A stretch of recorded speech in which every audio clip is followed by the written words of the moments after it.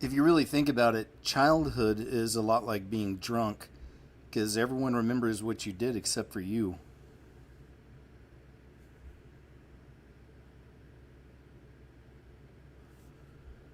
In this life, there's too many freaks and not enough circuses. So much so, I feel like I'm diagonally parked in a parallel universe.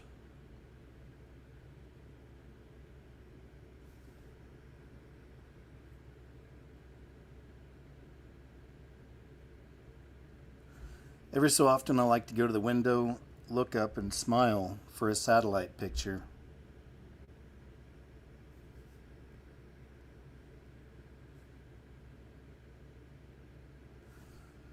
Seriously, though, sometimes late at night when I'm lying in bed, I wonder what life choices I would have to make to be the guy who says, yeah, in the background of hip hop songs.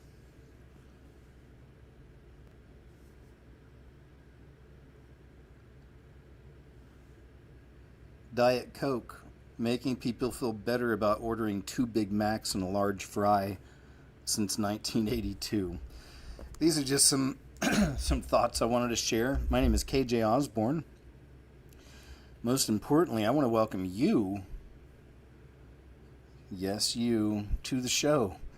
Thank you guys so much for joining me once again for another edition of KJ's What Happened, looking back on the week in world order news, as it were.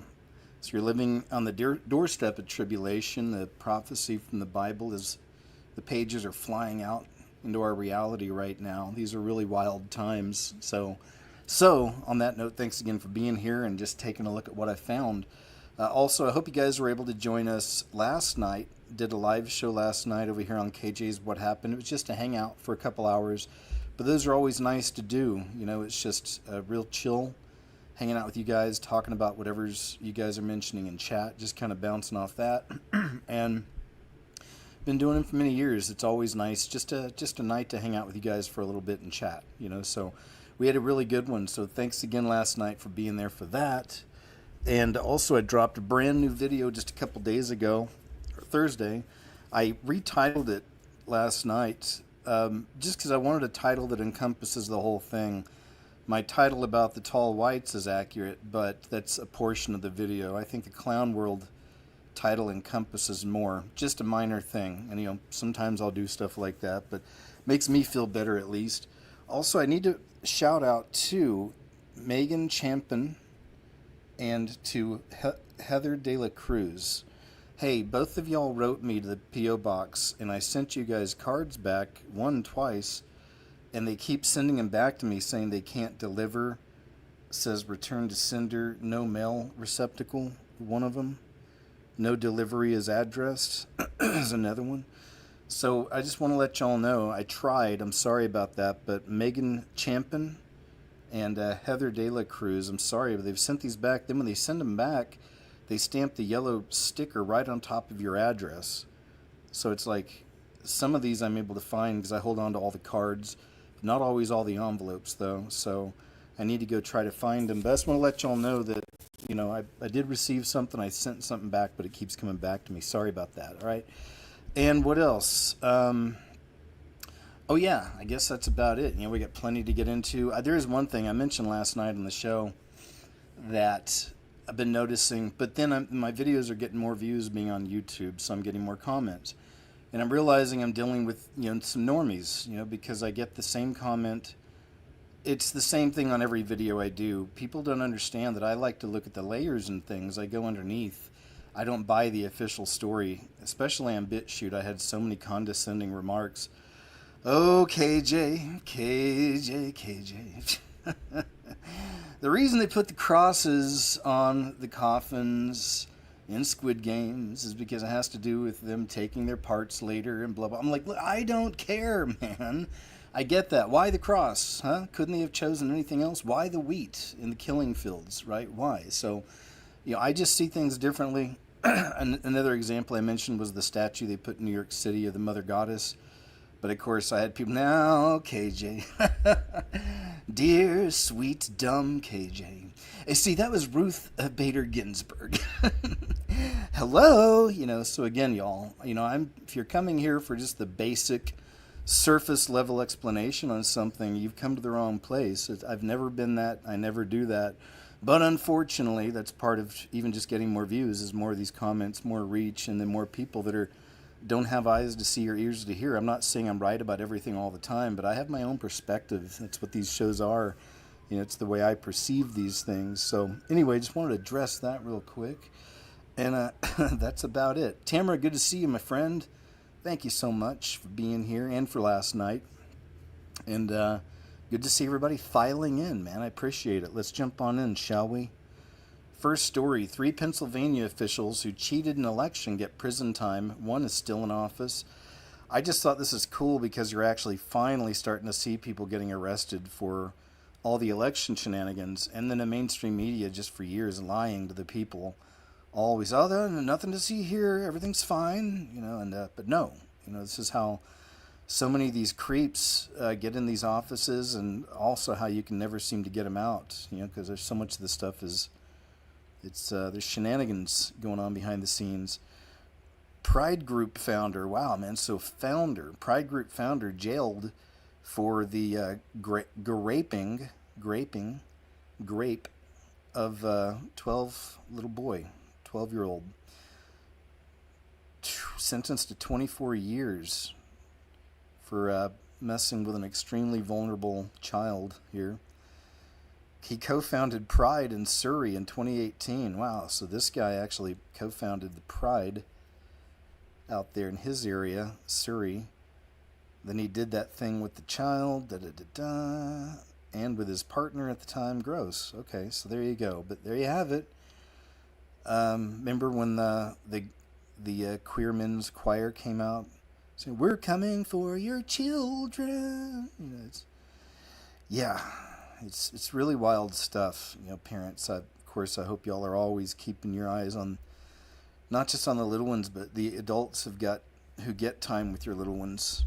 It's crazy the way that the Rockefeller school industrial complex is set up. It takes away so much time from your children and gives your children so much time growing up, with other adults, which, oof, in some cases, right? George W. Bush joins Obama in a rebuke of Trump. I just thought that was funny. These are all from the same Borg satanic mind, hive mind. Obama and Bush. And Judge Joe Brown told an interesting story about the Bushes and Obama's, something to do with Michelle Obama. Like when she was little, somehow they knew George Bush Sr., and he always would give her a little piece of candy. Do you guys remember that story? I don't remember the whole thing, how it went out, but it was just showing that these families have been connected for a very long time, right? Putin bans Satanic temple. Russia declares occult ideology a threat. This is, says Russia has declared the Satanic temple and occult ideologies undesirable, adding them to a growing list of banned Western-aligned groups as dramatic expansion of ideological repression under Putin. Don't know how real this is. I'm not sure. This is where I found it. It's on a thing called the Hub Web, which sets itself up to look kind of like Fox. So not totally sure. I'll have to look more into that. It says the Prosecutor General's office has officially banned the Satanic Temple, a U.S.-based group with millions of members globally, citing occult ideology aimed at undermining traditional moral values and supporting extremist anti-state agendas. State Duma lawmakers led by Andrei Kartapalov have equated Satanist groups to Western psyops, branding them as tools of ideological warfare, agreed. Patriarch Kirill has publicly backed the ban, calling occultism a destabilizing threat in wartime Russia. These extremist bans mirror Russia's paradoxical tactics. While demonizing Satanism, the Kremlin reportedly includes criminals and occultists and paramilitary groups fighting in Ukraine. Yeah, that's right. So y'all know about Azov, right? In Ukraine, the Azov fighting troop, it's a bunch of Nazis. And I've shown you some. I did some videos. Some people have they're thanks for the kind messages. People saying they're glad to see my videos back on YouTube. But what you didn't know, some of y'all, I can tell because your questions, I never stopped uploading videos. I just had to do it somewhere else. So I completely left YouTube long ago. And then it's been a long time. Now, of course, the channel's gone. But I was gone for like a few years from here. So in that time, I was still totally productive, still putting out videos, even videos, more uncensored style videos back then, because there was nothing holding me back. I didn't have to be in any guidelines. So yeah, man, go check out Rumble and BitChute under KJ Osborne, Ozborne. I would suggest Rumble, just for a comment section. Although I have a comment section on BitChute, it's closed down for years. I recently opened it. I'm just trying to see what happens. I've already had to ban about a dozen people, but still, we'll see how it goes, man, because the next time I shut it down, I'm shutting it down permanently, man. Like, there's just no more going back. But you know what? Honestly, it hadn't been too bad. Everyone's been cool. And by cool means I don't mean everyone has to be worshiping me over there and stuff like that either. Oh, you're the greatest, No, man, and I'm not getting all that, and that's fine. I like natural, organic comments, people's thoughts. What do you think? And not, personal attacks on me, which have nothing to do with my videos. Stuff like that. You know what I mean? I block people, that's it. I don't get my feelings hurt. I've been doing this for so many years. It's just a part of it. But I'd rather not have to ban and block tons of people on BitChute. I'd like to just leave the comment section open and kind of see how that goes, for people. All right, so what do you think? Is this real or not? I'll have to do some more digging, maybe find some other sources. There's only a couple Mauvi videos. Looks like we're getting into them early. That's okay. So I got a couple videos from Mauvi UFO Alarm. A couple cool catches I wanted to share with you guys. Here's this, man. First off, what in the heck is this? Look at this. And it looks like something pops up over to the left. Underneath that beam, I guess. I mean, what is that? This is at nighttime. So, that's crazy, right? But I think something else shows up here in a little bit. There it is. Maybe it's a little orb, we'll see. Or maybe, I don't know, maybe there's a tower up there. My bad. Just realized it's on top of a mountain, so maybe it's connected to the mountain, whatever that other thing is. But what is this, right? Or maybe not. I don't know, we'll see. It looks like that thing is flashing. Maybe it's moving up, or again, maybe it's just a tower. But more importantly, what in the heck, right? And it's there for a while. It's not just something you've seen shoot down real quick. Gonna put a filter on it. Alright. So there you go. That was a really cool one, I thought. There's a couple more I've got over here. Mauvi UFO Alarm does an excellent job of compiling all these UFO and supernatural type videos. If you guys are into that stuff like I am, please give them a subscribe and check them out, because I don't show everything. What's that? Sorry, give me a second. But each week I usually will find a few that I want to share from Mauvi. This is in Sweden, July 1st, 2025. Yeah, like I said, and a lot of them are, I've been looking at things so long, and so have y'all, that, it's not so exciting to see a bunch of orbs in the sky. And that's a lot of times what it is. So I try to find some of the ones that stand out a little more and share those. But still, I recommend the channel. It's for the great compilation. It's a lot of work to go find all these things and they're posting like sometimes every day. So the fireballs, we've been seeing the fireballs popping up over the last week. There's some in America. I've got some clips on that in a little bit. I think it was Georgia and maybe South Carolina. Look at that. Wow. Wild. So yeah, the fireballs. And then there's some interesting connections to that as well, to something kind of weird in a cult. And I'll get into that when we get there too. Here's another good one. This is the last from Mauvi, but check this thing out. This is in Ukraine. And what do you think this could be? What do you think this could be?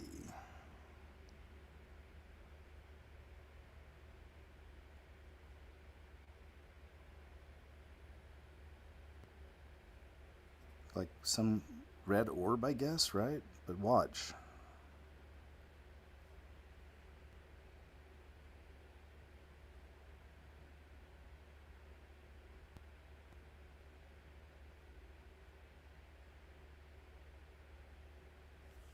It'll move here in a little bit.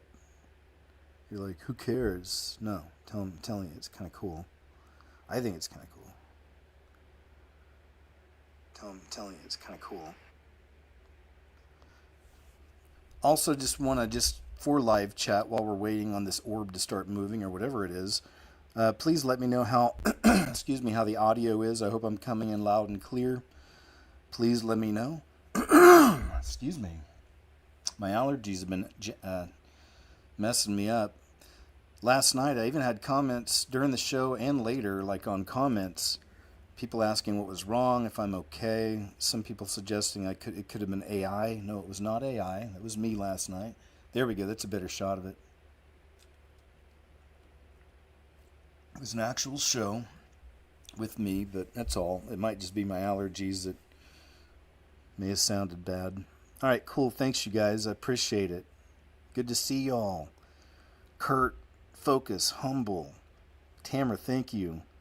Jalanta, Terry, Brand 47, Rockstar is here today. Kim Heath, Frank Ebert's here. Man, good to see y'all. Thanks everybody. I appreciate you. So there you go. There's that. It starts kind of going up there, floating around. But the best shot of it was like there. It's a good shot of whatever it is. In Ukraine, just hanging around. Is that just one of the entities in a certain form? In that form, perhaps? Hanging around where all the death is? Illustrations of DMT entities. That's not one, but there's some weird ones here. Guests on a Coast to Coast show from the 29th of June, so recently, just over a week. David J. Brown and Sarah Finn Huntley shared illustrations from their book, The Illustrated Field Guide to DMT Entities. So they've, as you can figure, I've never done DMT. Have you guys? That's one thing I've never done. I've certainly tried most of the other things, but never did DMT. And I've heard about it. Heard people's trips. A lot of times they talk about the machine elves, right? I guess this is one. That looks more AI picture, but they say these are the machine elves. Oh, I need to save that because I'm doing something in my new video about the egg. All right. So this is a fairy on a DMT experience, as some people have seen. Here's an animal spirit, a jaguar. It's pretty cool looking. Still, you know what I mean? Like people playing with dangerous things, just allowing the evil entities in who can be anything, do anything, act like anything, right? This is first encounter, some are saying. It's a trip. I guess this is similar to what people see. Imagine like seeing this before your very eyes. All right, so I want to share a couple of those. Roaming man in cat costume confounds British coastal community. Residents of a British coastal community are not quite sure what to make of a mysterious man seen roaming the area dressed as and behaving like a cat. The bizarre case is reportedly unfolding in the town of Wallasey, where multiple residents say they have encountered the curious character while walking their dogs near the beach. Clad in a black cat costume pictured below, the puzzling panther has a penchant for surprising people with his sudden presence and, as one might imagine, leaving those who encounter him scratching their heads. Look at that. Locals react as mystery figure dressed as big cat seen in town. It's pretty wild because in the UK there's been stories over the last few years of people actually thinking they're recording big black cats out in certain areas in the country, and I've shown you guys some of those. So there's already something going on with that. Like there might actually be some real black cats, big cats living out there. Now you got this guy. Weird, right? Very strange. Taking it too far, sir. Dr. Phil's media company files for bankruptcy, sues TBN for breach of contract. I guess Trinity Broadcast Network was supposed to show some of his shows, and they reneged on it, and now there's problems. And I have my own personal connection to Dr. Phil. Some of y'all know I worked in Los Angeles, Hollywood for years in production on mostly reality shows. And I worked on a reality show he produced, and he was on set all the time. But I worked on a show called Moochers, and his son was the executive producer. He has two sons. One has a music career. He's got a band or something, and I guess he does okay. And then the other guy, more of producing. I'm sure he's gone on to do other stuff now. I can't remember his name, but he was cool. They were all cool enough. I got to be around a lot of them because my job was taking everything they recorded for the show and running through and watching everything and making notes on any audio issues or video issues, because that was the copy that they were going to play for for TV and stuff. So I had a cool job on that show, and that way, like I said, I get to be. They would come into the trailer where all the equipment was, where I was all the time, and sit around on the couches and have meetings, and it's kind of cool, Anyway, enough about me. Just want to share that right there. TBN not being very nice. Christians blast London mayor's promotion of LGBT pride flag display. Eternal punishment later.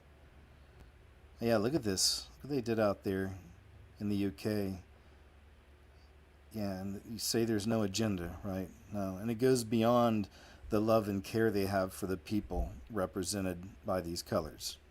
You know what I mean. It's not like they have all this love and care, and it's a group they can use, and then dispose of when they're ready, when they're done. Because you know how it is. Every week there's a new flag, right, of some kind of, and now we support this, so. But all that crap's going to run out. All those people are going to be disposed of when the final card comes in, which is kind of the religious aspect of it, where that one religion that seems to be rising faster than any other in the world, if you know what I mean. I've talked about it before.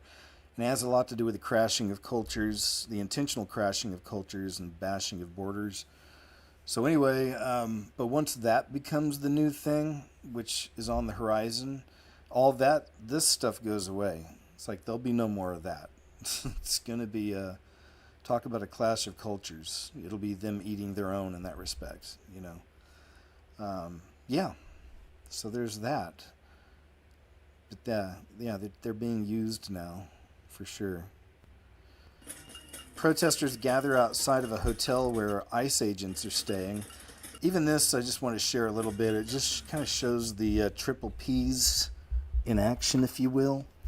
And just how crazy that is, right? It's like, we're protesting officers trying to do their job, getting people off the streets or out of our country who shouldn't be here anyway. I mean, sure, there might be some innocence mixed in, and they always do that because, that's who the mainstream news in America run to talk to first. Oh, my God, here's a mother with a child, and what's your story, lady? And, of course, meanwhile, MS-13's walking around and all the other gangs hanging out. But look at this, though. It's crazy, isn't it? To me, it is. It's like they're gathered there trying to make noise late into the night in an attempt to keep all the officers awake.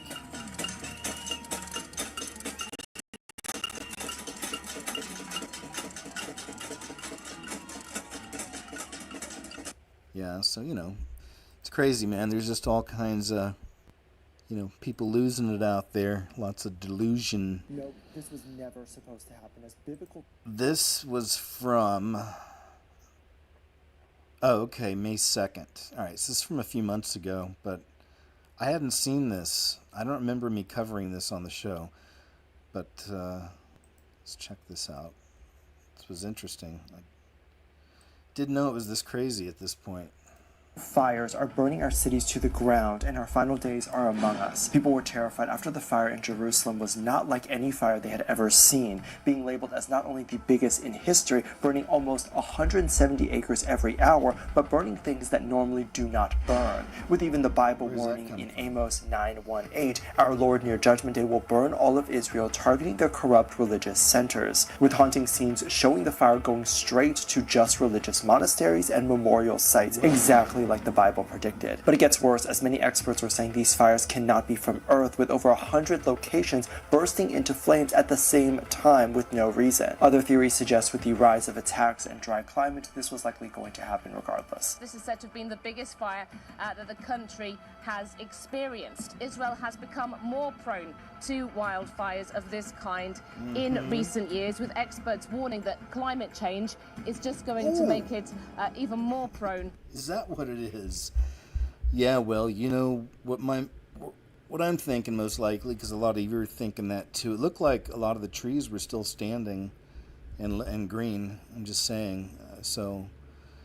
Perhaps, right? It's another example of drinking that Mountain Dew, you know? Perhaps.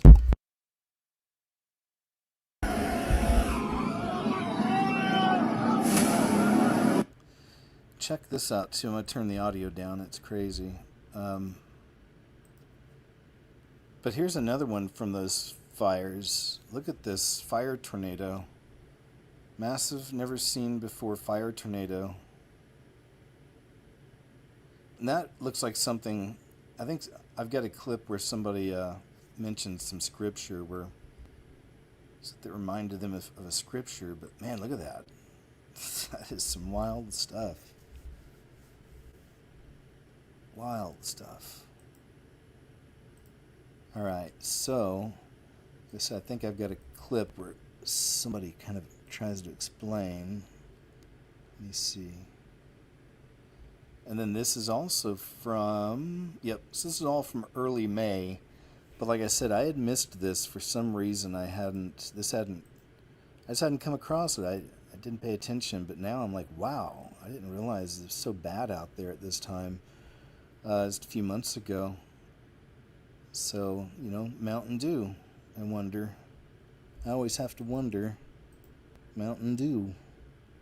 Something else happened in America this week that had me thinking maybe it was Mountain Dew. I don't know. Okay, so here's a lady who's being super sarcastic, which I get it sometimes. It's fine. I look past it, but check out what she has to say. And here we go. You guys know that the fires that are currently knocking on the gates of Jerusalem are actually prophesized in many of our works? Yeah, that's right. The Bible, the Torah.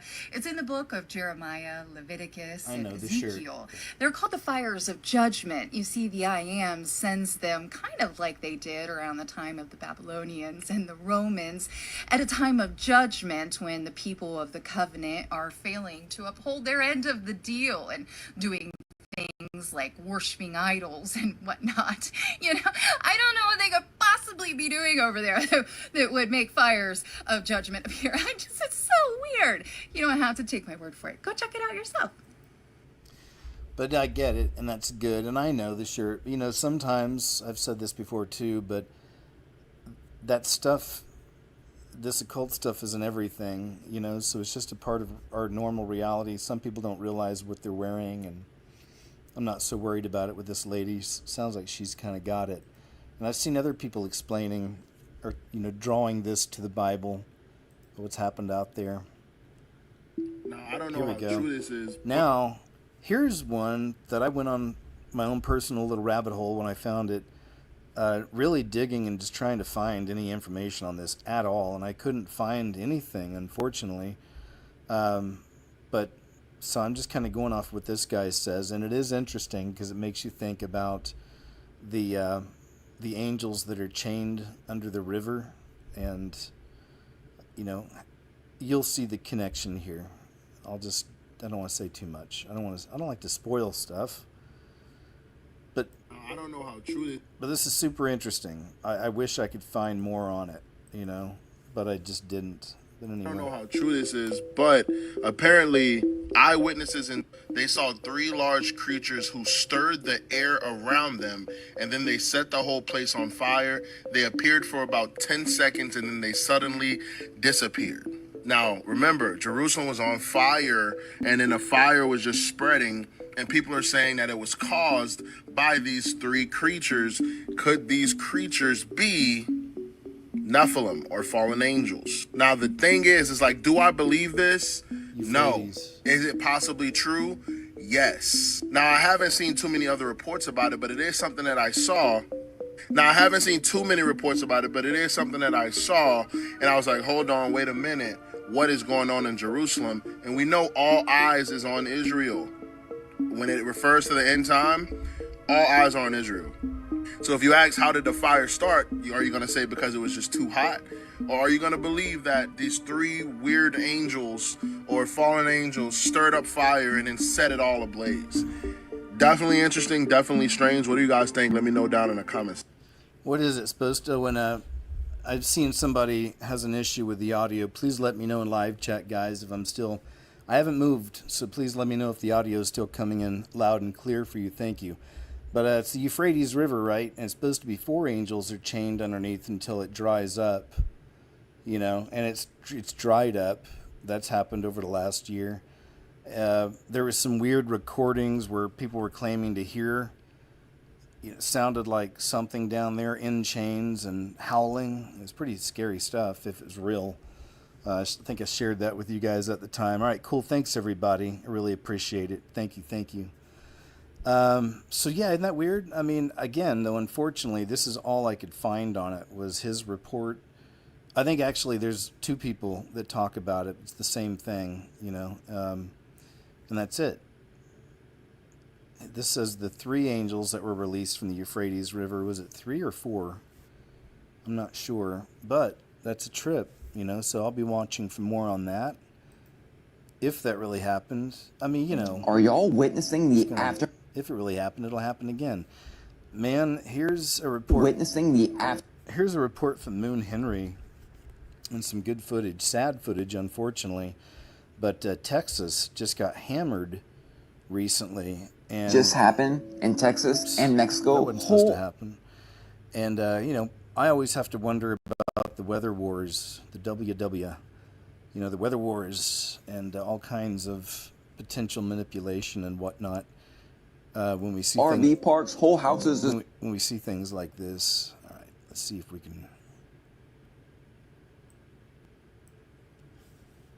In the aftermath of what just happened in Texas and Mexico, whole RV parks, whole houses just straight covered up with water. And of course, I'm gonna call out what's strange because 12 hours prior to this flooding, a NASA astronaut called something weird out, but we'll look in a minute.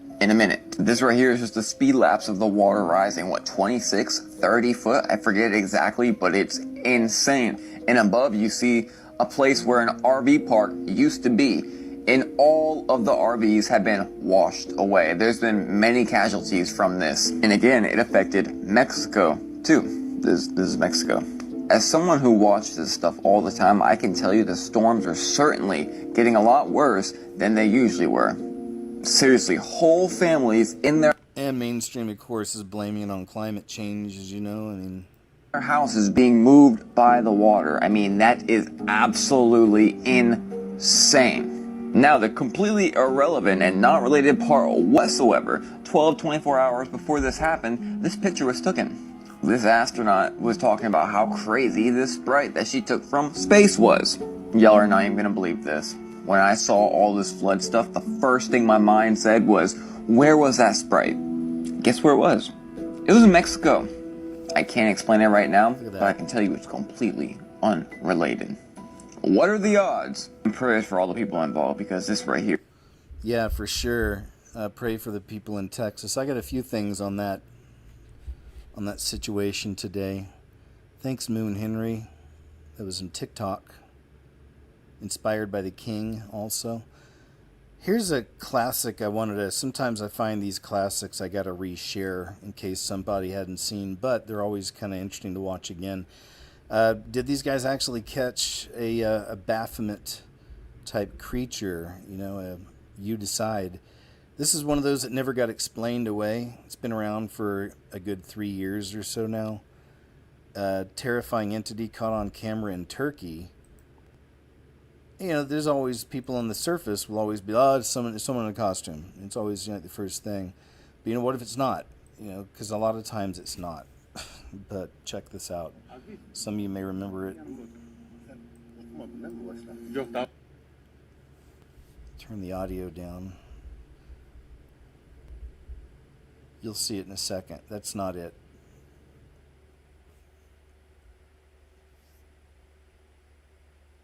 It's to the right. There we go. Remember that? Look at that. Or is it just a ram? Some people say it's just a ram, but it's like seems to move like a human, right? It's just a ram. You guys are getting excited over nothing, but it's not moving like that. It's like, look at that, standing up, crouching down. You see the horns, massive horns.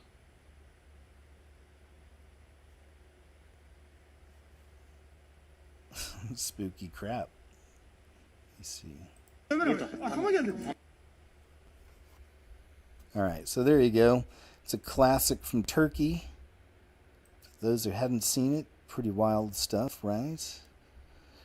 What does the big beautiful bill, alligator Alcatraz, Neuralink, and the Book of Revelation have in common?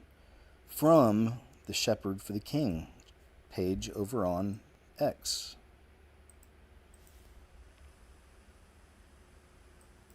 I'll probably have to refresh it, sorry. There we go. Oops. All right. Neuralink is to create a high bandwidth interface to the brain such that we can be symbiotic with AI. Okay, so out of all the videos I make, this is the one that needs to go viral. And now, what does Neuralink, the Big Beautiful Bill, Alligator Alcatraz, and the Book of Revelation all have in common? Well, sit back, relax, grab your popcorn, and see if you can pick up what I'm about to lay down. So now, of course, as a disclaimer, this is going to be my own personal opinion, speculation, and a theory with my own pattern recognition. So take the information and come to your own conclusion. Okay, so now with that being said, let's start off with this right here, how Neuralink has selected the University of Miami's Miller School of Medicine as its second U.S. clinical trial site for prime study. This study focuses on the safety and functionality of the Neuralink implant. Now, as we can see, as of July 2nd, a brain chip was put in a patient at Miami. Now, what happens to be a wild coincidence is that we have this alligator Alcatraz that was built in the middle of the Everglades, which, as we can see right here, was built in Big Cypress National Preserve, which just so happens to be only 45 miles away from the university where these Neuralink implants are being done at. And of course, what are the odds? What are the chances? Coincidentally, DeSantis vetoes a bill that would have repealed Florida's free deceased law. Now, for those who do not know, this law was enacted in 1990, which uniquely bars certain family members, specifically unmarried adult children and their parents, from recovering damages in medical malpractice lawsuits if a loved one passes away due to negligence. So now, I'm not sure about you guys, but it sure seems like Florida would be the perfect state to be doing this right here. And of course, I'm sure it's just a coincidence that Alligator Alcatraz is right next to this university where these trials are being done at. Which, of course, if history is a precursor to the future, as we know what took place in Germany between 1930 and 1945, they had medical experiments upon... Again, I don't know. Will they? Could they? Could. Maybe not under Trump, but maybe in the future that'll be something. I'm not sure, right? But again, I've mentioned I really like his page and his outlook and his faith too, really. His love of Jesus is awesome. But I don't agree with him on everything. I've mentioned that with everybody I share. There's nobody I'm like, it's like, we all discern these things for ourselves, right? Logic, reason, common sense, critical thinking, and spiritual discernment, the Holy Spirit, right? But anyway, just wanted to throw that out there because I know that some people get a little upset at him, I think, because he goes in on Trump a lot, you know what I mean? But like I said, there's, it's good to have balance. I like to show all the different sides I can show because I like to see all the different sides. You know what I mean? Anyway. Individuals who were at, let's just say, camps. So again, I'm sure it's just a coincidence, so let's move on. And now I'm sure you're wondering, how does the Big Beautiful Bill have any connection to this? Well, within this one Big Beautiful Bill, there was the creation of a rural health relief fund called the Rural Health Transformation Program. And as we can see right here within this program, it prioritizes the use of new technologies or technologies that connect providers to patients. You know, new technologies and devices like Neuralink, which of course, what are the odds, coincidentally, that just a week ago we had RFK Jr. talking about how he wants Americans wearing wearable devices by the year 2029. Yep. And as you're going to see in the remainder of this video, the year 2029 seems to be pretty significant. Because as we know, according to an ex-Google executive, he claimed that the singularity would happen by 2029. Now, for those wondering, his name is Ray Kurzweil, who just happens to be somebody that Mr. Chip in the Brain looks up to. Somebody he has connections with and agrees on the timeline with the singularity. Now, according to Ray Kurzweil's book, The Singularity is Near, he talks about how the singularity will be when artificial intelligence reaches superintelligence and we merge with AI. As we can see right here, people will interact with AI that can seem convincingly human, and simple brain-computer interfaces like Neuralink will impact daily life much like smartphones do today. And as we can see, during the 2030s, self-improving AI and maturing nanotechnology will unite humans and machine, which just so happens to be the end agenda for Neuralink. The merge scenario with AI is the one that seems like probably the best. Like if you can't beat it, join it. We can see the purpose of Neuralink in the future will be to connect human brains with artificial intelligence. And this is exactly why his AI Grok uses the logo of the singularity. And just so you guys know, the base, simple definition of the singularity is the state, fact, quality, or condition of being singular. So in simple terms, the singularity is to become singular with something. So to become singular, to become one with AI. Likewise, the name Grok means to merge with and to lose identity in. Now, just as a side note, in my own personal opinion and research, it's interesting to note how this singularity has the Saturn rings logo, which goes back to Kronos, the golden age of the Titans, which is also Saturn, and the black hole right here, which is the bottomless pit of Revelation chapter 9. Again, in my own personal opinion, speculation, and research. Remember, take everything that I'm telling you guys right now with a grain of salt and do your own research and come to your own conclusions. And of course, as a side note, something else I wanted to add is how the logo of XAI is a broken cross. Yep. Because at the end of the day, there's actually two singularities, those who believe in the Lord Jesus Christ, and through the cross, we have singularity with God, we become one with Him, or for those who deny Christ and take the mark of the beast, they will become singular and one with the Antichrist. All right, good report, sir. Thank you very much. Yeah, he's on that idea that Elon's going to create an AI god, because we've already seen him talking about it. We know it's coming. And then I was thinking that perhaps the fleshly Antichrist will merge with it somehow, right? And then all the people who have a mark, if you know what I mean, they'll be constantly connected to him in that sense. And so in that way, it really will be a 24/7 worship scenario. Cotton Mather, thank you so very much. Good to see you. It says, hi, KJ. I've been watching this physicist on YouTube and how he's saying that the sun is doing weird stuff, which is casting strange weather, earthquakes, volcanoes, all that on Earth. He says, I agree with him. Well, cool. Thanks for telling us about that. Please let us know in the chat where we can find him, you know, what his channel name is, and I appreciate that very much. All right. Moving on. Shepherd for the King on X. There will be things discovered in the ocean that will change how people perceive the world. Here's another new classic. This one's been filmed just over the last couple of years, but to me, this is one of the best shots of, the sea serpent. And they talk about sea serpents. You know, there's some creatures that are real, and then there's the created stuff like dinosaurs, you know, but there's dragons, sea serpents, biblical things, right? So take a look at this, though. To me, this looks like one of the best catches of the same kind of serpent that's in Loch Ness, most likely, and all these other places. It's a good catch, though, I think. Check it out.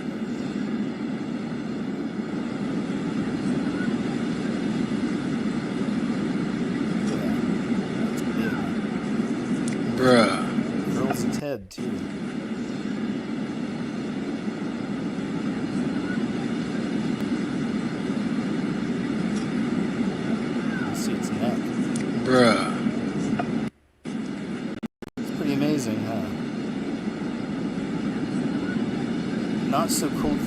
close that thing is though to you when you're out there playing on the beach.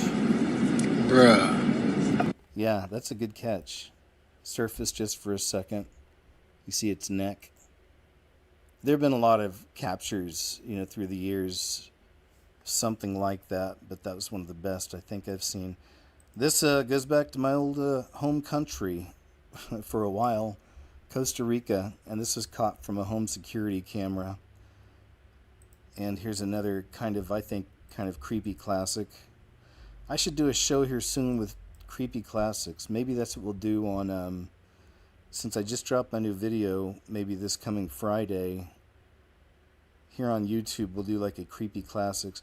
I was either going to do that or a video about all the recent UFO type stuff. So I'm not sure which one I'll do, but it'll be a live show. Kind of like the one I did recently with Signs of the End. It'll be like that. Like I'm going to have a lot of stuff to show you. It's basically be doing a video live with you and just kind of showing things. So either way, we'll figure that out. But here you go. This is a recent classic from Costa Rica. They filmed this a couple years ago.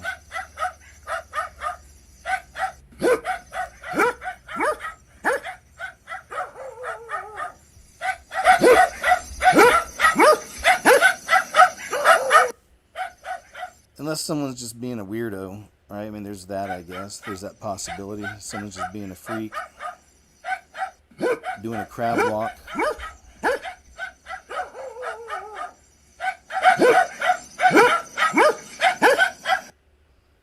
Weird, right? So, yeah, I don't know. Again, that could just be somebody, too many cervezas, perhaps.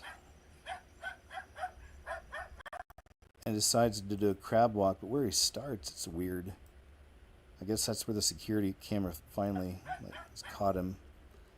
Comes crawling out like an animal, though. It's again, is it like, a shapeshifter in shapeshift?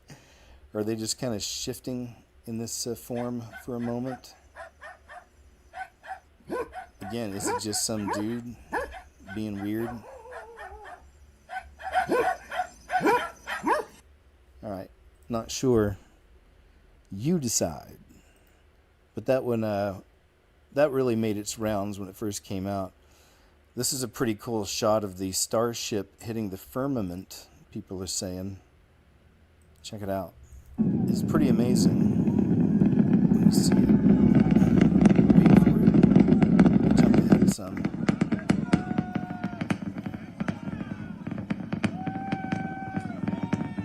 Thanks, JB. Always, my friend.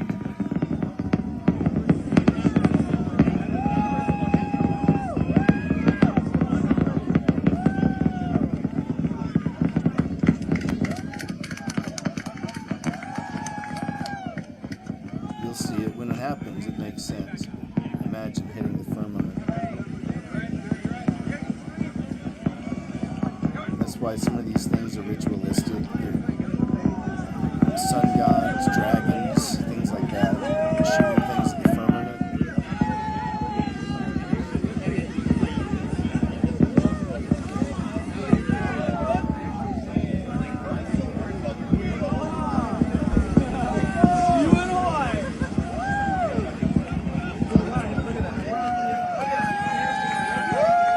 Let's go!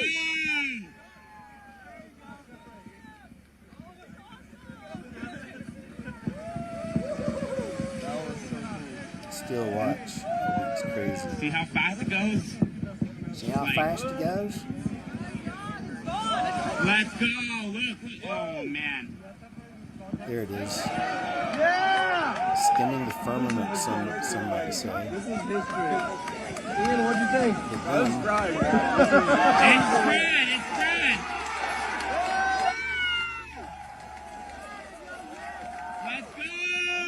Let's go! Let's go! Amazing, amazing. It's one of those. I hear that all the time. People always, let's go! Okay, look at that. Now it gets pretty weird. Look at that. You can see waves. Now look at that. No way! Where's it coming back to land? Over here? Atujay. Thank you, my friend. Isn't that cool though? That's a pretty cool shot right there at the end where it just hits it. Pops. Let's go. Look. Let's Oh, go. man. Let's go. Yeah! This is history. Ian, what'd you think? Let's go. It's Fred. It's Fred. Pretty crazy, huh? Let's go. Let's go.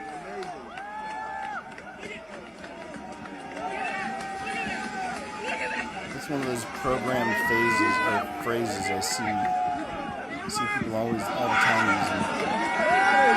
There it is. No way. Yeah, man. It's pretty wild. Good stuff. Yeah, I see that. I just saw a family video. A dad had created an obstacle course for his children in the backyard, which is a great idea. And even the title was like, put down the tablet, come outside, something like that. And the children, it was a little boy, and he loved it, you could tell. But he went through it like a pro, and at the end of it, turns to the camera, let's go! And he's, like 6 years old. And it's funny because this is just like a random thought, man. I know, whatever, I'll just share. Well, first off, I used to work on the TV show Big Brother years ago, and so I've watched it. I was watching it before I ever worked on it. I was a fan before I ever got the job, but there was a season not long ago. It wasn't a good season, I didn't think, because it was one of those where the group of, like, not the best people, in my opinion, outnumbered the cool people, and then they never changed, never wavered, and they just made it boring because every week, the quote, bad guys were going to knock these people out. And I don't want to say which season it was. I don't want to go there, but yeah, it was, sometimes they'll have seasons like that are kind of lame, like a bunch of people you're not hip with, and maybe you are. Maybe you liked some of them. Maybe it weighed in your favor. Maybe you liked some of those people that just took total control, like the quote bad guys, and then just knocked out the quote good guys. But anyway, there was a season a while back where one of the contestants was, it's the first time I'd ever heard it, kept saying, let's go, and it just caught on. And like, I'm guessing it started with that season or something, because now it's just everywhere. Like I'm always seeing people say, let's go, or you see clips from something at a game, and they say, let's go. It's like all the time, right, Scory Mori? Hey, thank you too. Says, this stream truly shines like a beacon in a dark world. The light shines in the darkness, and the darkness has not overcome it. John 1:5. Thank you, man. Thanks, Scory. Appreciate you so much. And you too, Bud Beasy. Good to see you, man. Thank you. You guys are awesome. So there we go. We shall move on from this video here on to the next.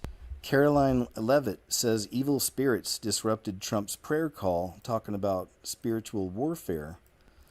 Interesting. You wouldn't have heard, I'll just say, the last administration talk about anything like that, which is, it's refreshing to see these people talk about these things and be aware, On a personal note, I just want to thank everyone for the prayer, because I do see so many messages from probably many of you on this call, social media, and comments saying you're praying for me and praying for the president and everyone here at the White House.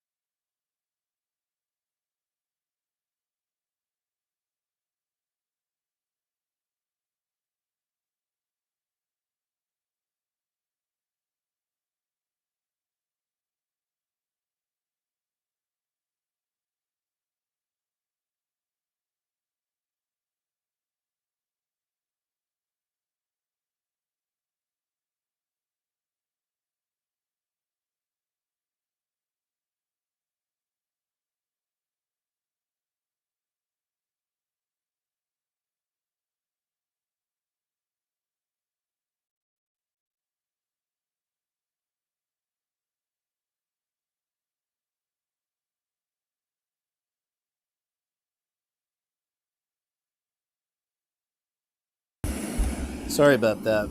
Yeah, man, this darn microphone, I'm sorry, y'all, it's so super sensitive. So I'm glad you guys let me know. But yeah, we're cool here. Hopefully it wasn't out for too long. Please let me know. How long was it out? Was it, let me know in the live chat. Hopefully it wasn't very long. Freaking heck. I'm telling you, man, yeah, I got to be careful with this thing.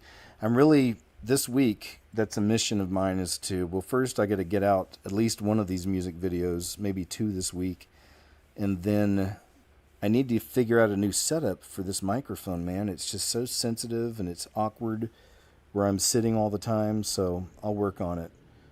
Couple minutes, 90 seconds. All right, thanks, y'all. Appreciate it. Sorry about that. Well, I'm glad you guys are, y'all know what time it is when you're on my shows. You never quite know what to expect. And then there's always the Chubbs factor, You always have to bring the Chubbs factor in.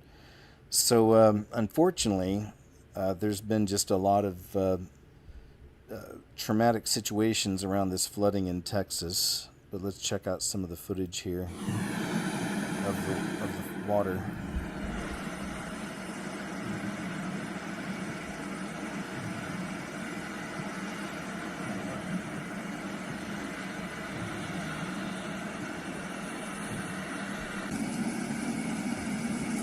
Holy sh**, this is crazy. Me? Wow.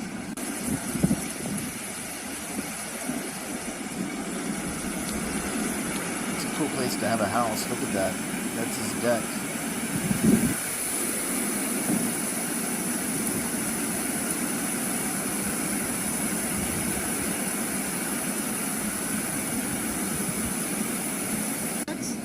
Get me the hell out of here! Wow. Look at that little piece of tree. It's not raining. So again, we see these things happening and somebody out there drinking Mountain Dew. If you know, you know. My name is Candy Von Sparkle, aka Christopher. Pronouns are he, she, and they, and this is from the pulpit at Allendale United Methodist Church in St. Petersburg, Florida. Yes, this is real. Even the weird setup in the back looks like it's like a dystopian movie, dystopian near future movie to me. My name is Candy Von Sparkle, aka Christopher. Your audio's a little low. Hold on. Let's see if I can't make it a little louder. My name is Candy Von Sparkle, aka Christopher. My pronouns are he, she, and they. Please join me responsibly in a call to worship. Source of life, in the beginning, you made us and called us beloved. When we forget how to love, you remind us to be well. When the powers of the world try to oppress us, your name is allowed. When our siblings in faith condemn us, you claim us beloved. We are your beloved. So today, sing your praises, source of love. My name is Dang. Candy Von Sparkle. Now turn your hymnals to page 354, page 354. All right, moving on. Katie Von Sparkles.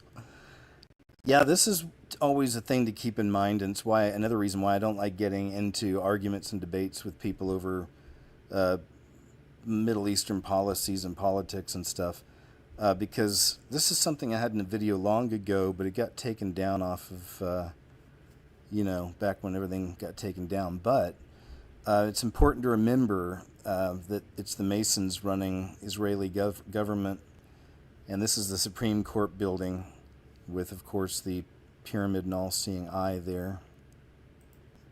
Some serious symbolism. Look how big that is. And then I showed on, maybe it was the Uncensored show last week, but there's the same thing.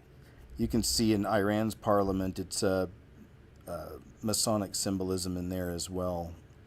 So that's, the whole thing to me is to always keep that in mind. Then they got the people bickering and arguing over just kind of different tentacles of the system, but not really paying attention to them. And it's these people, it's the demons, it's the devil. Those are the ones I like to blame and try to keep my focus on, as far as tattling on them the best I can. Being a little tattletale, Western North Carolina high school students have been using their carpentry class to build tiny homes for victims of Hurricane Helene for 8 months now. This is pretty awesome. Check this out. Love it. Always love to see the young ones getting involved in stuff like this. I'm done. This is it.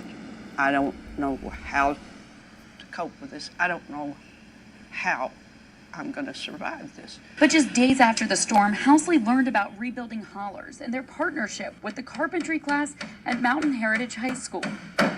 Under the supervision of carpentry teacher Jeremy Dotz, the students have worked for years to build things like gazebos and even small tiny homes for contracted clients. But when Helene hit, their vision shifted as well. I don't think we'll ever have another year like this ever again.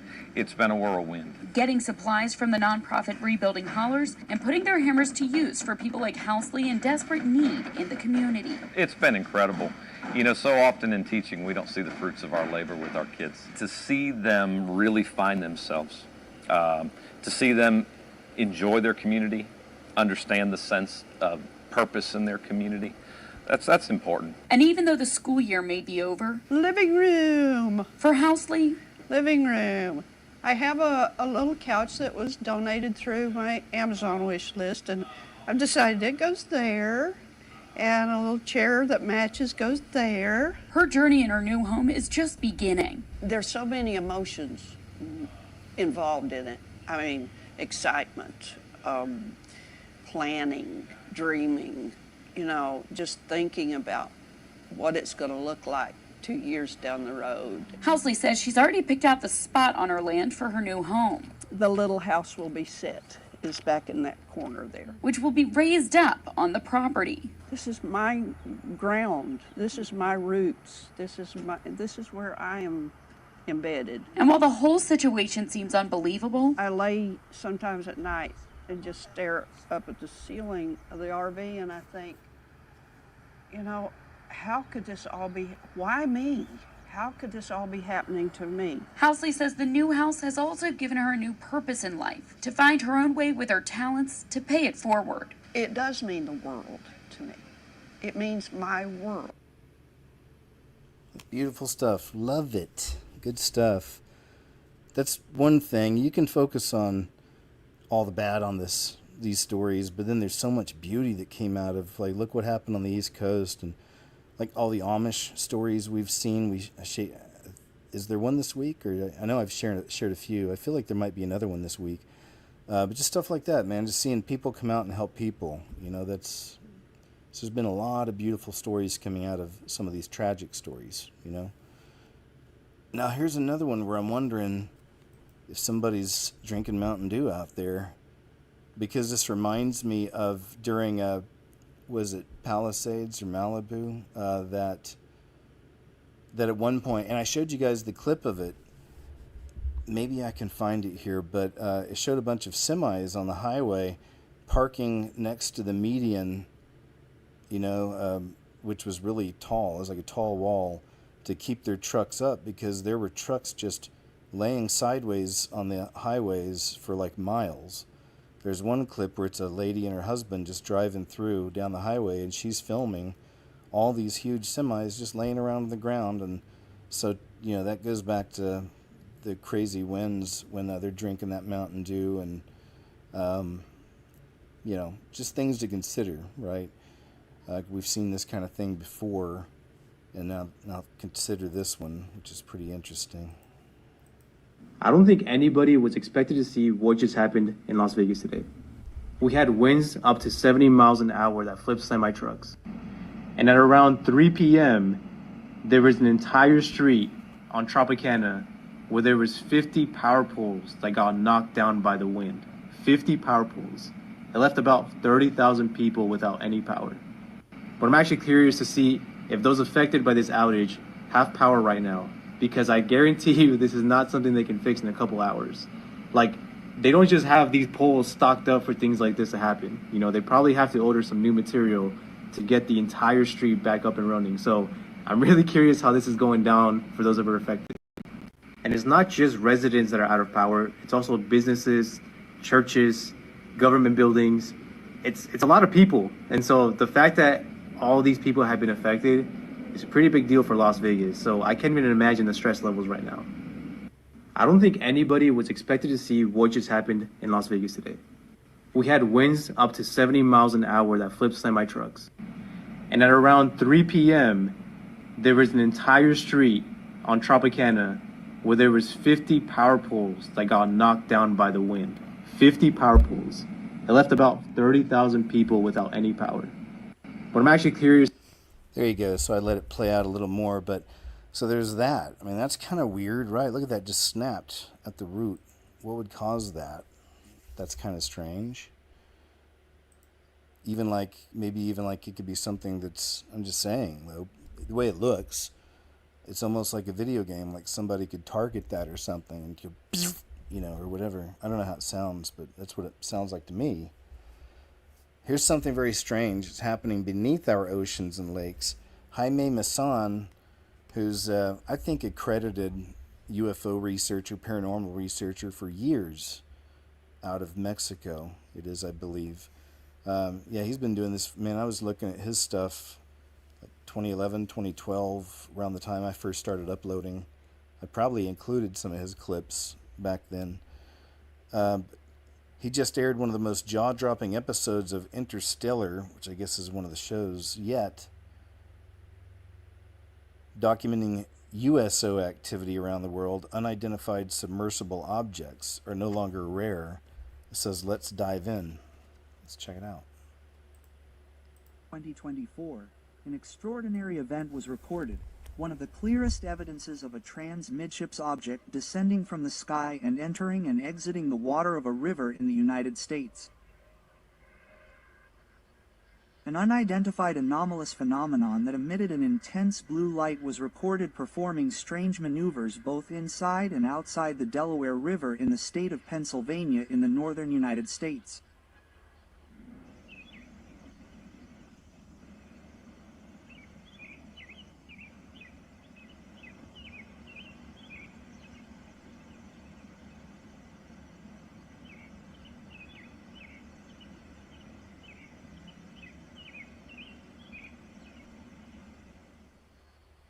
The unusual luminous phenomenon that seemed to move like a biological entity was reported for almost 9 minutes.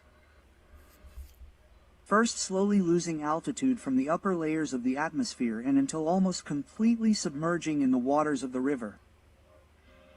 Let's take a closer look. Once it enters the water almost completely for a few seconds, it ascends slowly and with controlled movements, but without making any sound during the entire encounter. After 5 minutes of reporting the brilliant phenomenon, the witnesses notice the presence of a commercial plane nearby, which makes a loud noise as it seems to take off from a nearby airport. The plane clearly passes very close to the blue UFO, putting air safety at risk. Yeah, that is a good capture. Jaime Maussan, there he is. If you ever want, I think I'm pronouncing his name right, but could be wrong. But yeah, he's been in it for years. You could look him up. He's got a channel. He's got a TV show, I believe, down in Mexico, and he's real well known. He's made a lot of great captures over the years, footage. Here it is again. Vegas hit 115, and then the storms hit. So first they were blazed out. This is from Conscious Juice. Yo, so I don't know if you heard this yet, but Vegas is not okay. So yesterday, boom, it hit 115, right? And then out of nowhere, this dust storm manifested like Vegas was part of ancient Egypt. People are talking about this wind was howling and they saw faces within the dust storm. You can see these things flying around, y'all. Now, out of all of this came this, you guys. There are trees and power lines down all over in Vegas.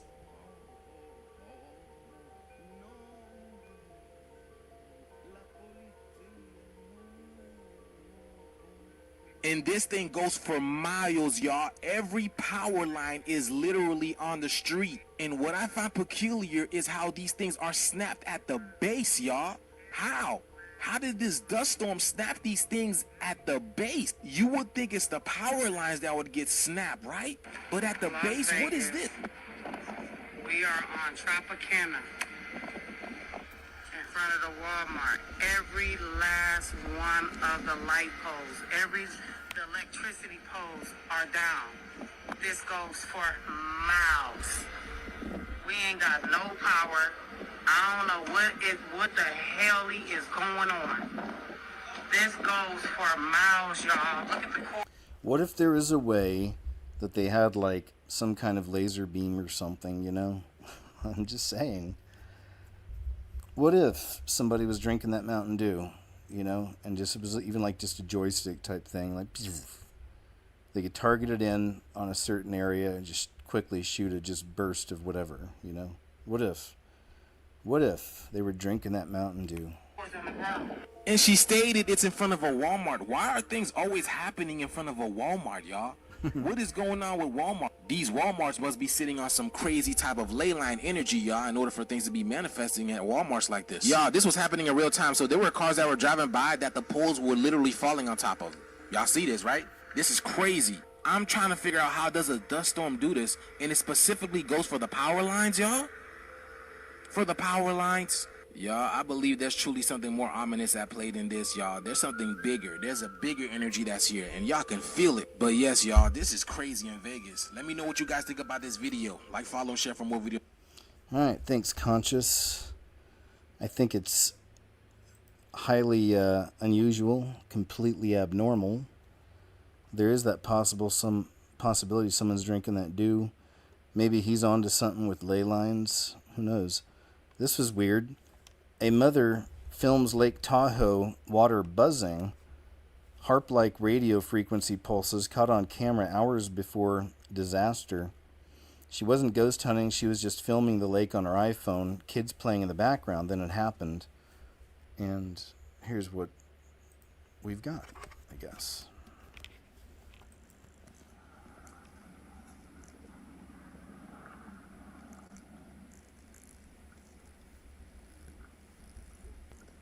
That is so weird.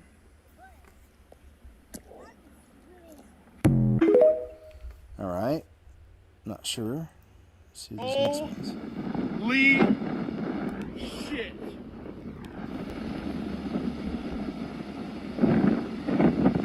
Wow, look at that.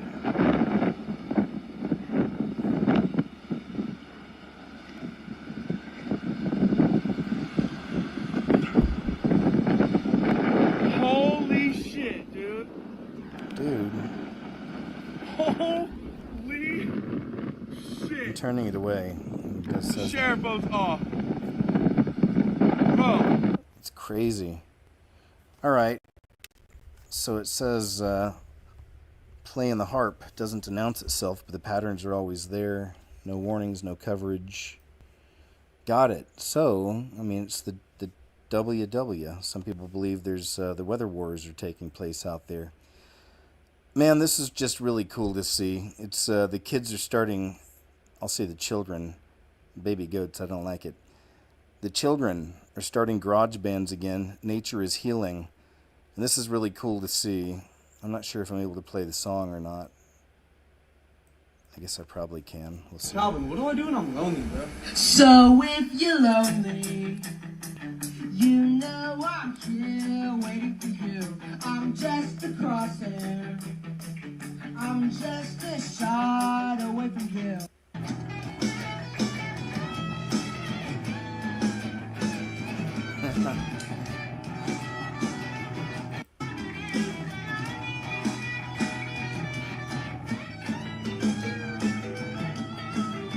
Yes.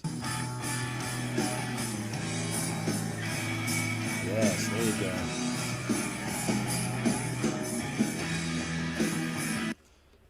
I love to see it. That's great. Man, it's so cool to see, right? And now you watch these kids turn out some of the coolest music ever. I mean, one of these days. Well, but then again, we are living on the doorstep of tribulation. Either way, I like to see the young people doing that. You know. Oh, this was interesting. The surgeon that was linked to President Macron's wife's, to the speculation of what she actually is, whether that be a dude or chick, if you know what I'm saying. So there's a surgeon that started speculating this in public, right? He was one of the first, I guess, to start questioning Brigitte Macron and what was actually going on with her. And now he's been found passed away. This is on June 29th. Homme a été retrouvé mort après une terrible. I'll just read. Ooh, after falling out a window, it says, on the 12th floor. That happens a lot, it seems. 58 years old. Oh, but see, he decided to go ahead and release himself, is what they're saying by doing that. So, okay. Well, we've seen this thing before, haven't we? It's very interesting how that works. Here's a really, really cool catch. An entire urban neighborhood is reporting that they're witnessing a UFO in 4K as a massive light can be seen beaming down from a flying saucer. Kind of reminds me of that weird one we saw from Mauvi. That huge light, and it looked like it was beaming something down to the ground, right? It's a UFO for real. No, we not making this shit up. Look at her, she gonna put It's a UFO for real, y'all. That is crazy. Y'all, that's crazy. It's a UFO for real, y'all. Holograms incoming, yeah. Yeah, that could be part of it for sure. Julie Hall. We got all these. There ain't no damn street light. My uncle talking about that street light. Yeah, there's a street light. That ain't no street light, bro. That's a UFO. This a fucking street light right here. This the fucking street light. That ain't no fucking street light. That's the street light. I mean, that's the light beaming down on you. It's a UFO. People come up with any excuse, you know? Some people just can't even believe their eyes. Now, that could definitely be part of BB, you know, the beam of blue, for sure. And let's not forget the quote ghost lights. I didn't see any this week, but the type we see from Mauvi, I've been seeing for years now, all around the world. They do a little dance most of the time, different kinds of synchronized movements and all that. And we've seen some pretty wild examples recently. We saw the one recently where it's just looked like they were flipping a light switch on and just kind of flickering whatever they wanted to up in the clouds. So there's a lot of that stuff, I believe, that's already being used, has been used. It's been prepping the public psychologically without them realizing to be ready for the introduction of all these things and all the characters. You know, I mean, it's not just demons and fallen angels. There's also some other weird entities, creatures in the Bible also. It's a whole other thing, you know, but I always try to keep it simple by classifying and fallen angel / demon. You know, most of us do, I think. But either way, yeah, there's certainly going to be a class of characters. I believe that. I believe the tall whites will probably be the first. You know, the first introduction. Not sure, but it's going to be a huge operation on the people, man. It's for certain. And I've been tracking it for 10 years, so some people may still think it's crazy, and that's fine. We'll see. Here was something interesting.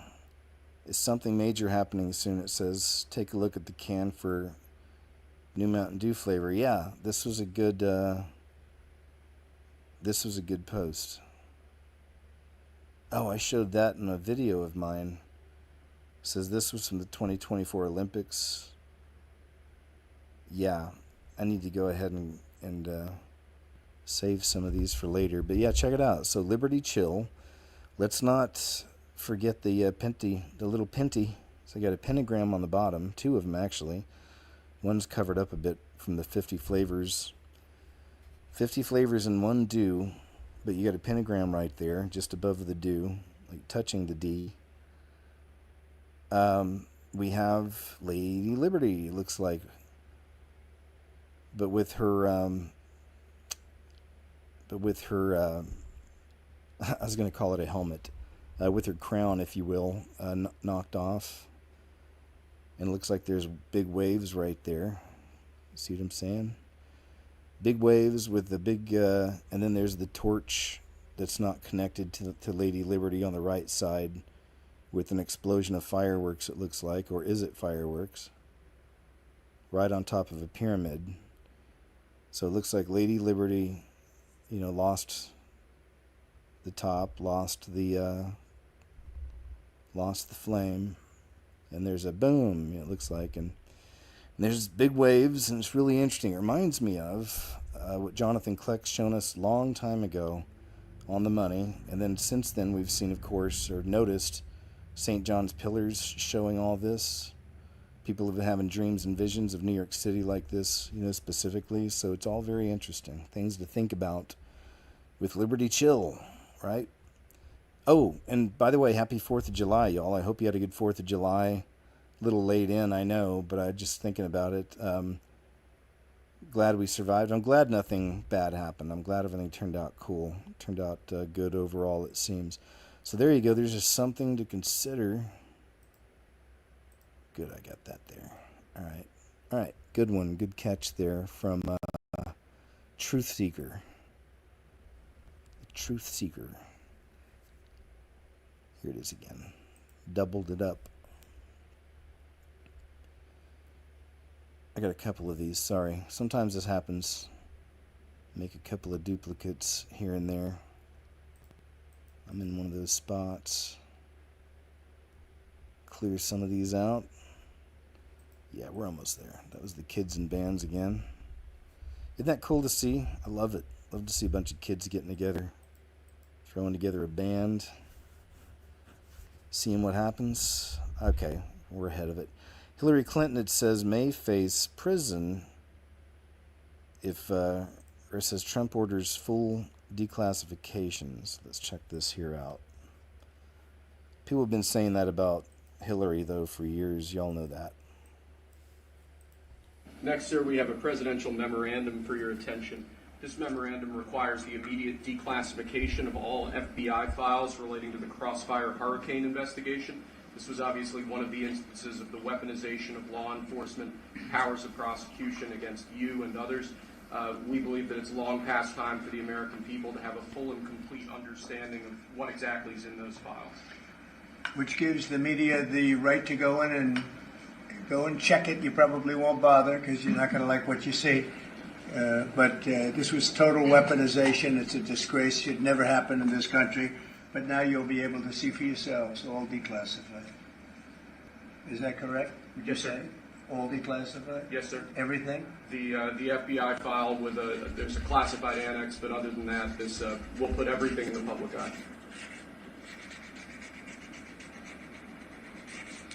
Is anybody going to look? What about you? You going to look?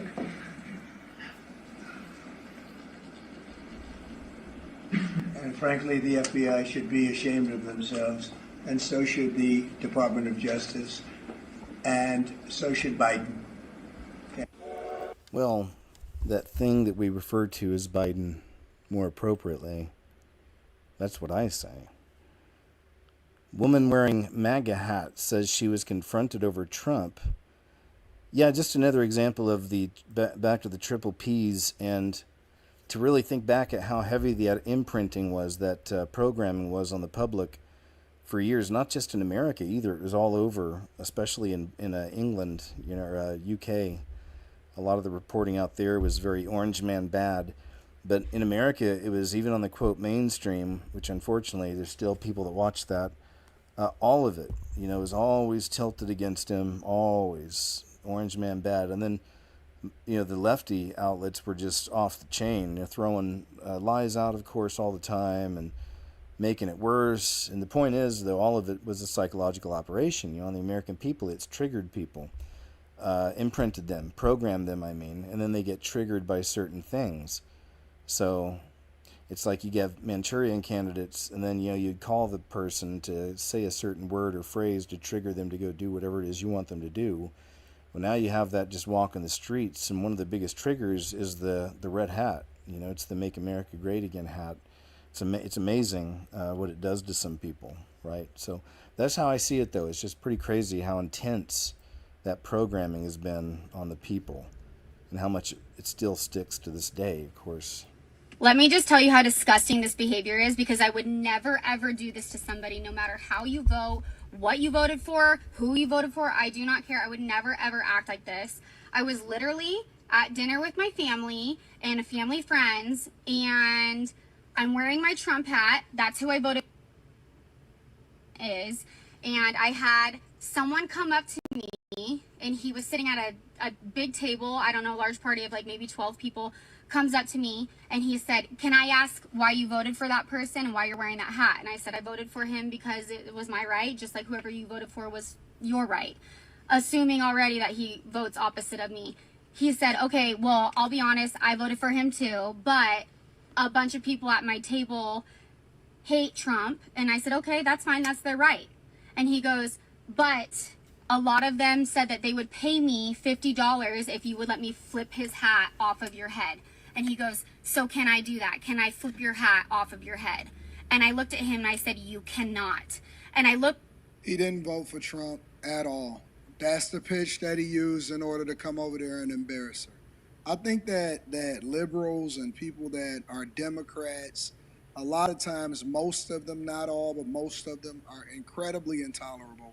And they are some of the most dividing, evil, ugly, disrespectful type of people that I've ever personally interacted with in my entire life.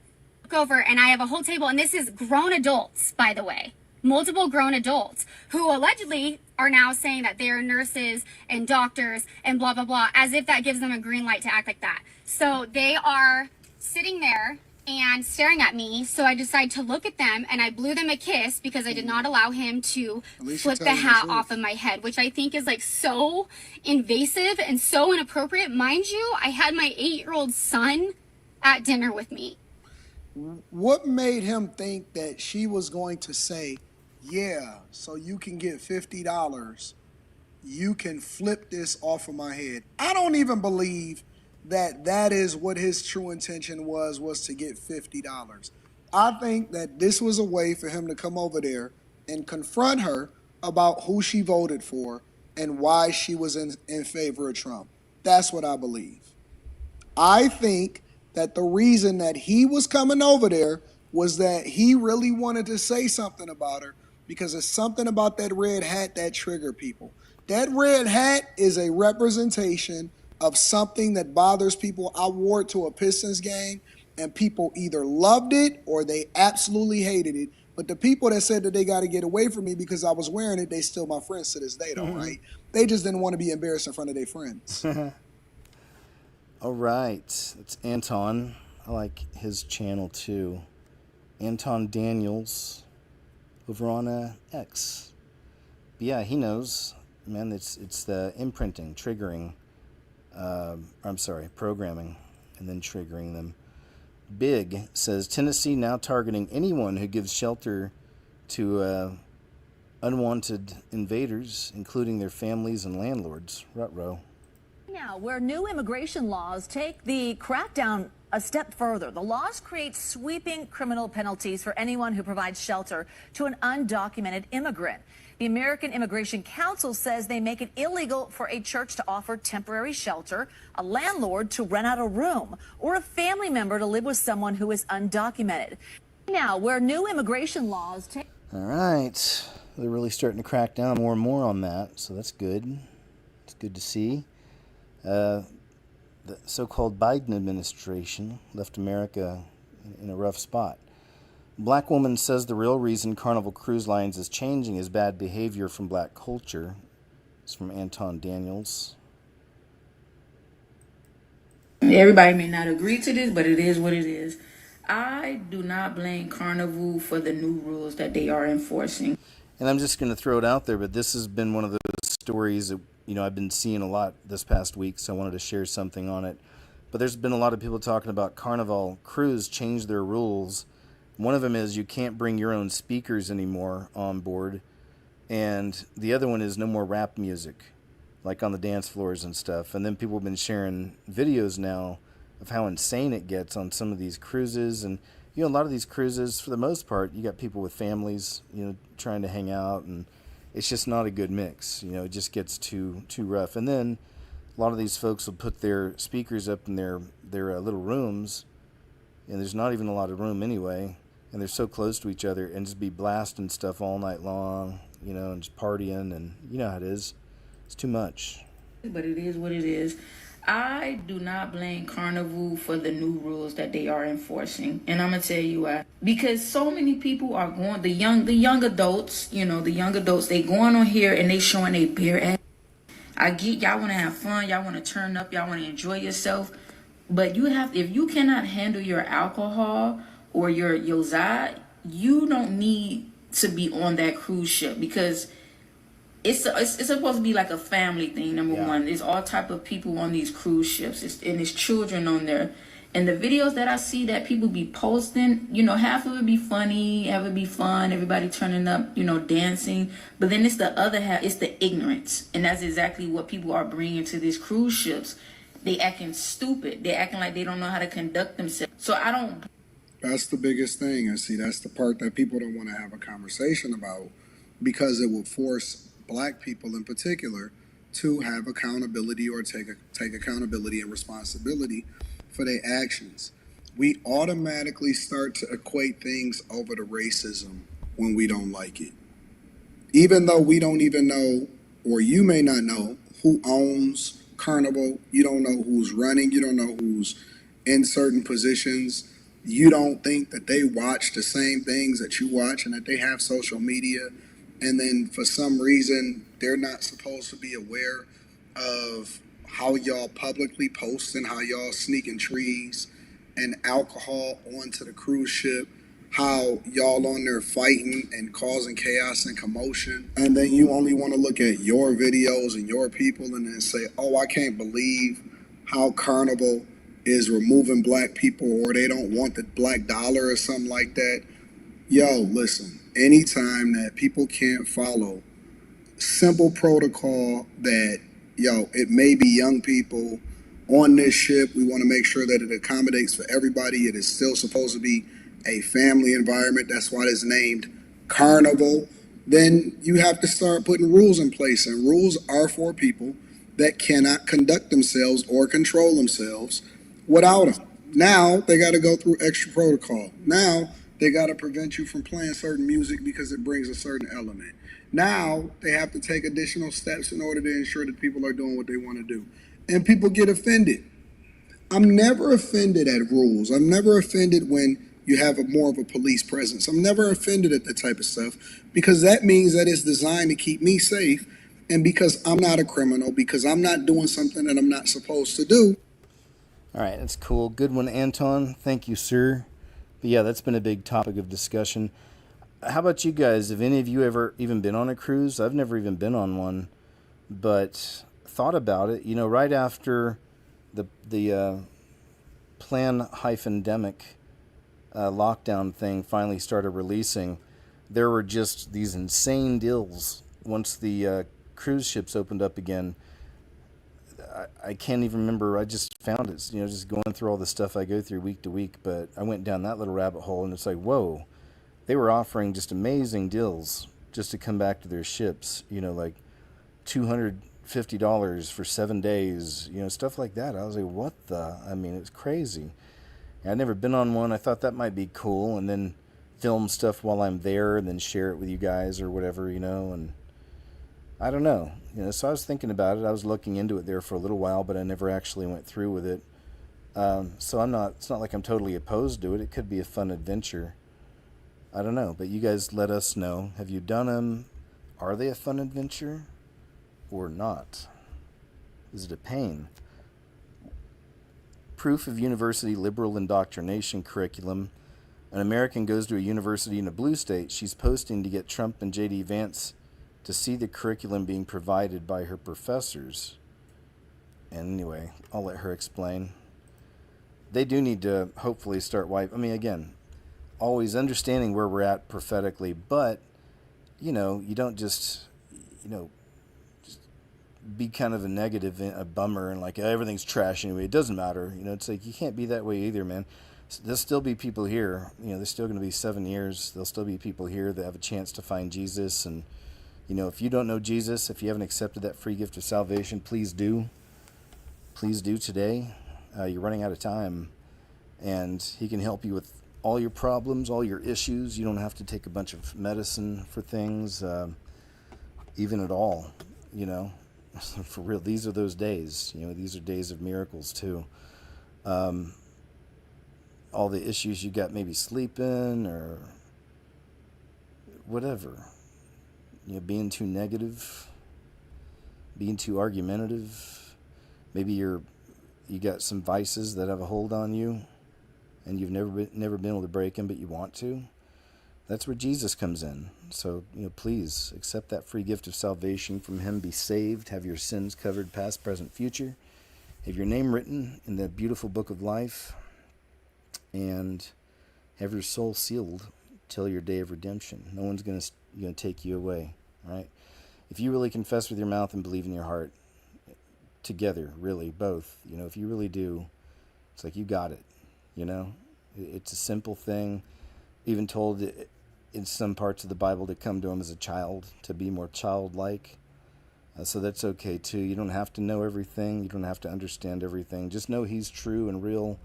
Came here in the flesh, lived a perfect life, died a brutal death, was buried, resurrected, ascended to heaven, and he's coming back. 3 days later. That's important. And he's coming back, though, for his bride, so please do, okay? All right. That's my lecture. Blue states really indoctrinating their students? Well, watch this, and then you tell me. Okay, so this is the political psychology course I'm currently taking. I'm going to scroll down here. These are all the modules that the instructor set up for us. I'm going to go down to module 6. I'm going to click on reading folder. I'm going to open this. And here are all of the articles that the instructor sent us to read for this week's module. Again, the instructor sent us all of these. I'm going to click on deepening radicalization. I'm going to click on it here. I'm going to scroll down a little bit, and we are going to read this part together. Okay. Heading into the 2020 election, President Trump is prepared for the second time in a row to run a racist campaign. Let's read that again, shall we? Heading into the 2020 election, President Trump is prepared for the second time in a row to run a racist campaign. Okay, now let's go out of this and go to call it white supremacy. I'm going to go over here in the first paragraph here. This is an article by Charles M. Blow. It is clear that Donald Trump sees the activation of white nationalism and anti-otherness as his path to re-election. Like, I am sorry, but what? That's literally what it says. So riddle me this, why are college educators having their students read multiple op-eds that insinuate the sitting president, President Trump, and his supporters are racist? This is extremely, extremely biased and unethical. I just think that everybody should see what these universities are putting into young people's heads. Good stuff. Thanks for the report. Huge shout out always to the citizen journalists and the citizen reporters out there, What do we have here? Oh, this was a good one, too. This went mainstream. A lot of people were checking this one out. Massachusetts woman captures video of mysterious object falling from sky. It's a cool catch. I'm Boston 25 News reporter Alyssa Azara in Pembroke, where a woman says she was enjoying the pool Wednesday night when she saw a strangely shaped and unfamiliar object falling from the sky just over there. The whole thing now caught on video. Then I look up here to the sky, I see something falling down, so I pulled out my phone and I zoomed in, and it was right about there. Colleen McCormick was out by her hot tub around 9 Wednesday night when she says she saw something strange and unfamiliar up above. I see something falling down from the sky. It had blinking lights and looked like it was on fire or something. and it was just coming down really fast. I had no idea what it could have been. McCormick captured this 8-second video from her backyard showing an unidentified object headed straight down. There's like 3 things, so it looks like it's fire or a big light.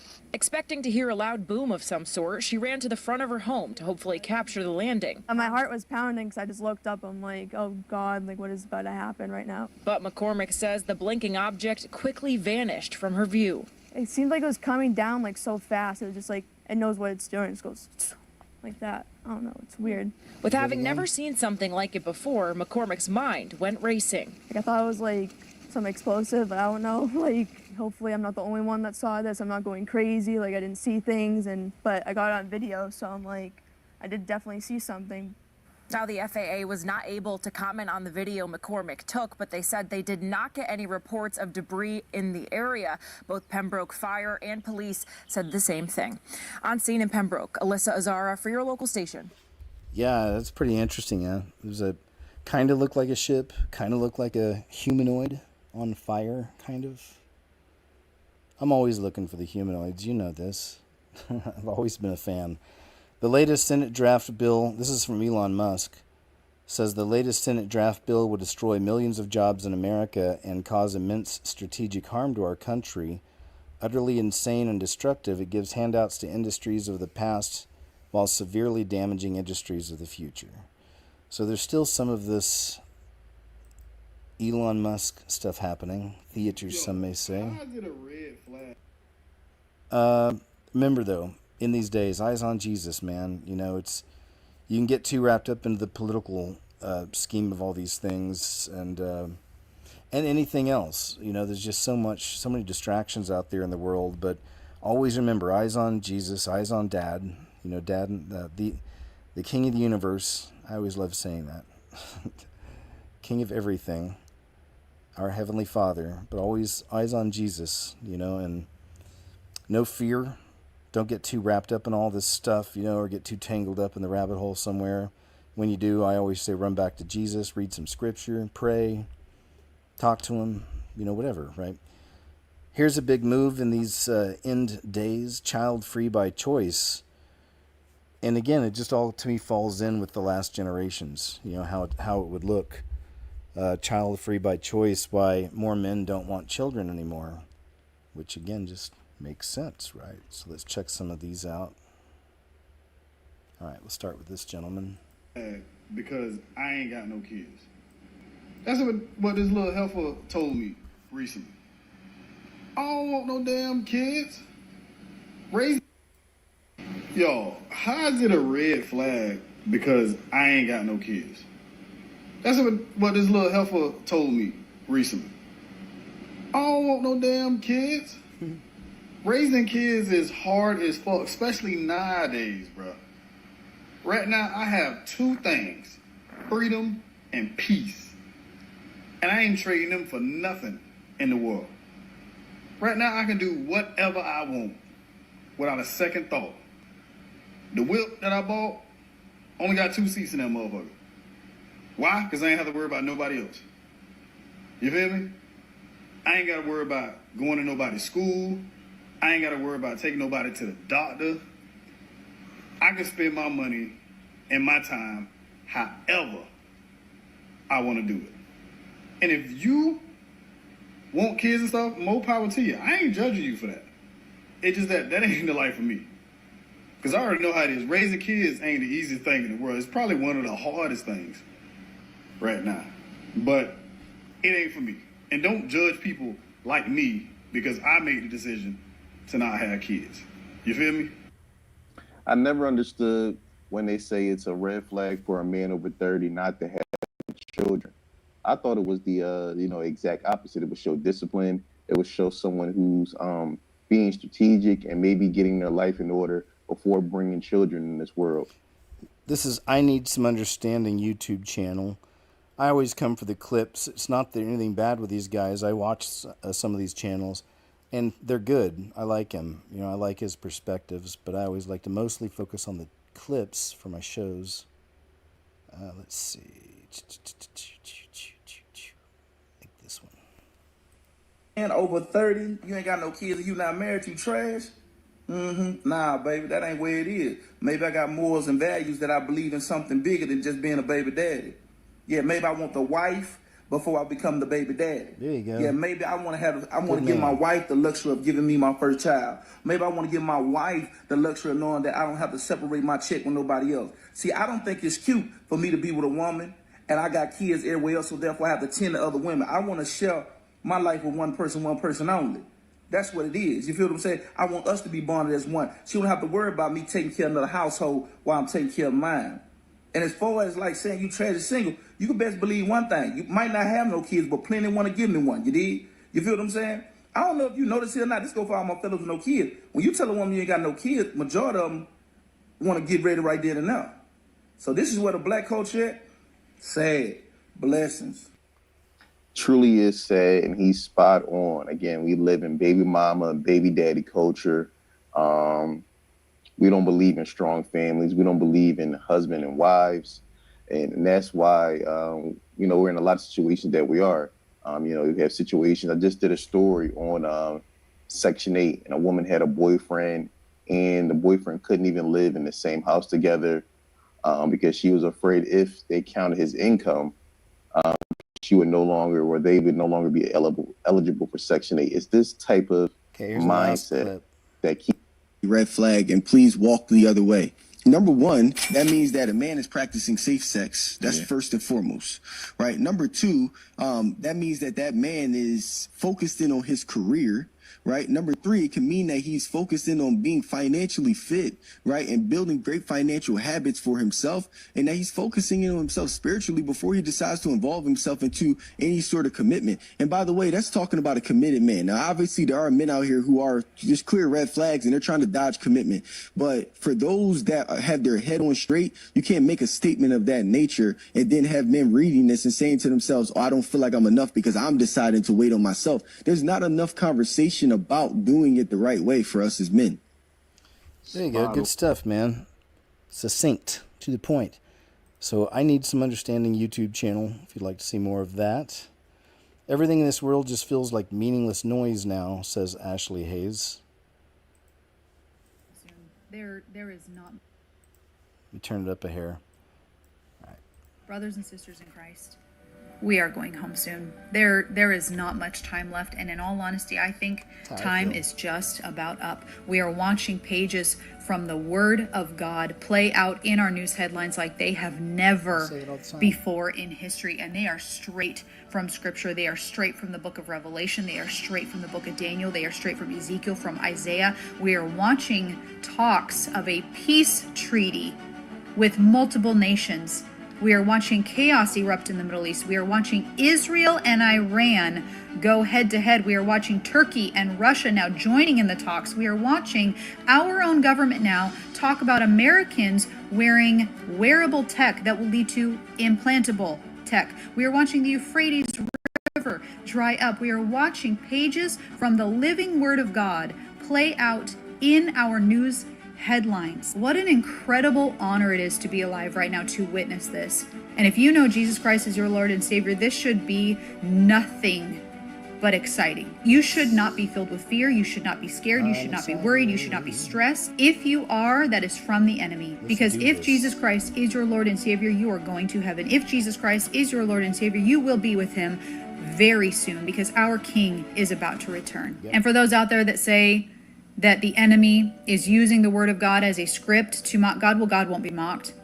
God will not be mocked. He will still use what is happening. He will still use what they are doing to fulfill what is written because he has complete authority over the enemy. He will use everything that is playing out to usher in the tribulation.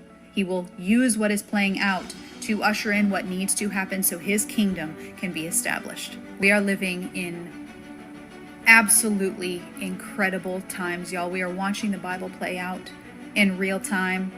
So stop worrying, stop stressing about earthly things because our Lord and Savior is about to return. Brothers and Love it. Great message. Thank you very much. I agree. Eyes on Jesus, man. Don't be scared. Most military had to sign NDAs, non-disclosure agreements, stating they would not use the name of Jesus or Yeshua in these areas, is the claim. Let's check this out. What's that? Oh, a former Bush official came out saying that they built an underground city secretly for $21 trillion. Okay. Yeah, her name is Catherine Austin Fitts. Now, she says that it's not just your regular just tunnel with a bunch of concrete and it's just kind of plain Jane. No, she said this is a luxury city built under the United States. Okay. She said that these cities even go out under the ocean. Okay. She said that this was built specifically for the rich in case there was an extinction event for humankind. Which leads us to believe that they know something that we don't. She stated that the transportation down there is way more advanced than the transportation we have up here. Oh boy. She said that it has everything we have up here, but it's way nicer, and they even have schools, hospitals, and jails. Oh boy. Yeah, Catherine Austin Fitts is really great. I need to go find that interview because I've shown clips from that one. She's been really great all these years, I think. This is real weird, just something I wanted to share as an aside. Because I made the observation, I guess, on last week's show about the 3 Bs. So we got the big, beautiful bill right now. But then we also had, under Biden, the Build Back Better. And a lot of people made notice of the 6 symbolism around the small b. So there was that, right? So the 3 Bs. And this is pretty weird, just from a man they say is a prophet. And I don't know, I don't know, man. That's scary one. You got to be careful, using that one, because there are real ones, definitely. But anyway, I don't know. But this is a man named Kim Clement, and he saw the 3 Bs also, and I'll let him kind of explain. And he's passed away now, so this is from several years ago. 20,000. It will reach sooner than most people will think. I didn't know what 20,000 is. All I heard was 20,000. It shall get to 20,000, and some will say, well, it'll take years and years. The Spirit says, no, it won't. It'll be sooner than most people think. It'll be a shock. 20,000. Wow. What does that mean, Danny? You the guy, you tell me. Yeah, I know that, but what's 20,000 mean? 20,000 is 14 and a half? Today, the Dow, it's amazing. The Dow ended today at 14,455, which is a record. Is it? This is a record, all-time high record. 7 days in a row, it's been a record. 9th day in a row that it's increased. I'm a bit of a dummy when it comes to that stuff. It's and it's rightfully so. But the other day I was praying, and for those that don't know me, I don't very seldom do I listen to the news. My wife will tell you, my family will tell you, I'm clueless most of the time. And that's because I choose to do that so that if I hear something, it's fresh. I heard something the other day as well, BBB. And I said to her, can you make it a little bit clearer? People must invest. That's one of the things they should invest in. Well, I feel like he's holding it back because you have to search it out yourself. Interesting. So BBB is something people may want to invest in. And one of them, one of them just passed, which is, I guess, people invested in a lot of different ways. And it is building a better beast system, for sure. And I don't think personally, I don't think Trump's fully aware of how the scope of it, like what it's really going to be, moving into. You know what I'm saying? But that's me. Either way, it's coming. No matter who's doing it, it's coming because it's prophecy being fulfilled. And we're not scared. We trust in Jesus in all things. And Peaceful Warrior, thank you so much, says, hello, my friend. My best friend passed away today. Peaceful Warrior, I'm sorry, man. Says, please pray for him and his family. His name is Bradley Rodriguez. So yeah, y'all, please pray for Bradley Rodriguez, his family, loved ones, and our friend Peaceful Warrior here. Man, I'm so sorry to hear that, my friend. We'll definitely be praying for you and for him and for his family. So yeah, that's rough. All right, let's move on then. This one is just scary stuff. When it starts involving little ones, children, planning some really crazy things like this. This is just next level. This is a group of 5th grade girls planned something really crazy. I'll just say. Let's see here. New details about a murder plot. 5th girls at a West Valley school. The girls accused of planning to stab a classmate and to try to make it look like a suicide. Gabriella Becerra is live in Surprise with the latest on this case. This is just unbelievable, Gabriella. It is, Tram and Troy, and according to the Surprise police report, one of the suspects allegedly had just broken up they were targeting. Some of the suspects told officers they didn't think they were going to. So one of the girls, if you didn't catch that, had just broken up with the boy that I guess they were all targeting. And I just do this on some of these crimey stories just in case. I got to block out a few. They go through with this plan, and they were too scared to tell an adult what was going on. A conversation between 4 5th grade girls at recess turned into a criminal investigation. According to a newly obtained police report, the girls are accused of plotting to kill their at Legacy Traditional School in West Surprise by luring him into a bathroom and stabbing. Quote, just end him. It's agreed upon while sitting at a lunch table on October 1st, 2024. Each of the girls had a role in the plan, which included wearing gloves to hide fingerprints, forging a suicide lookouts. The plan didn't pan out because another classmate overheard their conversation and told her parent and the school resource. Good job. Officer notes 3 of the girls and their families appeared remorseful and apologized, but one girl smiled, laughed, and made excuses. Found the terror. 5th grade, you're starting to really...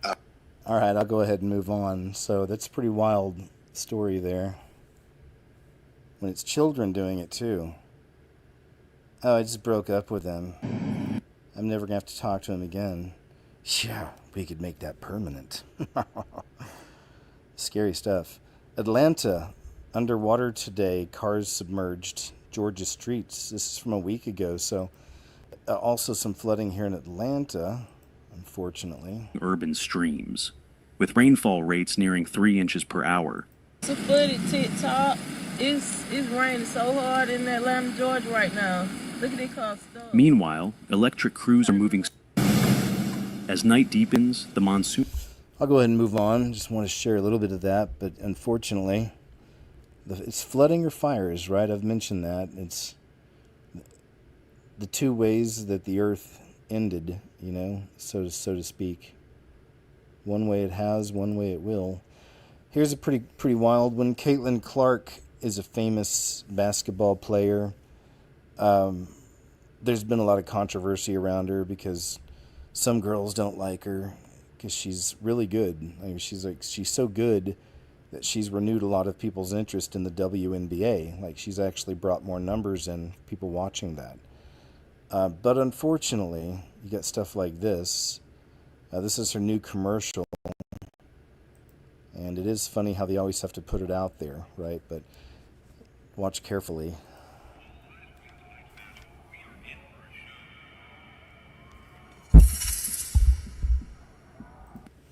That's the main part we're watching.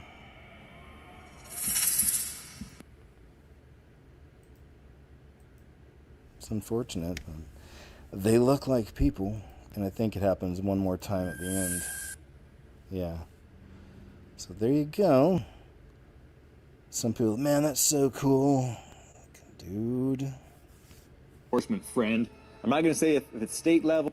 It's from James channel, Jaymez, on YouTube. Let me see. I thought there was something on here I wanted to share. Something he shared first. No, I'll go and move on. It's kind of a long one there, long video. This is that Atlanta shot again from the flooding. It's 5th grade girls plotting. Got a couple double ups here. It's okay, it happens. Get a little bunched up. This is a pretty interesting one. For those who know, you know. Jeff Bezos is in this picture. He's posing with a panda, putting the panda bear with just the one eye symbol, but also it's the panda eyes. Some people may say. So those who know about the panda eyes, then that's one thing. You know, it's like a whole other deal. You know, maybe right, maybe not. What do you think? That's the question. What do you decide? Says, this hit me hard. Yeah, this is a good one, man. Some of you Gen Xers, men and women, I think will feel this because there's kind of a threshold that one crosses. I don't know how it works with the ladies, but I can speak on my own, you know, being a man. But there's like this weird threshold that you cross at one point in your life, and it happens for different people at different points. But it's at point where the younger people, younger generation, maybe 10 years, 5 years and more younger, it's where they no longer address you as like man or dude or bro, but sir. You know what I'm saying? Like there's a threshold you cross. It's different for everybody. I get percentages of it. I still get some hey dude, bro, whatever. And then I still get some sirs, yes sir. Always gives me the willies. But you know what I'm saying? So like there's a weird kind of anyway. So that being said, maybe some of y'all can relate. But we'll see what this gentleman has to say about it. I'm going to do something weird. I'll definitely get criticized by my kids for this. I'm going to do the least TikTok video ever and tell you what it's like to get old. So I'm 53.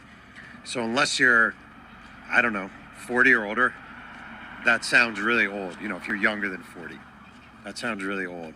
And I know that because when I was younger, that sounded really old. And if I was like 30 and I met someone who's 53, I could have a nice relationship with them, but it would be older, younger person, right? And 53 is an older person. It is so weird getting old. It is so freaking weird getting old. It is, I can't even explain it. You have to go through it to understand it. Like one day you're young, right? One day you're, over here, and one day your friends, your friends are getting married, and you're at the wedding, and you're with the friends who are getting married. So you're all dancing with the people who are getting married, and you're all getting drunk. And then one day you blink, and it's your friends' kids who are getting married. And now you're the old people at the wedding. That's actually a pretty good way to explain what it's like. It is so bizarre. It is such a weird phenomenon because you don't necessarily feel old. Like you don't, like physically, I'm actually in pretty good shape. And I still play basketball and I still, can do everything, most everything I did. But also, before he continues his rant, keep this in mind. I'm actually going to be putting some of this in a video soon, but just observations I make. But have you guys noticed how many children's games are mainstream reality TV shows and contests? What do you call them? Contest shows or whatever. They're competing for prizes and money, and they're playing like Jenga, on a big stage. There's a Lego show. I mean, just stuff like that. But so Gen X, it started with our generation. It was the infantilization of. Oops, sorry about that. I'm gonna find something for this darn speaker. But it was Arrested Development. You know what I'm saying? It's like Will Ferrell movies. He's part of the Generation X, and just acting a fool. Well into your adulthood, never quite growing up. Our generation's the one that first started with all the tattoos and playing video games further on into life. So there's been kind of already an arrested development with all of us, in that way. Now the generations under us will be the same. They'll be playing video games well into till they, retire or past, whatever. It'll just be a normal part of life. Interesting that's what Yuval Noah Harari says that humans will be doing during the tribulation, if you will. They'll be on different types of, mind-altering substances, and they'll be playing video games. Remember that? People don't see you the same. It's weird. Like when you're my age and you're talking to someone who's 35, it feels like you're talking to a contemporary in a lot of ways. but the 35-year-old does not feel that way about you, and you're aware of that. It's just weird. It's so bizarre. And like slowly you do notice things that change in your body. That is a fact too. Back is sometimes the first to go. I used to run marathons, ran all the time. Back started hurting, haven't run distance in a decade. You know, things like that. Then people start calling you sir, shit like that, right? And you're like, nah, man, I'm not sir, but you are sir, right? You are sir. To them, you are sir. It doesn't feel good, but that's where you are. It's just so insanely bizarre to get older. And the thing is, like, my dad used to say it beats the alternative dying, but my dad has died, so he had both. But like, on the one hand, it's cool, like you do live to see things, you have experiences you never had before, you know, you get the joy of whatever. Watch my daughter graduate college, my son just finished his freshman year, all that stuff is thrilling. But it's weird. It is weird. You're no longer invited to the parties. You're driving your kids to the parties. And then you're not even driving your kids to the parties. You're just home. It's just weird. It's the weirdest shit ever. Talk to a parent if you don't believe me, or a grandparent. The other thing is you realize, like my wife's grandmother lived to 103. And I used to ask her, what does it feel like to be 95? And she'd say, it doesn't feel any different than I felt when I was 55. It's just the way people respond to me. That is the realest shit you'll ever hear. That is actually true. Because you want to be like, hey, it's us, but it's not us anymore. Anyway, there you go. There's a break. Right, now you're the adult. Now you're the enemy. Hey, am I able to create polls during a live show? Some people are asking about doing a poll. I'd like to do that. That'd be interesting to see what the generations are that are watching, the differences. I'm looking in live chat. If any of y'all know, if so, I'll go take a look at it here and line one up here real quick. But so I can. Some say yes. All right, let me go ahead and check it out. Give me a sec, all right? We'll come back to this. We're doing good. We're just 2 hours in. Got over 1,100 awesome, cool, interesting, critically thinking individuals sharing their precious time. So y'all, thank you so much for your time. Thank you, Tamara, for your work in there. Thanks, everybody. Great to see all the great people here. Shout out to you all. All right, so let me check this out. Maybe we'll do a poll and just kind of see where I'm at. There I am, over here. I'm going to see if it'll let me do this. I don't know if it's... Okay, there we go. And see if I can do a poll here. I'm looking. Let's see. Oh, yeah, cool. Here we go. Start a poll. All right. I'll just say a few of the generations. So here's Gen X.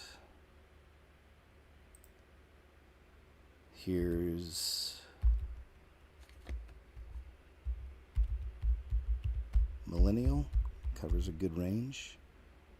And then Gen Z. And then we'll launch it. It's just that easy. Cool. I'll have to remember that. I'll have to do this in the future. Gen Z or Gen X, Millennial, Gen Z. I just put it in there. Now, back to the show. Cool. I'll be looking. Please join in the poll. The YouTube rapper, okay, this is something I was watching, but it was pretty wild. From Dire Trip, YouTube rapper that turned a mass, bad man. I did. I worked in a charity called... It's always interesting to watch some of these, though, these ex-YouTubers that got into trouble. There's a whole bunch of YouTube channels that just focus on that. Call center job. This is pretty funny. It's from an actor. I'm not sure what he's been I did. in. I worked in a charity call center for a year or so. For an animal charity, we were calling people who already had like a direct debit and asking them to increase it. My whole campaign was endangered species. And more often than not, the endangered species was a bat. And everybody's like, great. I'm glad they're dying out. Nobody gives a shit about bats. So eventually, if you want to get any money, you have to make up animals. So for like a month, there was people across England terrified about the disappearance of the tiger swan. The white swan is just a normal swan, but with the stripes of Bengal. I'd be like, oh, they're disappearing. And they'd be like, well, I don't know, I haven't heard of it. Well, it's fucking rare. That's why I'm calling. If they were everywhere. So, yeah, we raised like £300,000 on that campaign. But I did get fired. Hello. All right, there you go. He looks familiar. I'm not sure what he's been in. I think he was in one of the Fargo seasons. And man, you know, there's not really a lot of television over the years I watch for pleasure, but if I do, it's usually Fargo. There's only one season I didn't really think was too great. It had Chris Rock in it. It just felt different than all the other seasons. Just the way it played out. I don't know the whole thing, but man, that was just me. You know, I just didn't think didn't keep my interest as much. But really, just all of them together. The writer is amazing, the guy that created it. So Fargo, really amazing, well done, well acted. I've even been watching him again. I just finished the season with Billy in it. I can't remember his last name now, but that was a really good one. But yeah, Fargo. All right, so this is really cool. Check this one out. Watch this. This mama has been serving the Lord for 1 year. She is loving Jesus. This is her audio Bible. If you look at the play button, it's worn out.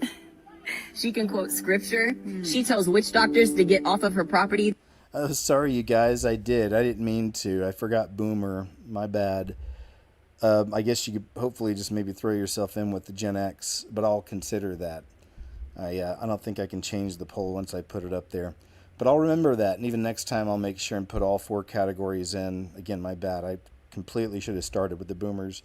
But yeah, well, I'm assuming you guys may have put in, I should have put in a 4th option anyway, you know, but either way, sorry.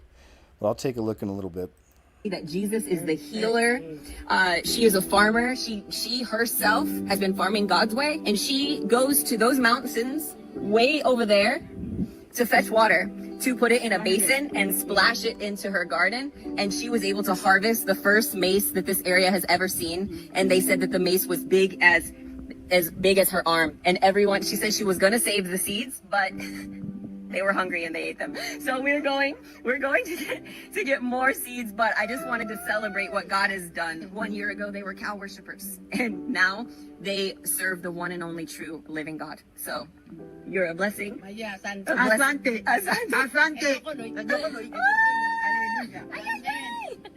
Watch this. This mama has been serving the Lord for 1 year. She is loving Jesus. This is her audio Bible. Good stuff. Love it. I like his channel. Texans can soon buy burgers with gold. This is pretty cool. Some of y'all might like this. A new law in Texas says you'll soon be able to spend gold and silver like it's the 1800s, except with a debit card.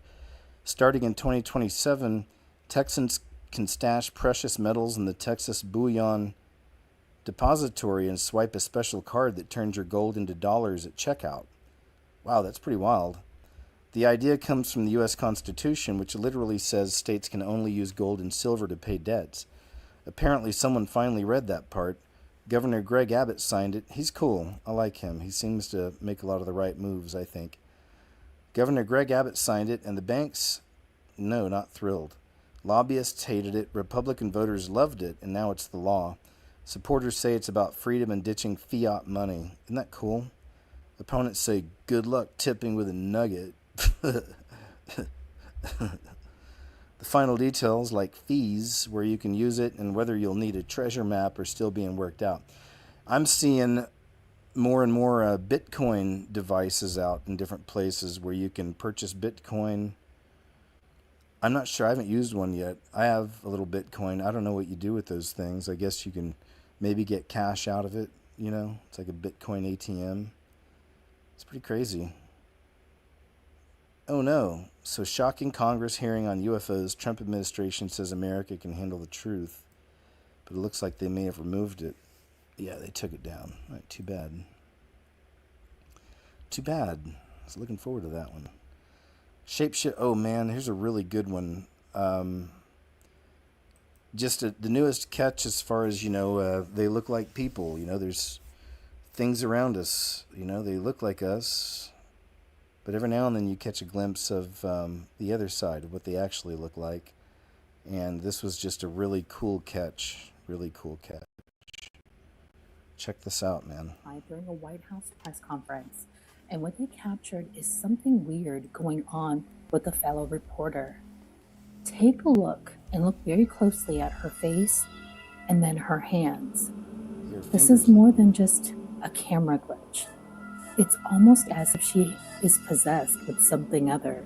It's like her whole face shifts into something else.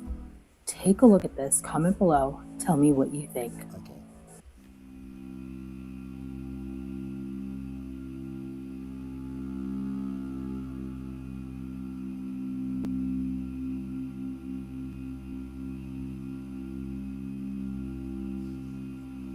Fingers look weird. Look at that.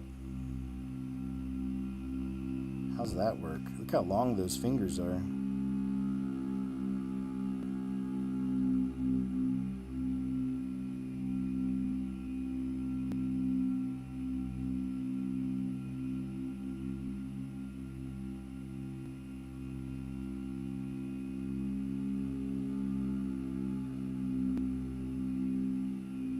Let's get a close up. There we go.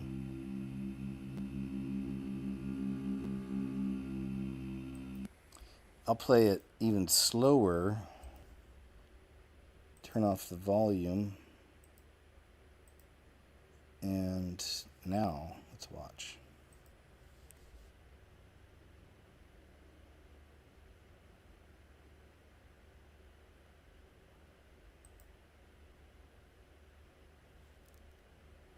Okay, here it comes. This, you'll get a really good shot of it.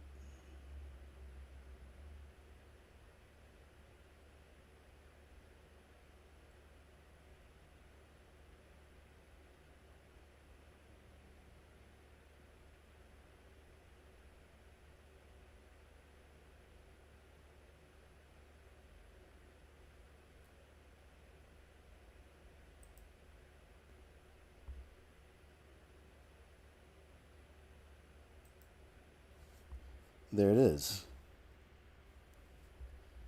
Right? Demon face syndrome. Demon face syndrome, they call it. It's really wild. It's a good catch, though. Good catch. Good capture. Freaky. Doesn't actually came. He's like, "Have you heard of this guy?" This is from DeLaFay Testimonies 5 days ago. Years of drug addiction gone after this encounter with Jesus. So I just want to share some of his. We always kind of bounce around, self-edit live while we do it, and it works out. We can kind of crunch it down a little bit and get to some of the meat and the potatoes sometimes on these stories.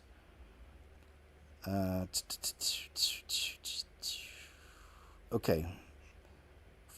Being raised in church and then the drug that took over his life. We'll start there. You know how it goes, man. And so we ended up getting together. She ends up getting pregnant. I moved to Austin, then I moved back with her and her mom. And, man, that's when things really got spiraled out of control, because when I moved back to Earth, Texas, man, which is a small town, like I said, there's not a lot to do. And so at about 21, 22 is when I was introduced to another drug. And this drug was methamphetamines. And, oh my gosh. Yep. When I tell you that it took over, it took over. And so, man, I had to have this drug almost every day. And it's crazy because even on the meth, I was a functioning addict. Like, I'd go out, and it's crazy because my wife's mom always says that she couldn't even tell I was on it up until the very end when it took its toll. But man, I got addicted to methamphetamines, man, and oh my gosh, man, like just spiraled out of control. I can remember one time just getting so high off the meth that I came home and my mother-in-law had brought some ribs from her job, and I literally thought they were my little brother's ribs.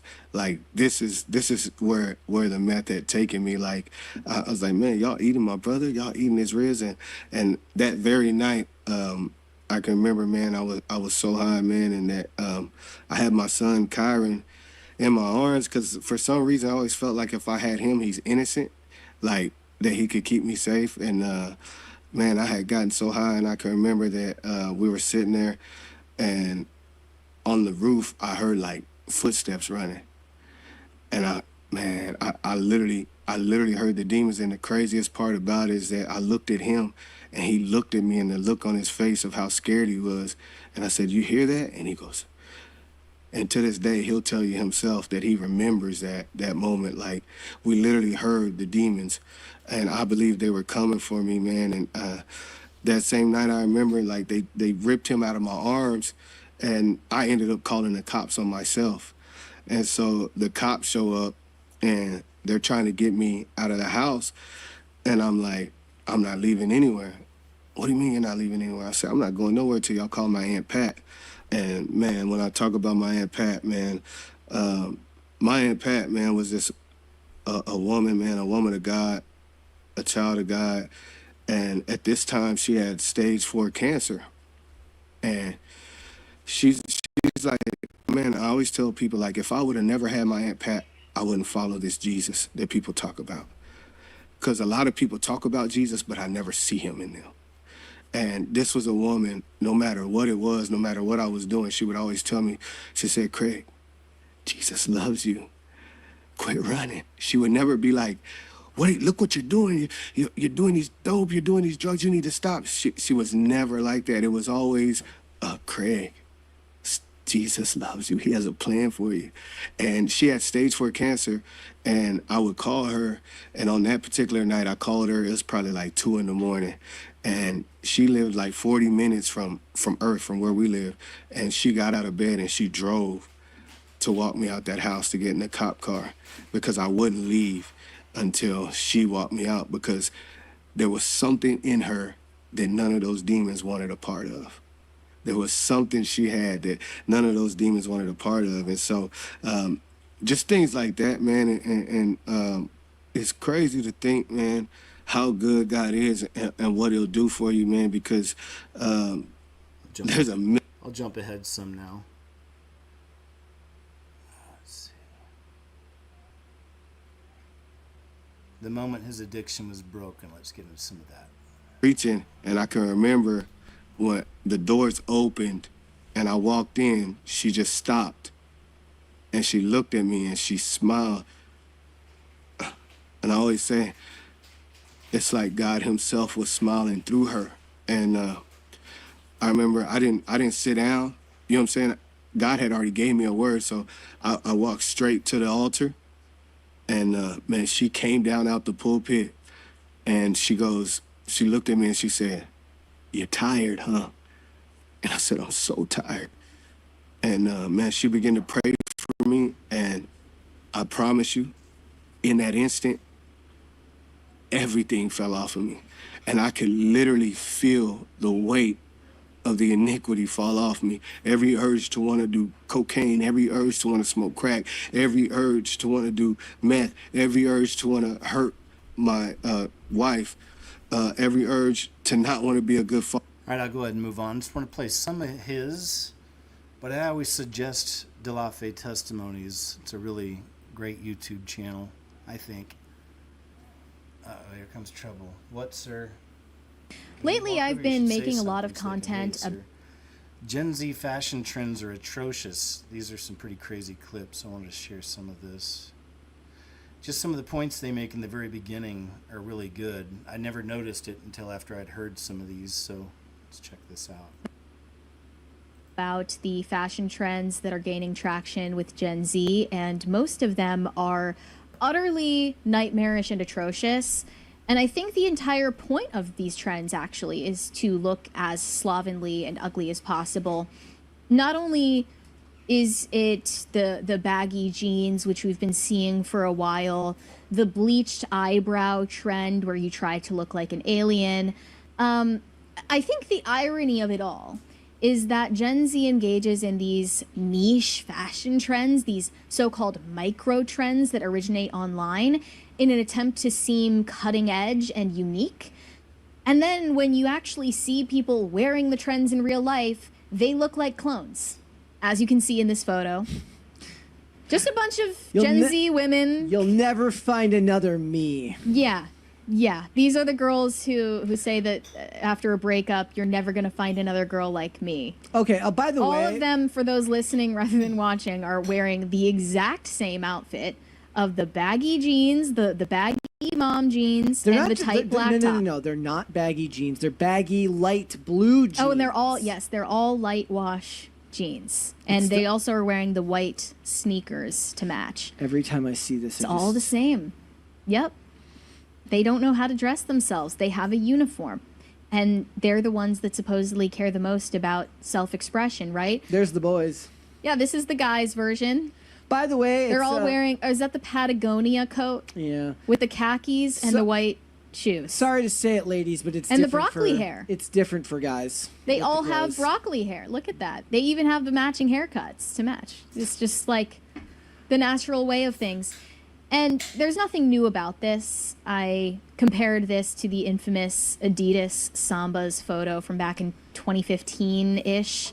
All the girls at the time, as you can see, they wore the skinny jeans or the leggings with the denim jacket and the Adidas Sambas. And they're like, I'm not like other girls. It's the meme This is the 2025 version of that. It's the meme of all the women in the vests. And it says, if all the... All right, I just want to play some of that from some Gen Z's perspectives. That's Pop Culture Crisis channel. Also on YouTube, a good update from Hawaii Real Estate, who, as I've mentioned before, I think has been one of the best reporters on this the whole time, because he lives out there, and he was on scene for a lot of this, and he's done a lot of things to help get the family's messages out there and the whole thing. So anyway, this is an update from 3 weeks ago, though.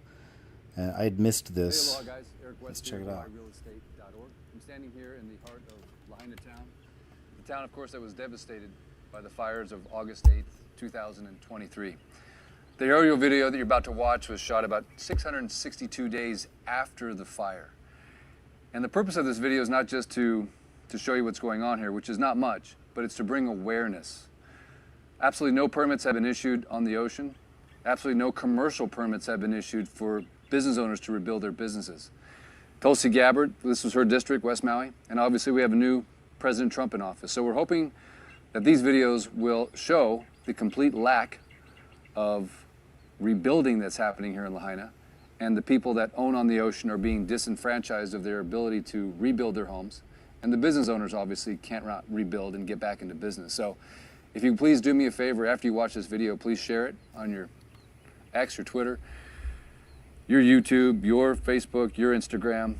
If you know Tulsi, if you know President Trump, we'd like to bring awareness to this town so that the monies that are being appropriated, the billions of dollars that are flowing into this community will in fact go to help the victims of this horrendous fire, and that those that have private property are allowed to rebuild their homes and restart their lives. All right, cool. So before he starts it, I need to just say huge shout out, of course, to Kurt FJ. Man, thank you. That's super generous of you, man. Thank you, my friend. Appreciate you. And also with Scott D, who has a message. I wanted to share this real quick. Says, Chub Snacks, so always important. Thank you. Says that the video I showed of the possible demon face of the lady contorting a little bit says sometimes these things can be someone with Tourette's syndrome that actually have the strong urge to make strongly exaggerated faces. Says, I know because I have that. So I appreciate that perspective, man. Thank you for sharing that and supporting, man. Thank you. It's something to consider, all right? All right, let's continue on here. He's going to show some of the video here.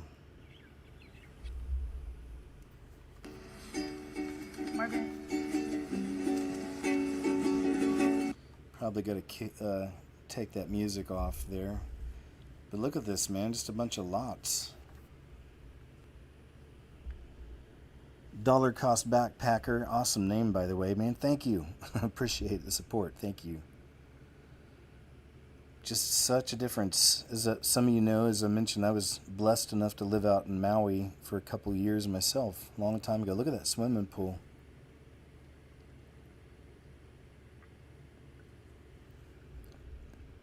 It's so nice. But just a bunch of lots. It's crazy. That was the happening tourist town when I lived out there, and we'd all go out there. I was in the Coast Guard, so me and some of the guys would go out there sometimes on the weekends, and good times. Great restaurants, great food. I'm not a dance club person, but they had those out there too. But I liked the bars. We'd just go hang out in the bars, and one of the Coast Guard guys grew up out in Maui, so he was good to have around. But I could just write a book on that guy. He was one of my roommates. There's 3 of us guys living in a house together. We had a big 3-bedroom house in a regular neighborhood in Kahului, which is kind of cradled in Maui between the 2 mountains. And this guy's name was Alon. That's how he pronounced it. Not Alan, but Alon. And he'd been a child model. Like, he had this whole history, and he was a somewhat famous child model in Maui, or in Hawaii. And just, man, what a character. Super narcissistic for sure. But he was just also incredibly charming. He was funny. He would make me laugh. We'd make each other laugh. We'd just cut up, But then he just had some really horrible sides to him too, on top of it all. And he's kind of hard to live with. And there's a whole story there. Alon, child actor, growing up. What does that look like? It's pretty crazy. All right, I guess I'll go ahead and move on. This just looks like some footage. But it is really sad to see what happened to that beautiful city. And I do hope that, of course, the people... where's the kids? Let's find the kids. Here's something been making the rounds. A lot of people have been sharing this. What this guy's talking about. It's, the fastest growing religion in the world, some might say. And hive mind of the cube. Of the Kaaba. But we pray for the people too, man. I don't like to try to look, these are the enemies. It's like, man, pray for them to find Jesus.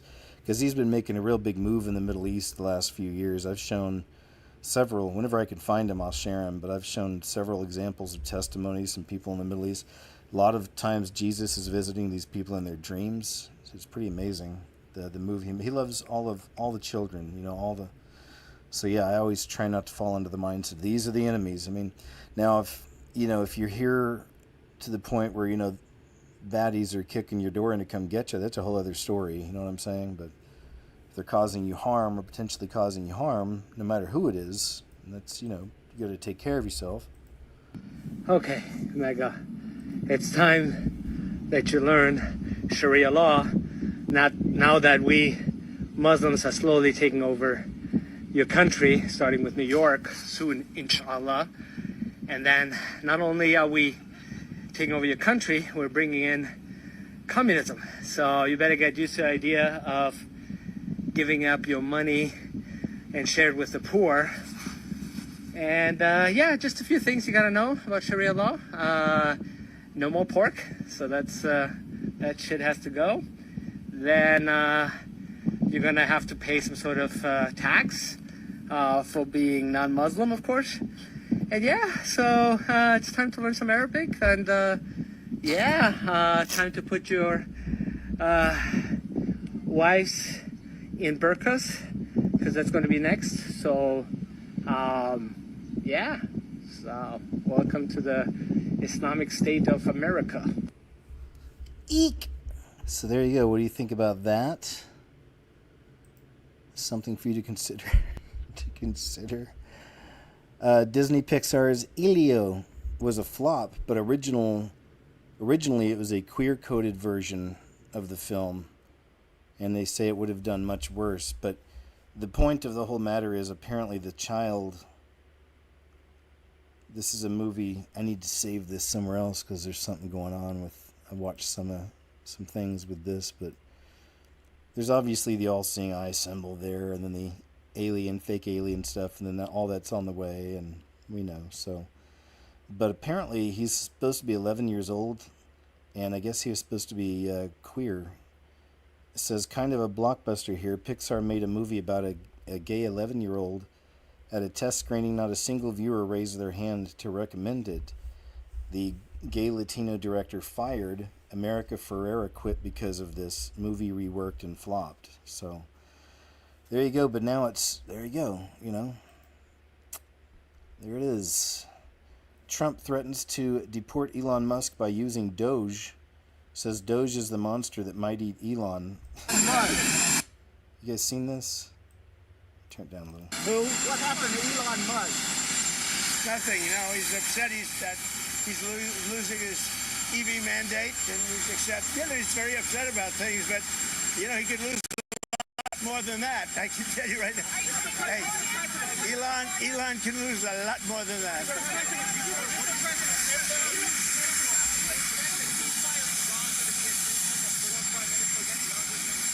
We hope it's going to happen, and we're looking forward to happening sometime next week.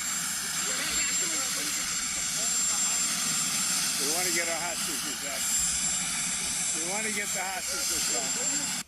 All right, so there's that. Some of the theater. I don't get too caught up in it. My eyes are on the skies. This was some good news. UPenn officially banned the trans athletes and will revoke Leah Thomas's titles and records. And this is the same Leah that competed against Riley Gaines. That's how she became so well known as kind of an activist against all of that in women's sports. So it's a major win for women athletes all around America. It's pretty awesome, isn't it? But you know, a lot of that's due to Trump. I've seen articles saying it's because of Trump administration. Maybe this is it. Yeah. UPenn caves after federal investigation into Leah Thomas and will now enforce Trump's mandate to ban men from women's sports. This is a major win for women everywhere, and it wouldn't have happened without Riley Gaines. She fought hard, and now the tide is turning. UPenn agrees to follow Trump's mandate on protecting women's sports after Leah Thomas investigation. So there you go, man. Good to see. I'll take it. I'll take good news. Breaking says there will be no residential oh boy, this is like some, as they say, third world type stuff, but says, sorry about that, I told you, I'm going to figure something out with this microphone. Hadn't been too bad, but every now and then it's just kind of the setup I've got to work on here. It says breaking, there will be no residential trash collection or 9/11 operators in Philadelphia starting July 1st. Over 10,000 city workers just went on strike, including emergency dispatchers, sanitation crews, and rec center staff after the city refused to meet their pay demands. So I haven't heard anything about anything happening out there, so that's good. Is fully prepared for any potential work stoppage. First, I want to start with public safety. Our streets are safe. Philadelphia police are out day and night protecting and serving the people of Philadelphia. Our 911 call centers are operational. Just don't hang up. But if you have to call 911, you call 911. Operators are there, and they will continue to take your calls. That's good. Our fire department and emergency responders will be doing their jobs all day and all night, as always. Now for trash and sanitation. Obviously, this is the topic that's on everyone's minds today. How will the city dispose of my trash if there's a work stoppage? If there is a work stoppage, the Department of Sanitation will be operating in what we refer to as a modified capacity. There will be no residential trash collection or recycling effective Tuesday, July 1st. That's not good. We encourage residents and we ask you to please refrain from placing any trash or recycling out for curbside collection until further notice. In addition, we are arranging 63 temporary drop-off locations move on. Just government pulling services because of a strike. New York City signs a $1 billion deal to continue giving the unwelcome visitors free hotel rooms from Miss Samantha Hernandez, citizen journalist. This is Savannah Hernandez standing in front of the now closed Roosevelt Hotel, and if you guys remember this area, this was truly the epicenter of the illegal immigration crisis in New York since 2022. And this is the first time I reported in front of this area, and it hasn't been completely surrounded by illegal immigrants. Now, a lot of people are celebrating that these hotels are finally shut down, but the reality of the matter is that migrants are simply being moved into federally funded homeless shelters throughout New York at this point. Now, the city of New York just signed a $1 billion contract for emergency shelter services throughout New York, and as of January of this year, Adams himself stated that around 51,000 illegal immigrants were still utilizing city shelter services. And the contract that they just signed was for the 86,000 people that are still experiencing homelessness in New York. And that includes, of course, New Yorkers and illegal immigrants. Now, something interesting that's going on as well. The Department of Homeless Services is actually instructing their employees not to cooperate with ICE at all. They're stating not to tell ICE or law enforcement officials the immigration status of anybody in the homeless shelter system. On top of that, they're stating that an ICE detainer is not even enough to allow access into homeless facilities throughout New York. So this is one of the ways that illegal immigrants are still being sheltered in this city.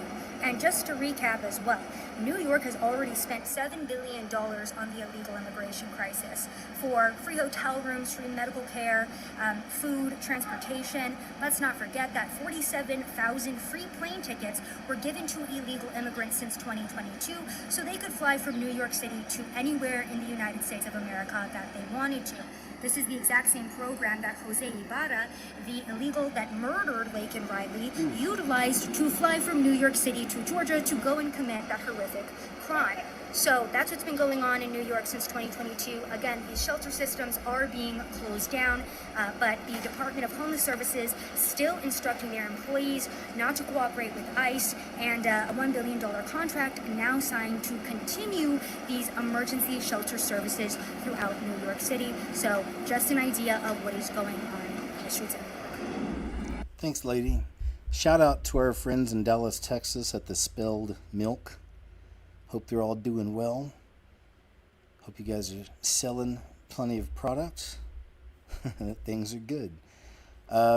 This is pretty interesting. This lady works in construction in Nashville. I'm not sure on what level, maybe family biz type. Says they had 3 different job sites for the day, and each site had multiple different crews scheduled to work. But here's what happened.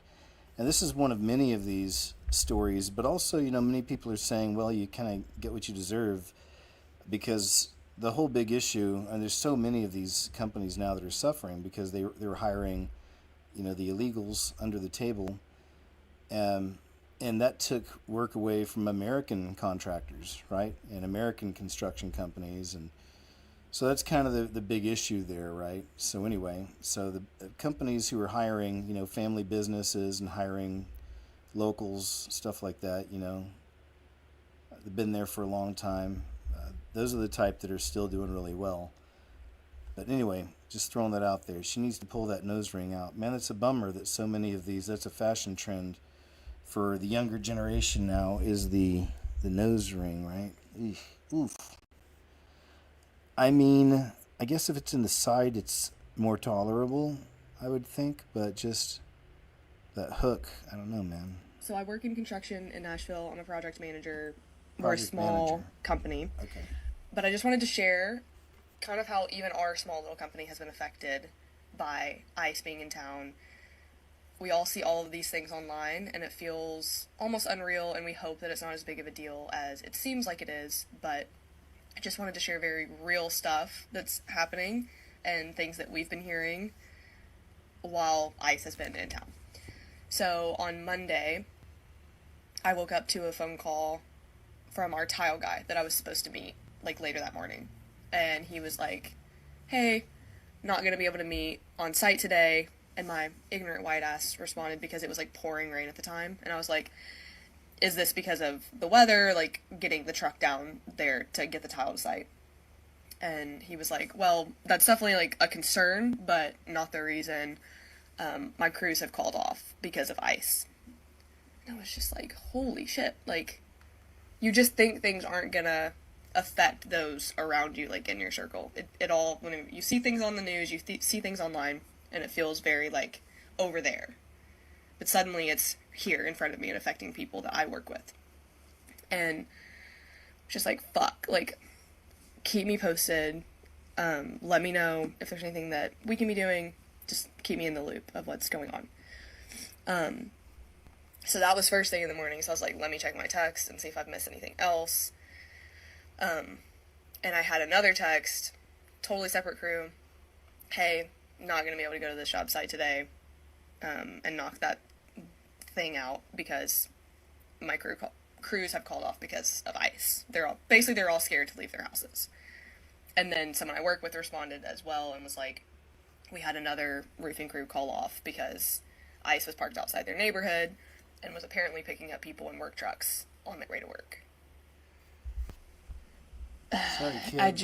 I have no words. I remember that morning I was just like, Should've hired Americans. so like, I don't know. I just like didn't know what to say. It was just like unreal that it was. All right, so I'll go and move on, but that's basically her point. That's what you get, ladies. Sorry. That's how it works. Sean, you probably heard about this stuff with the Diddy trial, and it looks like he got off on a whole bunch of things, right? Like they only got him on a handful of things, and everything else seems to be cleared, but should be no surprise. Personally, I never get too wrapped up in any of these things, these show trials, and they're just more distractions because there's so much happening, especially out, Mid-East. It's heating up. But either way, this is Sean Combs' former bodyguard called Big Homie. He's fled the United States, claiming he fears for what happens if Diddy walks free.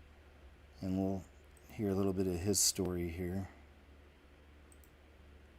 See what this young man endured. If he does walk, though, would you already fear about reprisals against you just for speaking out? Would you be genuinely concerned about him coming after you? Is that one of the reasons you've left the country? Well, here's the thing, only thing I fear is God and my mom. There's a good one. I made a promise to my Agreed. mom that,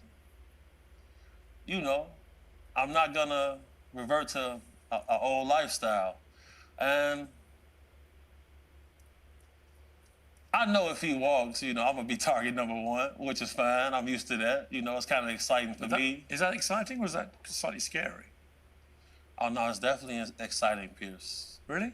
Yeah. Explain that, because in my world, I wouldn't find that exciting. Well, we come from different professions. Yes. In my profession, it's what we live for.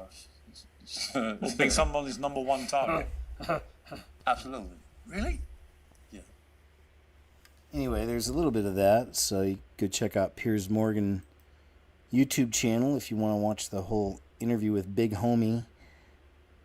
Islamists flying to Minnesota completely took over the flight, began harassing flight attendants who repeatedly asked them to sit.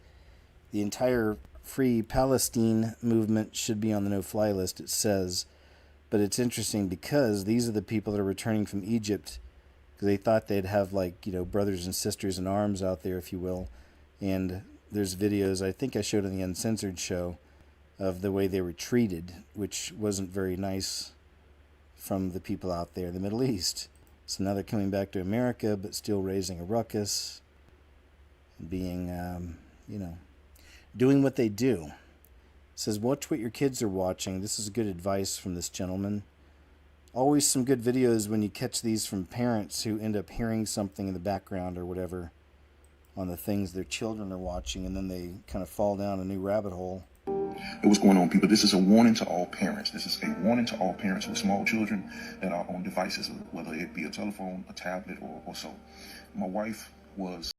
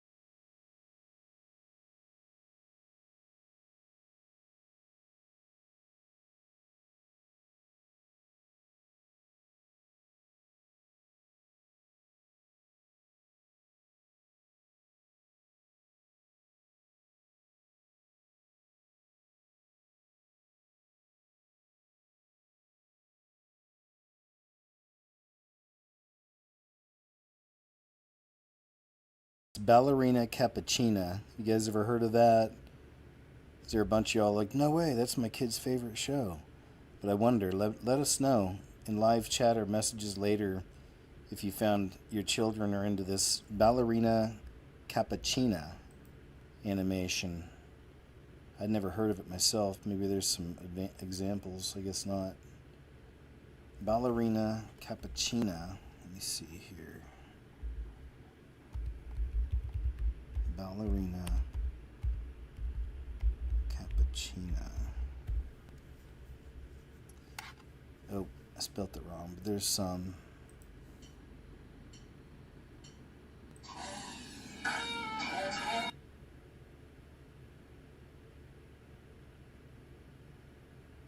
All right, I guess I'll move on. I was a little curious. See what that's all about. President Trump floating the idea of deporting Americans who commit heinous crimes. Criminals that came into this country, and they came in stupidly. It was an unforced error. It was an incompetent president that allowed it to happen. It was an auto pen maybe that allowed it to happen, and it did happen. But we also have a lot of bad people that have been here for a long time. People that whack people over the head with a baseball bat from behind when they're not looking and kill them. People that knife you when you're walking down the street. They're not new to our country. They're old to our country. Many of them were born in our country. I think we ought to get them the hell out of here too. You want to know the truth. So maybe that'll be the next job that we'll work on together. But I think getting them out, we forget about them. We had some bad accidents in New York, and they're not accidents. I like to say it, a little controversial, but I couldn't care less. We have a lot of bad criminals that came into this country, and they came in stupidly. It was an unforced error. It was an incompetent president that allowed it to happen. It was an auto pen maybe that allowed it to happen, and it did happen. But we also have a lot of bad people that have been here for a long time. People that. All right, so there we go. So we know. It'd be interesting. It wouldn't be crazy. I mean, I wouldn't see it happening, but Aunt Farta suddenly got to get arrested, taken in. Sophie Cunningham does, one of these viral trends, but I was looking right here on her shirt, and y'all tell me, because there might be a trend I'm unaware of here.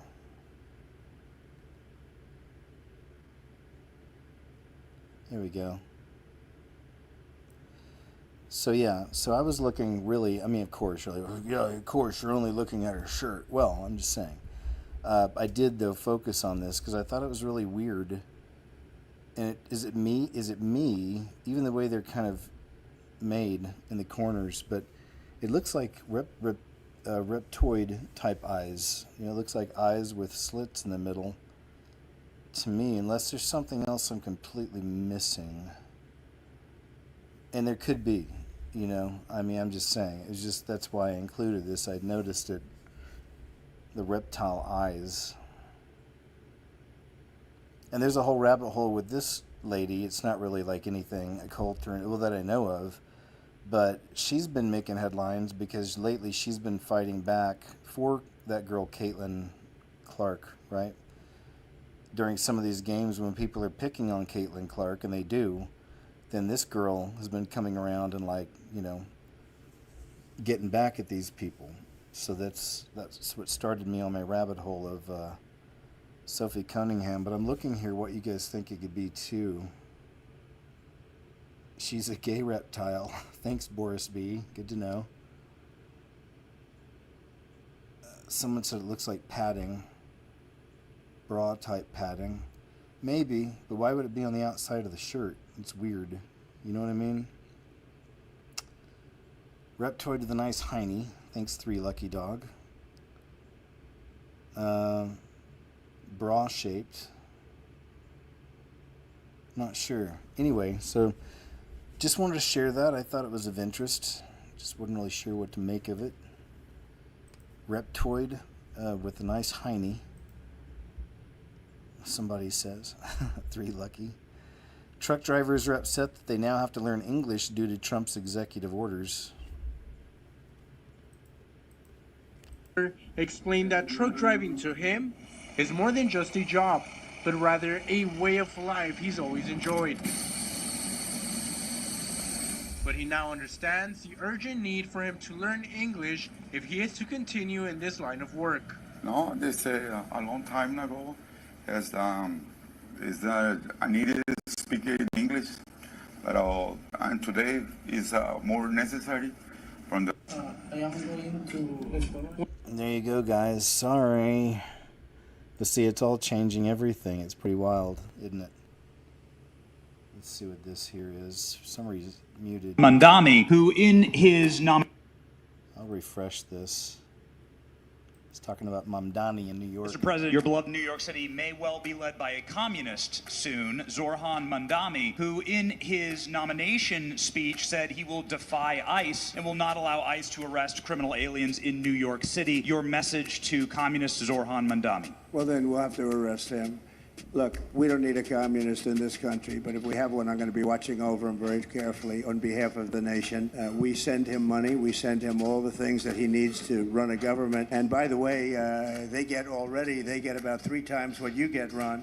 If you look at the per capita, Florida gets 1/3 of what New York gets in terms of the numbers. Why don't you give us those numbers? Sometimes people say Florida gets more because they count Social Security recipients, but that's not money to the state. Those are seniors that live here. If they moved to North Carolina, you could count it there. So it has no interaction with the state government. They get more in the city and state governments than we get. Right, substantially.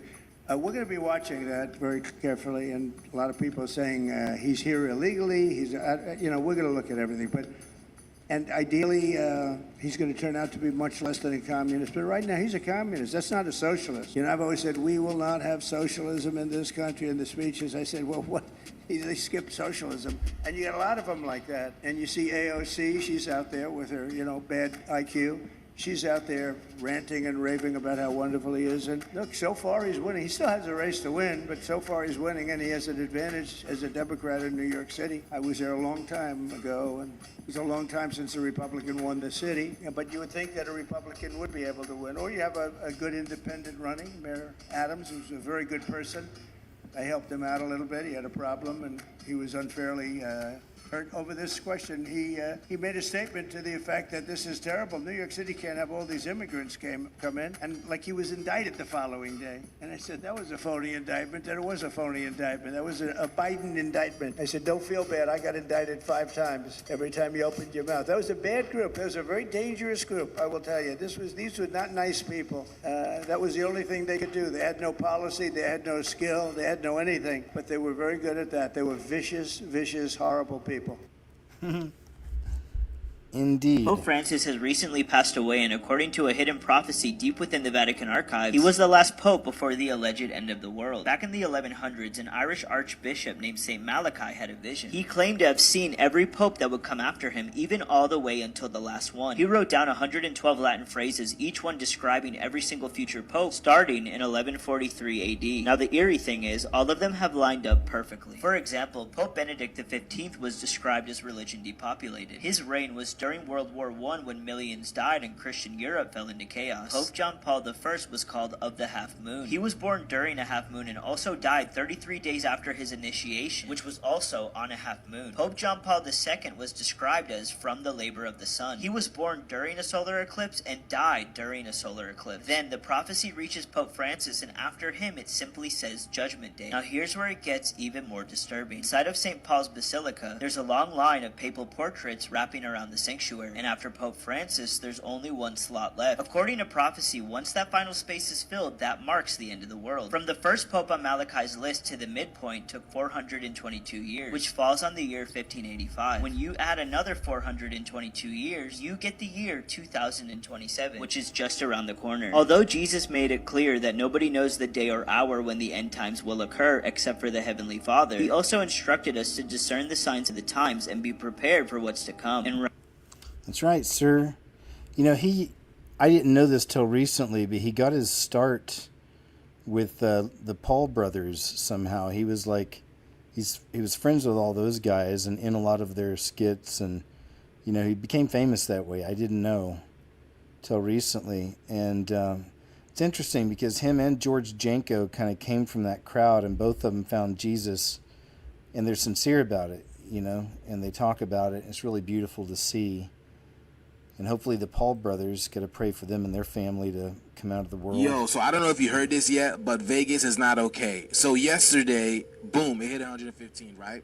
And then out of nowhere, this dust storm manifested like Vegas was part of ancient Egypt. People are talking about this wind was howling and they saw faces within the dust storm. You can see these things flying around, y'all. Now, out of all of this came this, you guys. There are trees. Someone drinking Mountain Dew. I mean, it makes you think about all those posts we saw snapped. Look how these are all snapped. And power lines Lower down end. all over in Vegas.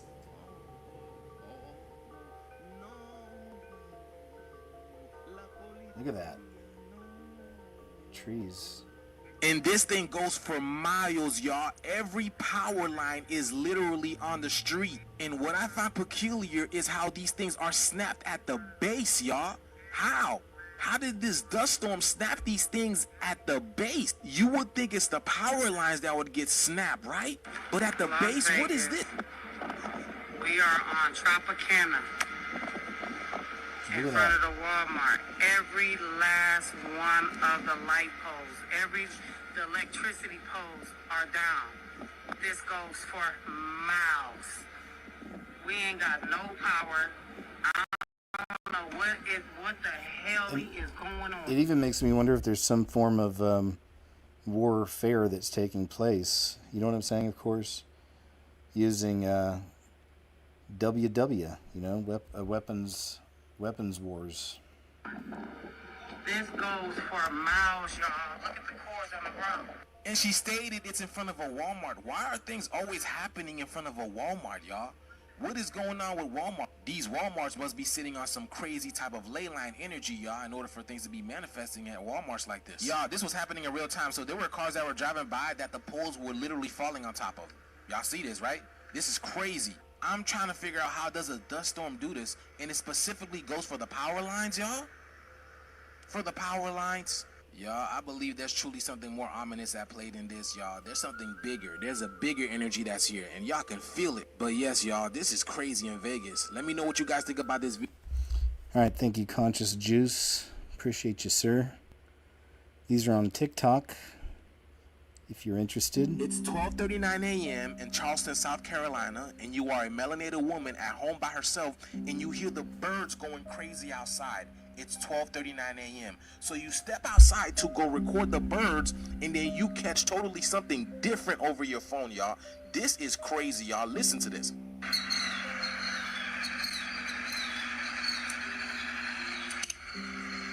You hear the birds? Keep listening. I don't know if that's one bird or many birds, but when she steps outside of the screen doors to take a closer look and record outside, it feels a lot ominous, y'all, and something starts growling through her phone, but she cannot hear it until she steps back inside to upload this video, y'all. Check this out. This is crazy. So at first, this howling starts to pop off.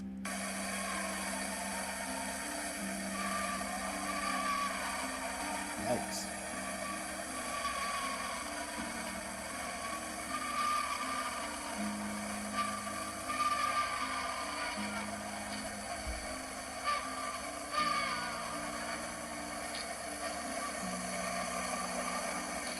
Y'all, and here's the growling.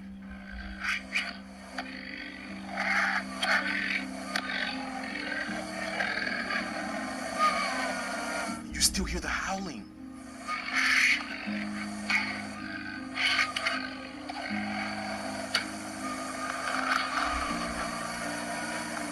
Y'all, look around the bushes. Look around the bushes. People are saying something in the bushes. But listen.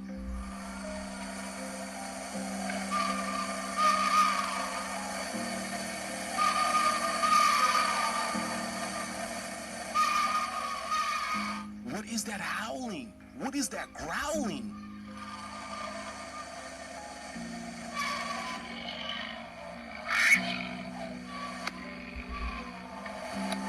Now listen to what she had to say. The lady who recorded the video, y'all, she looked shooken up talking about this.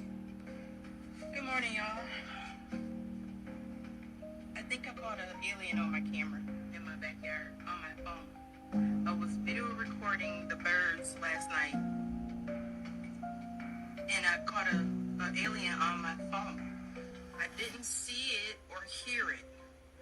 But when I went in to upload the video, because I was going to post it on TikTok, because it was about 12:35, 12:39 at night, and the caption was going to be, why are the birds chirping at 12:30 at night? And so when I went in the house to upload the video, I heard this growling on my video. So I thought it was something that I accidentally put on my video. But I didn't film the video through TikTok. I filmed it on my phone through the camera. So I didn't edit the video. I don't even know how to edit a video. And it was talking. Please go listen to the video. It's about 3 minutes long, but I promise you, it's real footage of whatever I caught. I had a camera in my backyard, but the camera went out. The lights in my house went out. When I came in the house, the lights were off. The lights, two switches, two fuses were blown, and my phone stopped working. Y'all, you can tell she's really shooken up by what she just experienced, because that's a visceral experience. Remember, I made a video about the Anunnaki tapping the military lines in Detroit, Michigan, and then when they stopped doing that, they started tapping the civilian lines. You see what's going on, y'all? I'll have to look that one up. I haven't seen that one yet. But something is happening. Good one, Conscious Juice. I don't know if he has a YouTube or not. I'm not sure. So let me get Okay, this is a good one too. From Gubba Homestead. And I just showed you guys maybe a few weeks ago that she was actually on the Dr. Phil show, on their conspiracy theorist show, I guess. I had no idea. It looks like she did really good. She held her own on there. Believe in dinosaurs, but you don't believe in dragons? Did you know in the 19th Webster's Dictionary, the word dragon was listed as a real creature, a huge serpent, just now rare. Not imaginary, not make-believe, rare. Now take a look at this picture, burn it into your mind, because I'm about to read something from an old book in my collection. This is an account of Marco Polo's travels, where he wrote about huge serpents. In this province are found snakes and great serpents of such vast size as to strike fear into those who see them. They have 2 forelegs near the head. The head is very big and the eyes are bigger than a great loaf of bread. The mouth is large enough to swallow a man whole. Those who take them proceed to extract the gall from the inside. If a woman is hard in labor, they give her such a dose and she is delivered at once. Again, if one has any disease and applies a small quantity of this gall, he shall speedily be cured. So a natural cure-all from a creature that we are told never existed. So that's a really cool one. I'm trying to think. So, all throughout the day, I make notes on things I see and that stick to me. And then I put things in videos. It's kind of one of the ways I do things. But there's some movie that just came out recently about a dragon that his blood is a cure-all or something, and that's why everyone's after it. And I'm going to look more into, because I think, there's a trend for that, it seems, right? Isn't there a trend where there's something special and magical about their blood or something that can heal people and help? That's pretty interesting perspective, too. Of course, that's one of the reasons why they were pushed out of our history, because they really are a part of the history, and hidden and taken out, too, right? In so many ways. If they have some kind of magical cure-all type, serum or blood or whatever, makes sense. It's pretty interesting. Inside. If a woman is hard in labor, they give her such a dose and she is delivered at once. Again, if one has any disease and applies a small quantity of this gall, he shall speedily be cured. So a natural cure-all from a creature that we are told never existed. If it did exist, that would be a big problem for Big Pharma. Now, let's talk about dinosaurs. The word dinosaur wasn't invented until 1842, and nearly all ancient civilizations depicted dragons in art, writing, or another form. And the dinosaur bones you think you were seeing in the museums, most of these are plaster, resin, not the real thing. And the Chinese zodiac calendar just happens to have 11 real animals and 1 mythological creature. Dinosaurs are as real as the images of Earth NASA puts out. Just something to think about. All right. Thanks, lady. Yeah, she's good. She's one I've just found over the last year or so. Found some of her clips online. Hey Chris, do you want 1 or 2 wraps? 2, please. I'm hungry, and that looks good. So I got something to talk to you about. Okay. All right. I know you might not agree, but my girl asked if she would move in with me. Okay, well we already know the answer to that, right? Well, I mean, I said I would consider it. Consider what? Boy, you are a kingdom citizen. You're a man of God. What are you talking about? You're not moving in with somebody. You out your mind? Well, I mean, you're a woman of God, and you moved in with Dad when you were young. Oh, so you want to bring up I mean, my I'm dad. just saying. Let me tell you something. Me and your dad, first of all, wasn't saved when we moved in with each other, okay? Secondly, we didn't have parents who lived for God and told us what's the right thing to do. So me and your dad didn't know what the heck we were doing. But you know what? We both got saved right at the same time. And we tried to do that whole living together thing. We failed miserably. So I told your dad, listen, the lease is coming up. We got to get our own place. He asked me to marry him. And we were married in 3 months. We killed that. You know why? We decided to give our lives to Christ, and we knew we were not going to be able to do that by living together. So don't come in here throwing my past up in my face to give you an excuse to do wrong. You're not moving in. Watch this. Yes. Love it. Love it. They seem like they just drifted away, but it. This Sigma Male thing is just something we don't have to watch any of it, but it's just something of interest. I've been watching some and different personality traits of different people, but have y'all ever looked into the Sigma Male stuff? You should look into it if you're introverted, on any level. I'd look into it. This is your sign. A growing number of women doing witchcraft on men from Taylor Alicia YouTube channel, and check out some of these clips here. This is pretty wild. I didn't realize it was such a popular thing. Apparently it is. Witchcraft on him. He's not calling you? Put witchcraft on him. She told me that it would make a young Canadian pop star fall in love with me. Thanks, Dad. That's kind of interesting. Okay, listen to me. This just took be careful who you date to a whole nother level. Because just this last weekend, I found myself on a side of TikTok I didn't know existed. And I'm gonna guess a lot of you watching didn't know as well. Which is, no pun intended, which is putting spells on their boyfriends without them knowing. Need to learn how to control that man and make him submit to your will. I cast a spell on my boyfriend. The amount of time that you're hoping and wondering and fantasizing about him breaking no contact, girl, it's been over a week. Do witchcraft on him already. When they ask how I get my man to listen and do whatever I say, control love spell. Okay, and the scarier part is this doesn't even have to be someone that you are necessarily dating. This could be someone who just has a crush on you. Yeah, there's some weird stuff. Think carefully about who you're doing this for, because you won't be able to distance yourself from that person ever again. Take a sanitary pad and make a hole in it. Through this hole, insert a photo of the person you wish to have in your life. If you are on your period, it is much more effective. And the scariest part of it all, it works. Okay, ready? We listen and we don't judge. In 2022, me and my boyfriend broke up in August, and I pretty much spent 9 months wishing that we would get back together and trying to find a way to get back together with him. I was in my delusional era, so I was on TikTok on the tarot card girls that like tell you that your ex is getting back to you. Yeah, so that was all over my For You page, and I saw this video of this girl doing this love spell, and I think she was a witch, but I don't know. And I was in a time of desperation, and I did the love spell, and within 2 days he was texting me and calling me, and then within a week we were hanging out, and now we've been back together for over a year and a half, almost 2 years, and I am convinced that the love spell actually worked, and I have kept it because I'm afraid to throw it away, because if I throw it away, what if he breaks up? We break up, and this man now worships the ground I walk on like it's a completely different relationship than we were together before, and he would literally take a bullet for me, and it is the most healthy and best relationship I have ever had, and I swear that those witch girls, they just know something that we don't, because I never believed it, and I believe. We listen and we don't judge. Isn't that freaky, man? That's so crazy. Do any of you know anyone you think was put under any kind of a spell? It's something you gotta definitely watch out for. I had a crazy experience just before I went to the military. I had my own apartment. I was 20, I think, at the time.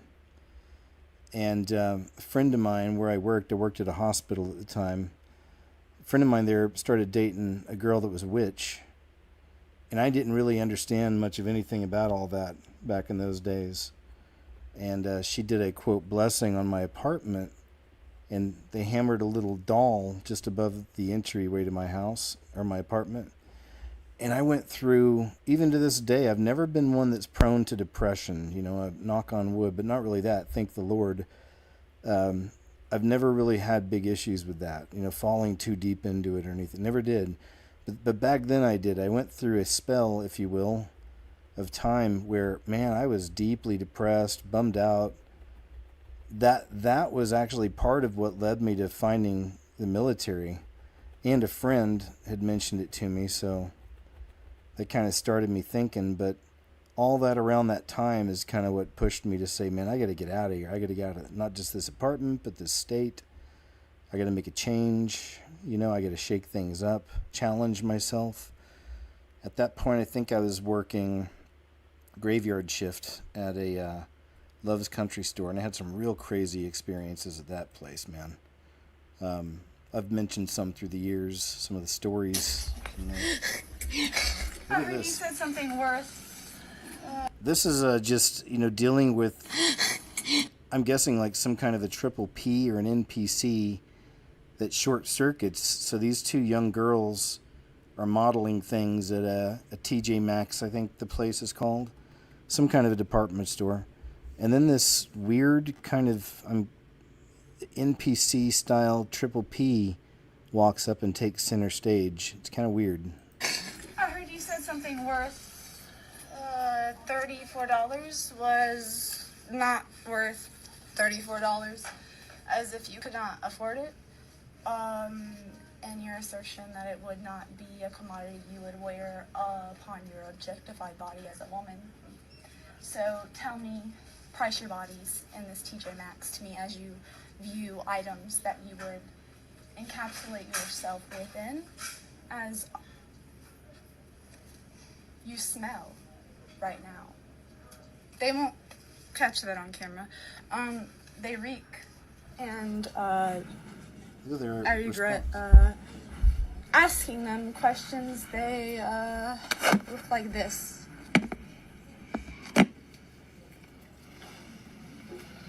Anything else? Any representation you'd like to give for yourselves? I'm okay. Thank you. You're okay? I'm good. You look like a failure. Come on, Sub. Right? Isn't that weird? And then it's like just the way I think about things. It's that divide in humanity. Some people are just getting weirder. What you mean, you and me? See, this is why I don't go to the For You page on TikTok. This is all for me on TikTok. Thanks, TikTok. Yeah. So anyway, that's the For You page on TikTok. Okay, whatever. What are they pushing, you wonder? This is from Ashley Hayes. Just want to share this real quick. Actually, it's another young lady, it looks like. All right, let's check it out.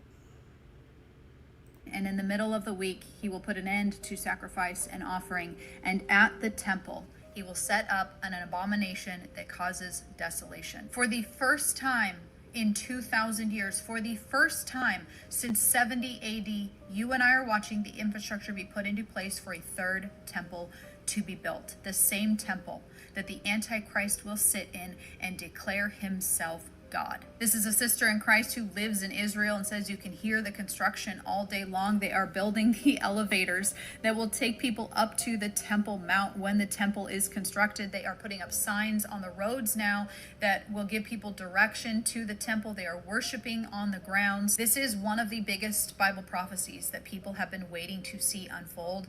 And now we are watching it. And they have been prepping for this for a while. They have been prefabbing the temple for almost a year now, from my understanding. They also have the red heifers ready for the ceremony to be sacrificed. They have the priests trained and ready. Everything is being put into place. Everything is almost ready to go. So when they get the green light, when they get the go ahead from that peace treaty, which we are now also watching talks of a peace treaty, They can just put everything into place. They can move everything into place, and it will be ready to go within a few weeks. If you are a true follower of Christ, if you are a spirit-filled, born-again believer, and you still do not believe that we are living in the last seconds of the last days, then with absolutely nothing but pure love, it is my opinion that you are intentionally putting your head in the sand. We are at a point where our news headlines are coming straight from Scripture, and we are expected to know the season of his return. No man knows the exact day or hour, but we are expected by our Savior to know the season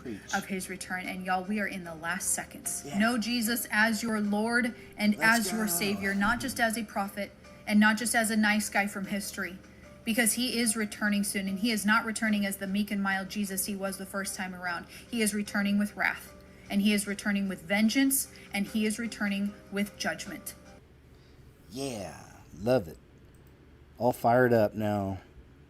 Good stuff. Nothing but good news on the way, man. Well, over the years, only if you're in more and more Jesus. people If have not, this was a pretty good one. Truth Is channel.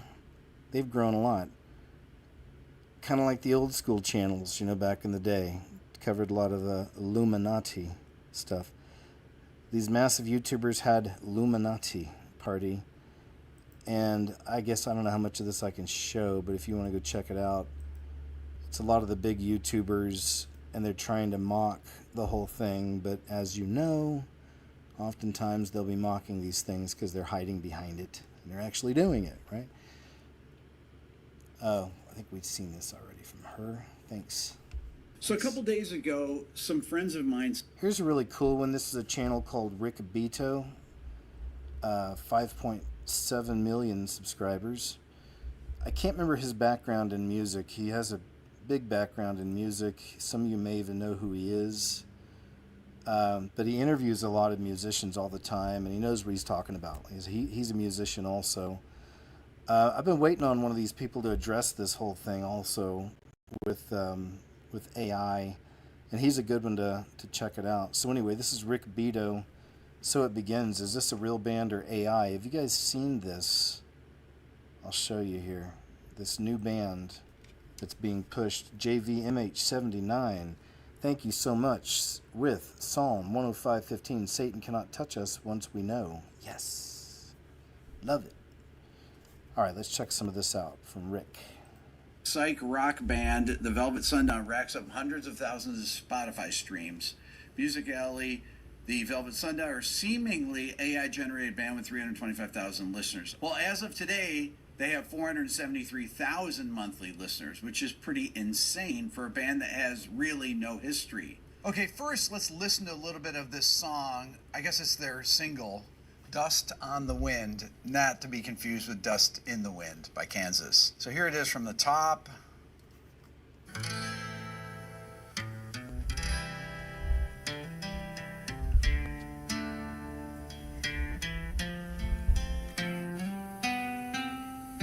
You've got to be kidding me also. Look up there on their Spotify. 12 songs. Look how long it is. The album, 33 minutes, 19 seconds. Come on now. We know better. Goodness gracious, these people. 33 minutes. And no peace found. Rivers run red. The drums roll slow. Tell me, brother, where do we go?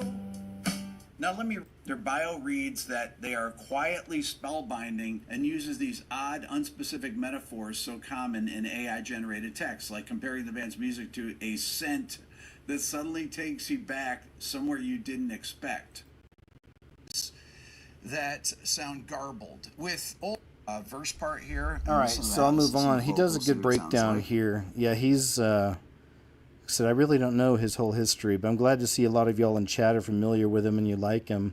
I do too. I've been subscribed to him for a long time, and I always like his opinion on music. United Brethren school teacher allegedly made AI corn from the children's photos. So that's kind of gross. It's another really freaky era we're entering into, how easy it is for people to do stuff like that, you know. The sturgeon I mentioned earlier linked to Macron's wife, has been found passed, exited from a building. Okay, so Rihanna, You know how it goes. This ex-Satanist was performing a satanic ritual, then Jesus showed up from 2 days ago on CBN News.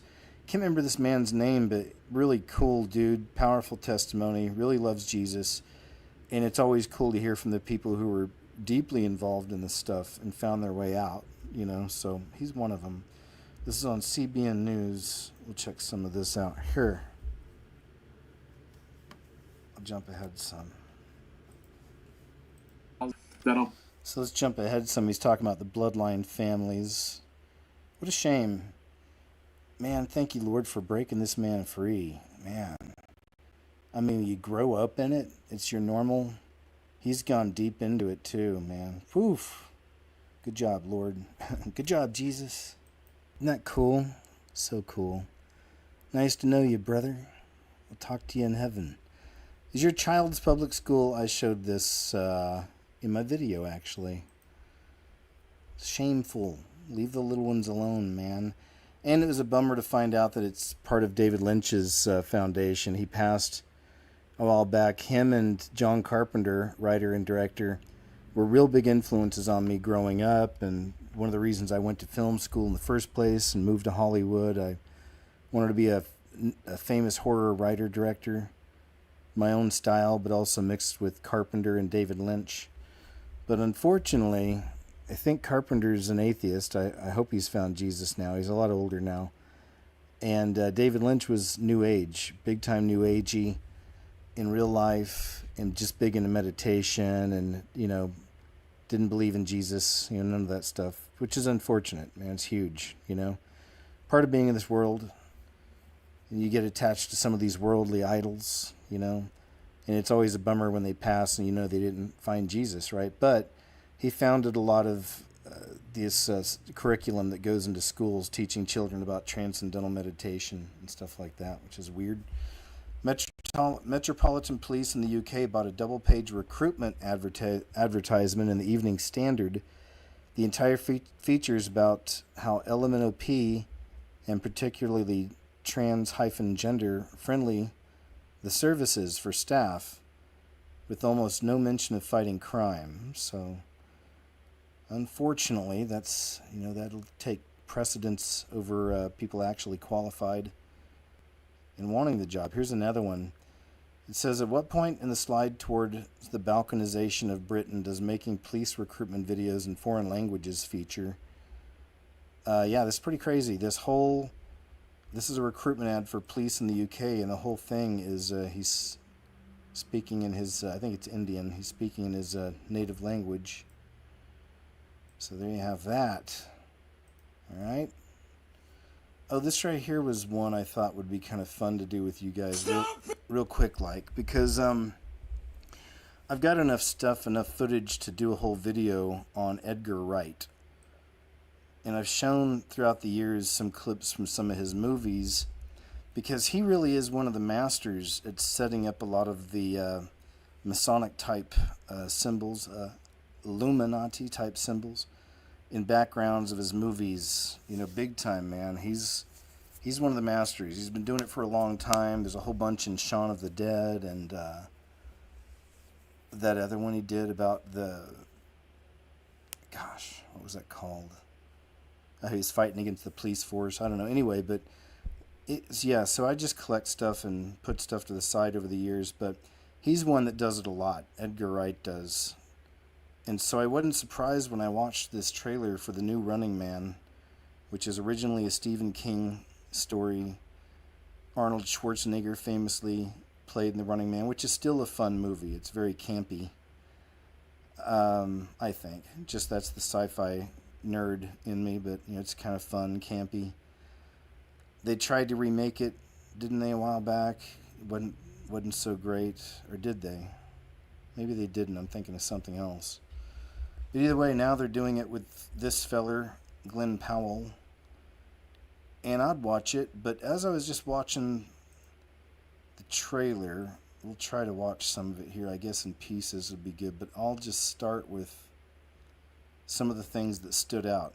And this is being familiar with Edgar Wright and the way he does stuff. So I'll just show the first thing that stood out was, watch the pentacle to the right. See? So he does this kind of thing a lot, like I said. And when I watch this movie, I'm sure I'll do a video and like a full breakdown of the whole thing. So there's a pentacle, right, oftentimes associated with the Baphomet right there.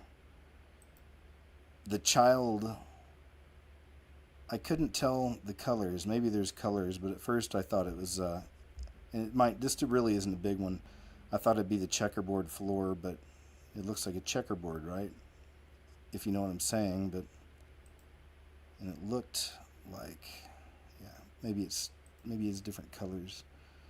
All right, where else am I? Let me see. I'm trying to go through here. Here's one, like a lot of the shots, he'll do stuff like this, where that's literally a pyramid and a sun symbol in the background. I've shown, like I said, and I've pulled apart a lot of his old movies, and there's tons of this kind of thing. Always looking in the background, and you'll find a lot of these symbols. Let me see. Oh, I think in this part somewhere. I'm sure I'm missing a couple things, but let me just jump ahead here some. Because there's a really big one that stands out also. Oh yeah, is that it? Let me see. Yeah, right there. It's quick. Look at the time ticker as it's pushing in towards, and what are the colors also? Red, black, and white. So, you know, the sacrifice on the floor, checkerboard floor, Jesuits, Church of Satan. Somebody tried to take me to task in my video about the red, black, and white uniforms in Squid Games. People would try to come at you with everything. No, they're pink, and I had to go find all the stuff that explains that they're red, black, and white. But anyway, 33 right there, so they make sure to put the 33 in, and see how quick it goes? But 33 with those red, black, and white colors. It starts on the 33 right there. Now here it goes. 33. And then it's done, right? So there's that. There's some all-seeing eye symbols in here and there. The other big one that stood out is this. Let me see. Find the show. It looks like it's going to be pretty crazy. But there's, at one point, they show the logo for this show, and that's what I'm looking for here. Let me look back here. There it is. So then there's this, all right, where you see the RM. So this goes back to something that Jonathan Kleck showed us a long time ago. I've seen it and actually shown you guys some examples throughout the years since I learned about it. But it really is, it's definitely not like a toy or something to play with, because not these things don't always add up to something that, or, you know, that matter. But sometimes you can find, you know, the kind of the meaning behind everything through the numbers and referring it back to the Bible. And like I said, Jonathan showed us this long ago called the language of angels. Again, I've shown you all some examples. He shows amazing examples all the time. And there's just really, it's pretty crazy. So I found an example here. And again, it's all, you know, just discern things and make sure you're really praying about this kind of thing. And like it doesn't always play out. But RM together is 1813. And this is the meaning right here. Look at this. Canceled, erase, wipe away, wiped away, to blot out, to wipe away. And it's about this television show where all the people are going to be trying to cancel this guy, take him out, blot his life out, you know, wipe him away. You see what I'm saying? So that's how that works sometimes. It's pretty interesting. And when you see that, it's just, you know, the enemy's at work. And this movie will have an agenda, of course. Be pushing a beast system type agenda, narrative type thing. So there's that. Thought it'd be fun to break down real quick. Adam Schiff admits, 10 days ago. We saw that last week. That was the crazy dude going after the pastors. China launches first ever humanoid soccer league, and it's hilariously horrible as you can imagine. is the claim. What do you think about that?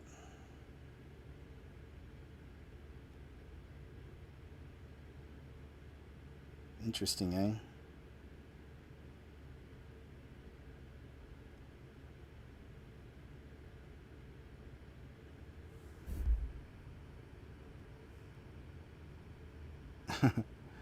I'm sure it'll be a lot more advanced, but not for entertainment, unless they're, throwing Christians out there or something like that, or people who haven't chosen the system. I'm not sure how it'll work exactly, but so there's that. NASA confirms that mysterious object shooting through the solar system is an interstellar visitor, has a new name. They're calling it A11, so that's a 111, 3 ones. PL3Z, calling it interstellar object, officially named 31 Atlas. It's only the third of its kind ever seen and will shoot past Earth later this year. So you may have heard about this. There's a new odd object coming close to the Earth, like Oumuamua a while back. But it's all the setup, man. Again, they are going to introduce the world to the tall whites and other things, I'm sure.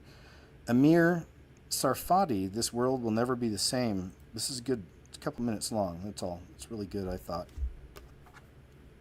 Put your trust in government, in military, in constitutions. Say goodbye to those things. This world will never be the same. The world is getting more and more and more progressive and liberal by the second. That is exactly why we're not of this world. That is exactly why we were told that our citizenship is in heaven, not here. If it's so good here, how about being a citizen of earth? No. Nope. And more than ever before, I hope you polish and shine your heavenly passport, because soon you're going to use it. Yeah. I'm ready. Are you ready? If there is anyone here this evening who doesn't know Jesus as his personal Lord and Savior, right? Say it. I'm telling you, you're running out of time. You're up for a very rough ride. This world is going to get worse and worse. I did not even mention yet, and it's not for this message, the rising number of earthquakes. Israel in the last 12 hours had 2. Of natural disasters, of eruption of volcanoes.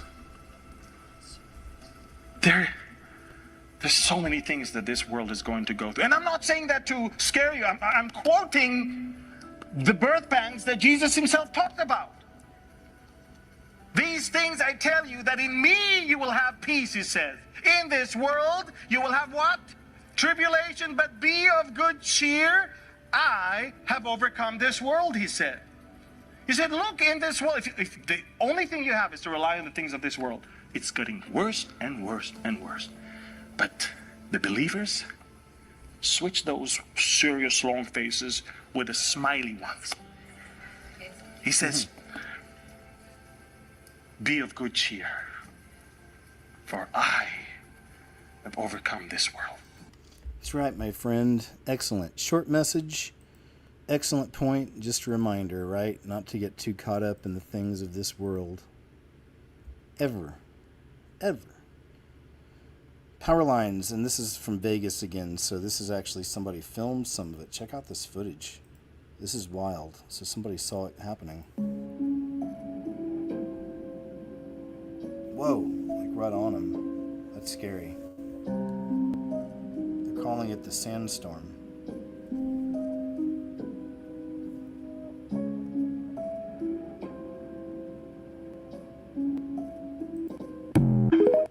How about this beginning, though? Look at that. Whoa. That's creepy. Like right on top of you. Those live wires. Spooky. Crazy weather events, man.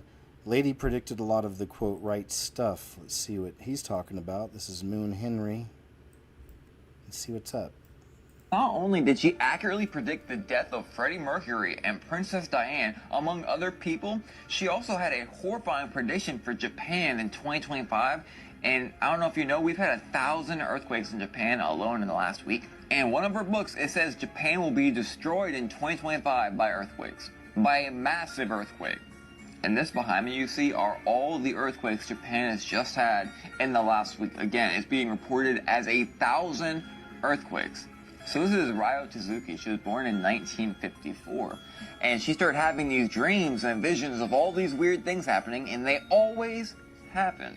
In 1992, she dreamt of a portrait of a woman and heard a voice belonging to the woman named Diana. And on August 31st, 1997, you know what happened. And it gets even crazier because this is the cover of her manga that was published in 1999. She said she had writer's block and couldn't think of a cover, so she put "The disaster will occur in March 11, 2011. And would you believe me if in 2011, March 11th, there wasn't a Tohoku earthquake and tsunami being a 9.0 to 9.1.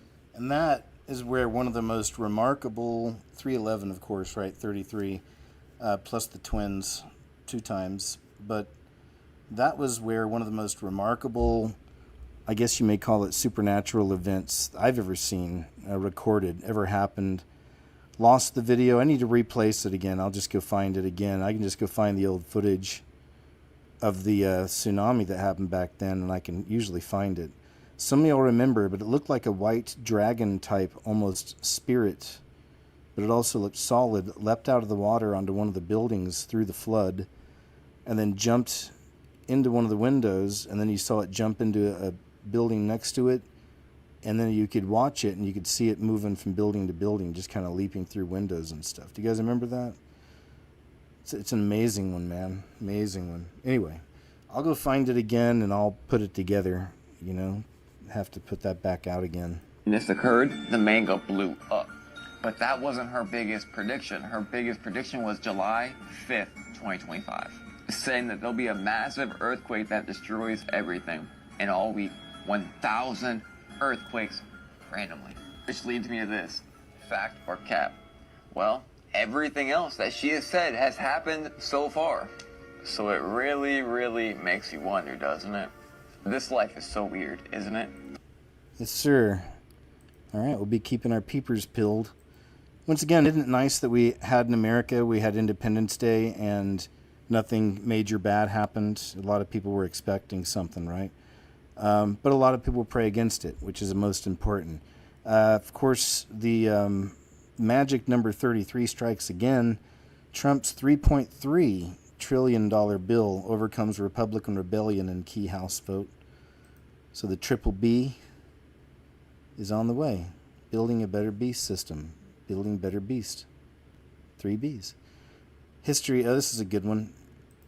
Let's see what she's got to say. Brief history of communism. Talking about New York. I find it fascinating how many people in the West, especially North America and Western Europe, don't understand communism or the history of it. As someone who came from former Yugoslavia, we were a socialist communist country, and we were taught communism and the history of communism and how dangerous it can be if it's in the wrong hands, right? And so a lot of people in the West think that communism is just, oh, it's this utopia, let's divide everything and we're all gonna have enough and everything's just gonna be great.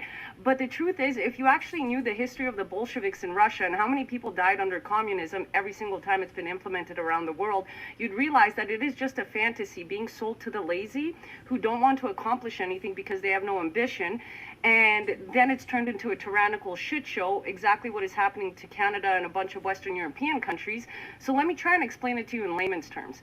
In Russia, prior to the Soviet Union, it used to be a monarchy. A lot of people worked on the land and they used to serve their lords and whatnot. And so came along the Bolsheviks, also known as the Red Army, And they used to put propaganda out there, and they used to like tell them, oh, you know, Russia's so bad, we're like this, and if we could only overthrow like the kings and queens and the lords, we could divide the land equally, we could form a government and all of this stuff. And so of course the workers were like, hey, that's a great idea, we want more rights, right? And so they started fighting for the Bolsheviks, also known as the Red Army, and they managed to actually implement a democratic government for about 9 months. 9 months. And then guess who overthrew that democratic government and made it tyrannical? The Bolsheviks themselves. And then they took all the useless idiots who helped them get in, put them into gulags because they knew too much, right? And then once the Bolsheviks were gone, Lenin came in with his Marxism, and about 30 million people died between 1917 to 1991 when the fall of the Soviet Union happened. And a lot of people don't understand what is happening in New York right now with Zoran Mamadi, however you pronounce his name. It is just the grounding work for the Bolshevik Revolution 2.0, kind of like mixed in with New Age ideas. And people think it's great. And the reason why they're going to areas that are liberal and democratic and all of these stuff is because these people have been convinced that they should just do absolutely nothing and get paid by the government to just sit around and exist. Right? Now, I'm not saying that the system that we have in place right now is perfect. It's not by any means. But communism is basically putting shackles on yourself with the delusional idea that you're going to get some kind of utopia where you absolutely produce nothing and get to have money to live. Do you understand that that's not how it works, even in nature? You have to give, you have to take. It's a balance.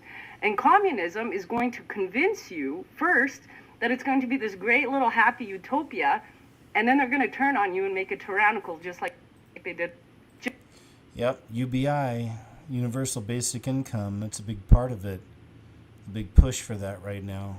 You're going to love it, guys. Everyone's going to get at least $2,000 a month.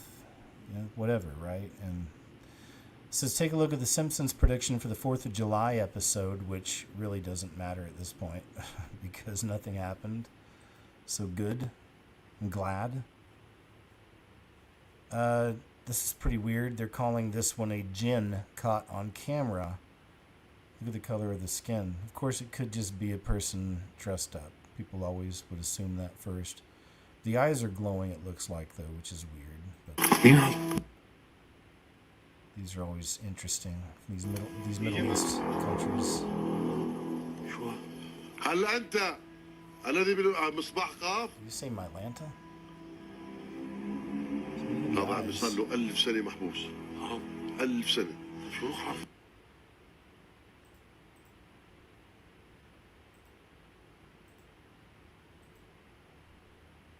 Pretty good shot of it.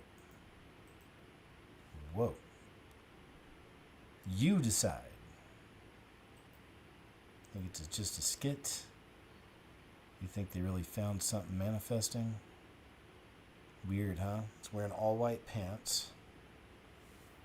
Seem to be clean. Is that a red stripe down the side? Or is it holding something? Like a cane or something? I don't know. Weird. There's another shot of it. Throw a rock at it. That's usually the answer. Throw a rock at it. Quick. Wait, this is a couple YouTube vids. Oh, crap. I did not mean to shut that one down. That was a mistake. Oh, well. I have a video. It's set up to be in one of my videos coming up anyway, so it's no big deal. It's part of a project. Showbiz Witchcraft Exposed. Boyzone star Shane Lynch fights the dark side of fame. I want to play some of this from a channel called Liam Tuffs, Tuffs. I've never heard of it. The headline drew my attention, though, so we'll just kind of jump in here, and as we do, kind of bounce around a bit and see what he says. We're entertainers, visually entertainers, as opposed to skilled players in anything. So who's your kind of pop idol when you was younger? Favourite musician, band, singer? I kind of grew up in a fantasy world in Ireland called the USA. You know? So my first record, kind of 1988. Yo MTV Raps, or MTV came to Ireland as a channel. I remember Yo MTV Raps. Yeah, right. So all of a sudden, this music kind of hit Ireland, or hit Dublin, where I was born and raised. I was like, what's this stuff? Now I've always been into cars.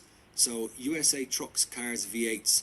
So that kind of car culture of America, I loved. And the kind of baseball jerseys or American football jerseys and caps and stuff, I love the style. But then all of a sudden this music came into my life called hip hop. And me and a good pal of mine who are great friends today still, thank God, we just got into this American culture, baggy jeans, NWA, and off I went. So my first record was Straight Outta Compton, 1988, NWA, and that's what I, like, this was going against the grain from the time. So you had, obviously, U2, Cranberry, Sinead O'Connor, rock and roll, Ireland. And then hip-hop was just this interesting kind of, ooh. And I was always that guy. I was the guy who would just be that different, and I still am today. I still have a little twist of difference in not being into the norm or the whatever else is into. I kind of sway and go the other way for whatever reason. I don't know. So how did Boyzone begin? What was the audition like? What was the whole process? There's a weird story like this because the story really goes that I'd never auditioned. That's the truth of the story. Yes, the big man, Louis Walsh, and I love him to pieces, by the way. Louis Walsh put the whole thing together in the end, let's call it. But all right, this is an hour and a half thing long. Here's most replayed, so he's probably talking about it now. In the documentary, I learned lots about the boys I actually didn't know from their own perspective. Perspective of who they were going into this band. Same as me going in, going, I don't know what the fuck I'm doing here, but making my way.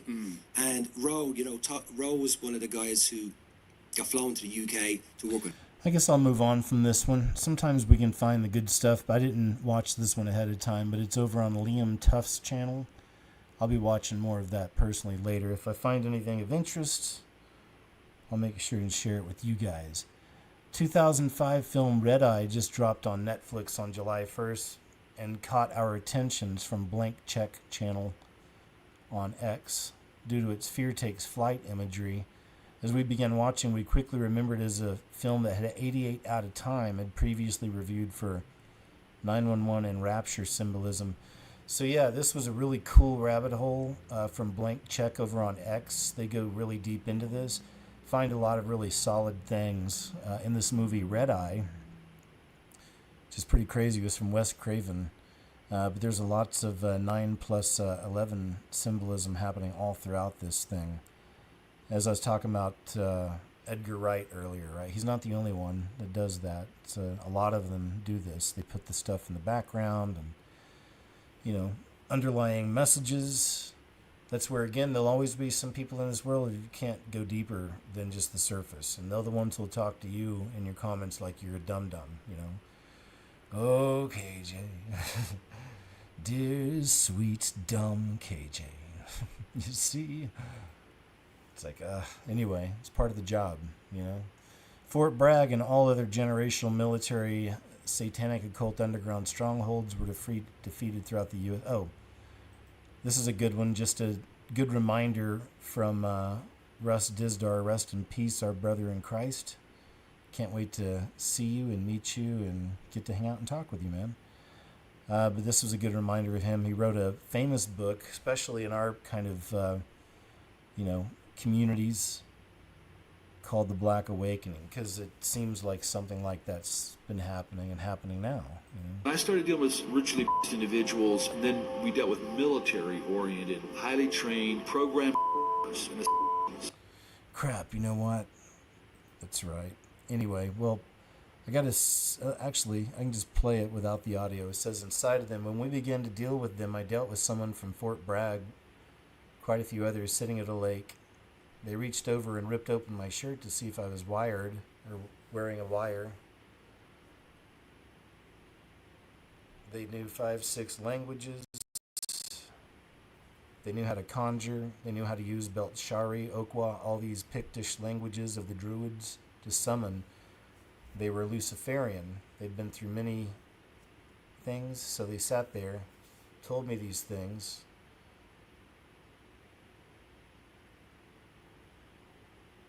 He says, you have no idea how many of us there are out there.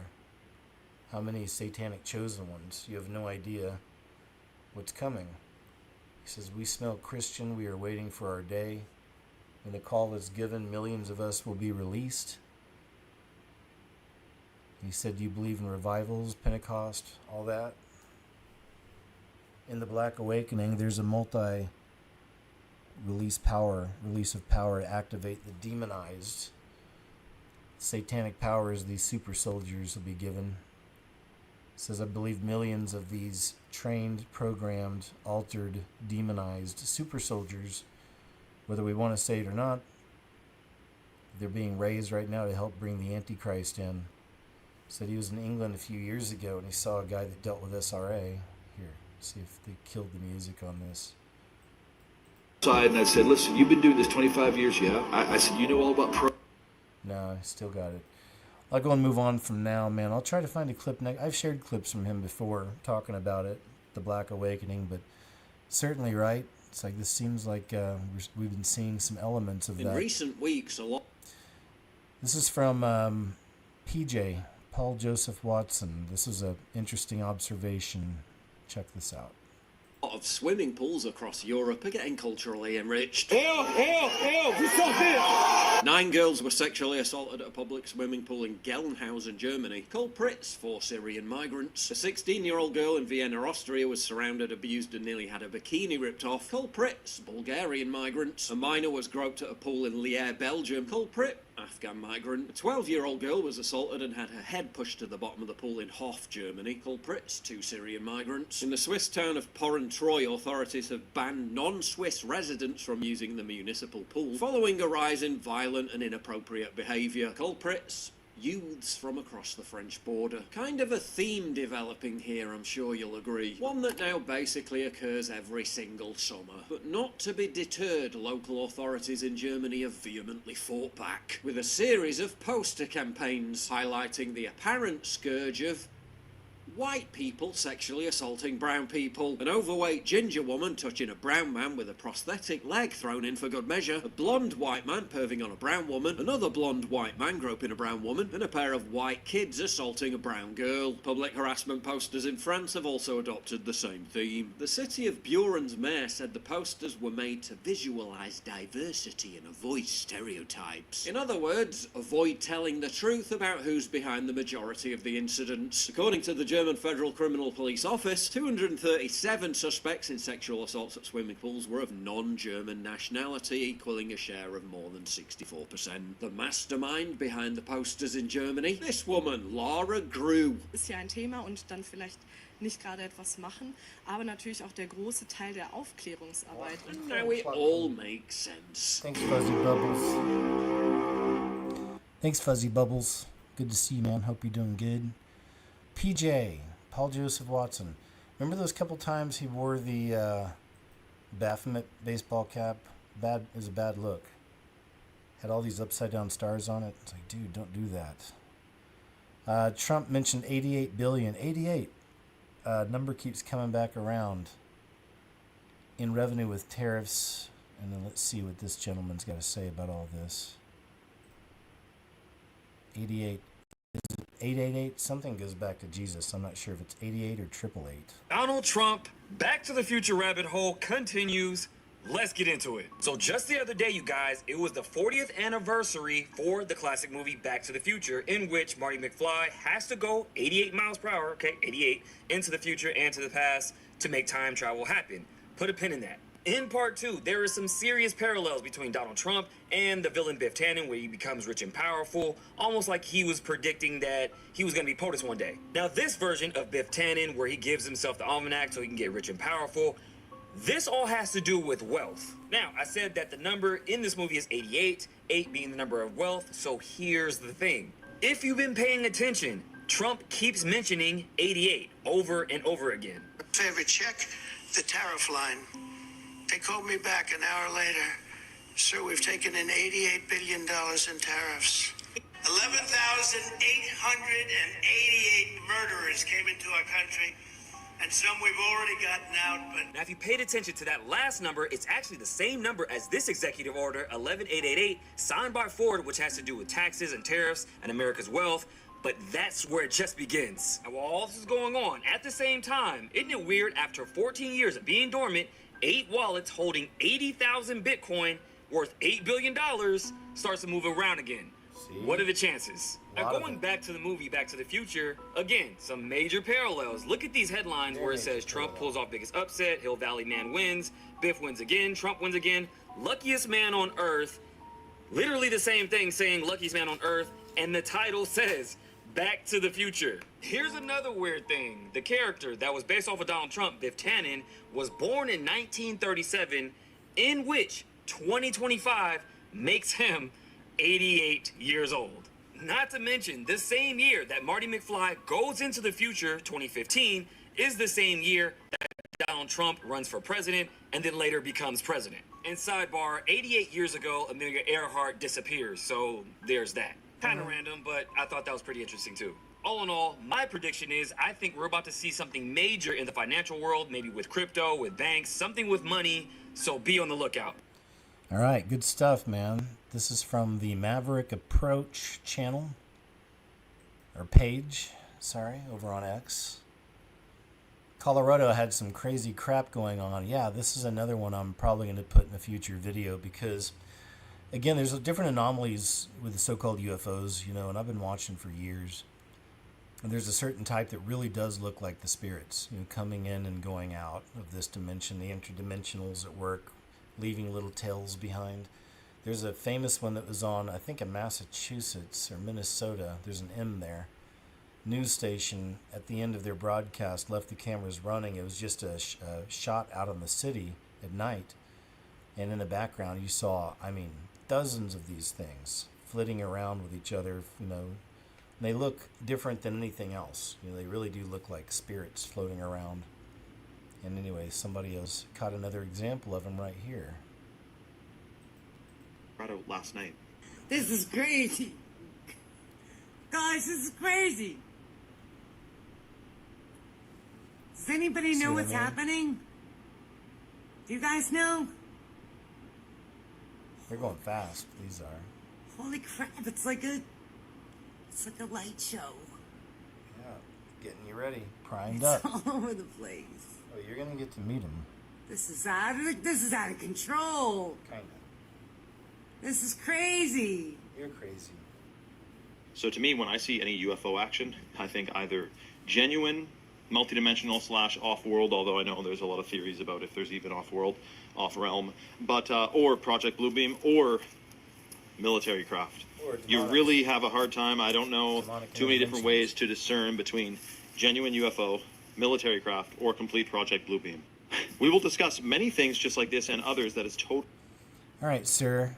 I think that those are most likely the interdimensionals.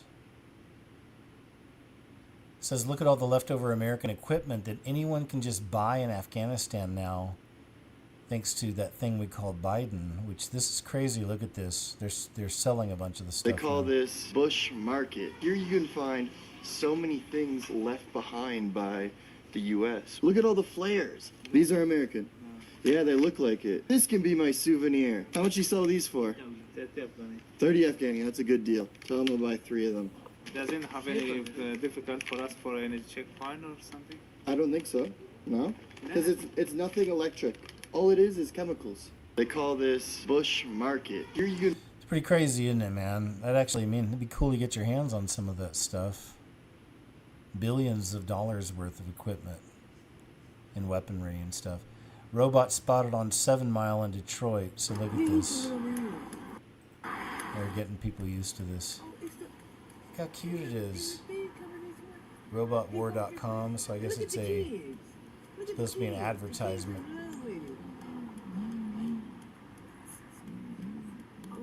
Yeah, some kind of advertisement. But that looks like that's a real functioning robot. Look at that. Look at that. And this is his army. That's not a person in a suit. Look at that waist. This is the small version right here. This is the baby version. We saw the one from China, so they do have like robot wars. Maybe that's going to be a thing here soon. He's waving at the kids. Got the kids in love with it. And it's going to snatch their mama and daddy. That's right. Don't say that. Well, you're on to something, lady. It's going to pick up the kids and take the kids with them. I'm telling you what the thing going to do. What? Oh. Ain't saying nothing. Look, all the kids running out to see it. Oh yeah, they're gonna love it. Oh yeah, look at that. All of them. They saying, hi, robot. Hi, I'm your friend. We come in peace. What was that Mars Attacks classic? As they're shooting everybody with ray guns. We come in peace. Wow, this is reportedly, yeah, this is a really cool capture. Some people are saying this is ball lightning. But again, whenever they just blanket statement stuff like that, it's like you have to ask yourself the questions. You know, if this is just, this is just ball lightning, then why haven't we been seeing this forever? Because people would be recording this kind of stuff. So I don't think it's just, it's just ball lightning. Nothing to see here, guys. It's like, ugh, I always get tired of the quick responses on things like this. Look how bright this thing is and how big it is. What is it? That's just ball lightning. A ball of light hovers over a field. Looks like a fireball, but not really. It's the wrong color. And this couple from Rich Valley, Alberta, was mesmerized. After a rather vicious lightning strike, we saw the ball of fire kind of retain, 20 feet above the ground. The cell phone video was captured an hour northwest of Edmonton by Ed and Melinda Party. It shows the ball of light for about 20 seconds before it disintegrates. They were under a tornado watch and experiencing a thunderstorm Wednesday evening when they saw this about a kilometer away from their home. Yeah, it was moving horizontally above the ground. Incredibly bright, too. It was very bright. It was really bright. They're off in the distance. They see something glowing there. But what exactly is it? According to one scientist, it could be ball lightning or a form of it. Sometimes you can get that plasma itself or region of plasma to just linger for a little while. And sometimes that plasma itself... All right, we get it. Or do we? Somebody mentioned John... Who was it? Where is John? Oh, Connors. Oh, you're talking about Terminator. But I was thinking of that movie John from Mars. Is that what it's called? It was a Disney movie. It came out several years ago. There was a night when I was out there in the Ozarks. Sometimes when I'm out there, I'll just, find movies on the computer and just watch stuff like that. Because there's just kind of a basic cable setup out there. So for some reason, I always like to watch the movies when I'm out there. And that's one of those I stumbled into. And it really blew me away. I thought it was really good. John Carter from Mars, I think it is. Yeah. It blew me away, man. I thought it was awesome. I was really surprised. I was really into it. I was like, man, this is good, man. Disney could. Unfortunately, they don't now, but they could still be making some amazing movies, man. They've got all the money. They used to, at least. Fireworks went boom, boom, it looks like. And helped a man to be released from this mortal coil, unfortunately. So every year there's at least a couple videos like that, but I hadn't seen really a whole lot, which is good. Here's AJ with a quick report. Rivers and creeks raised as much as 25 feet in the Texas Hill Country just west of Austin, Texas. I have deep roots there. I have a lot of family lives out there. I vacation out there very often, especially around the 4th of July. A few weeks ago, I was considering renting a cabin out on the main river that actually completely flooded over 25 feet. It swept away a Christian camp. 23 little girls are missing. You have to understand that the Texas Hill Country is very, very rocky. There's really no soil, and it's just a lot of scrub brush.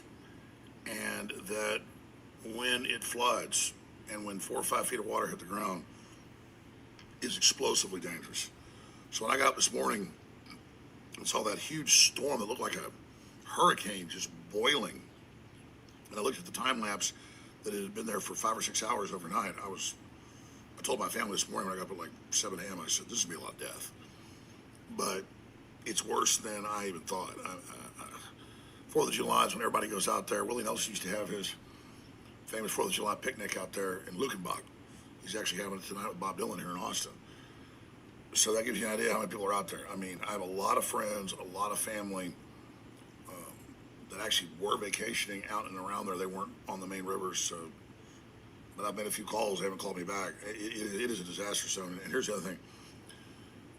You can see the videos on X on the front page with the helicopters and and the people you lower down on winches, and the sheriff's department, state police. I mean, they're out there risking their lives. I mean, this is dangerous. Thanks, AJ. Just want to get a little report from AJ, if you like. I showed you all that clip he put out saying that he's actually a clone. Can you remember that? I love this clip, man. It's another one of those that I have to give a shout out to X because it just got so much better when they. I know he's a wolf, but still, I'll take this because I like information. And X has gotten so much better when they kicked Jack to the curb. And now I'm finding more and more a bunch of these old school clips, man. And you can also find these kinds of things over on BitChute. That's really good for this stuff too.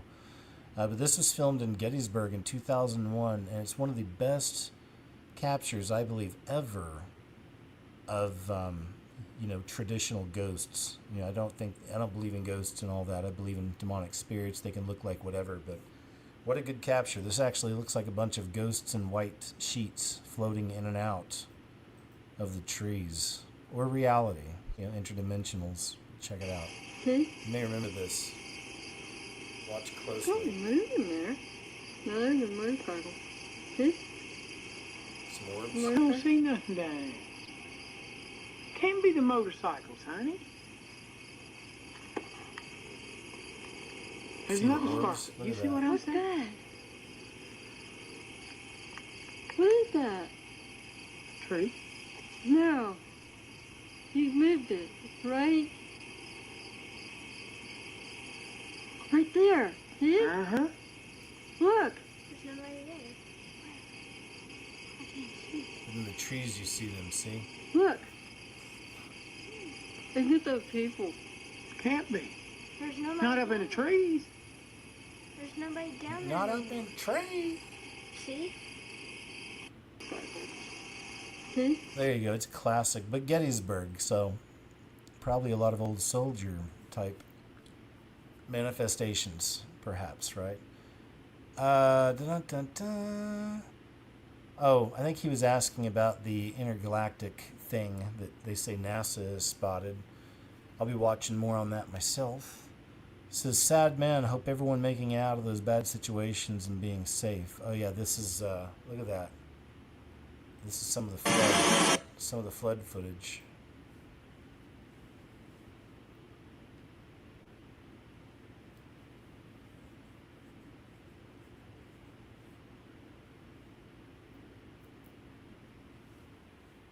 Yeah, Gettysburg. Some of y'all said you visited there. That's cool.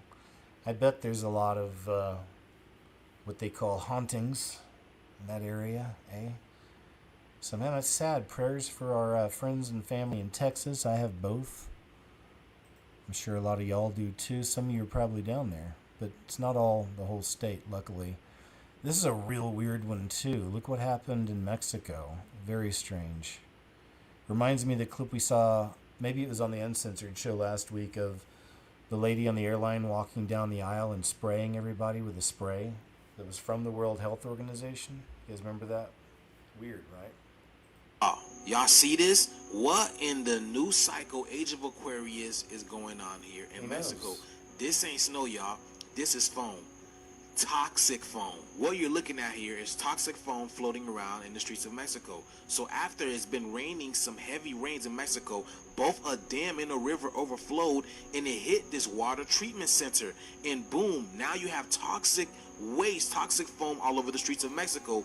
And yes, people are getting extremely sick from this. Eye irritation, coughing, they're getting inflammation all in their body, skin irritation, hives, and a lot of people have been hospitalized. So this specific town got foam. And in the other part of town, you got nothing but straight up dirty, murky, violent water that's pushing cars into Neverland, never to be seen again.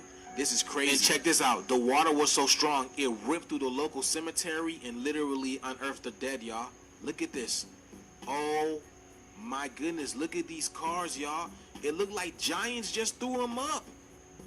It looks like giants was playing with these. How symbolic is this, y'all?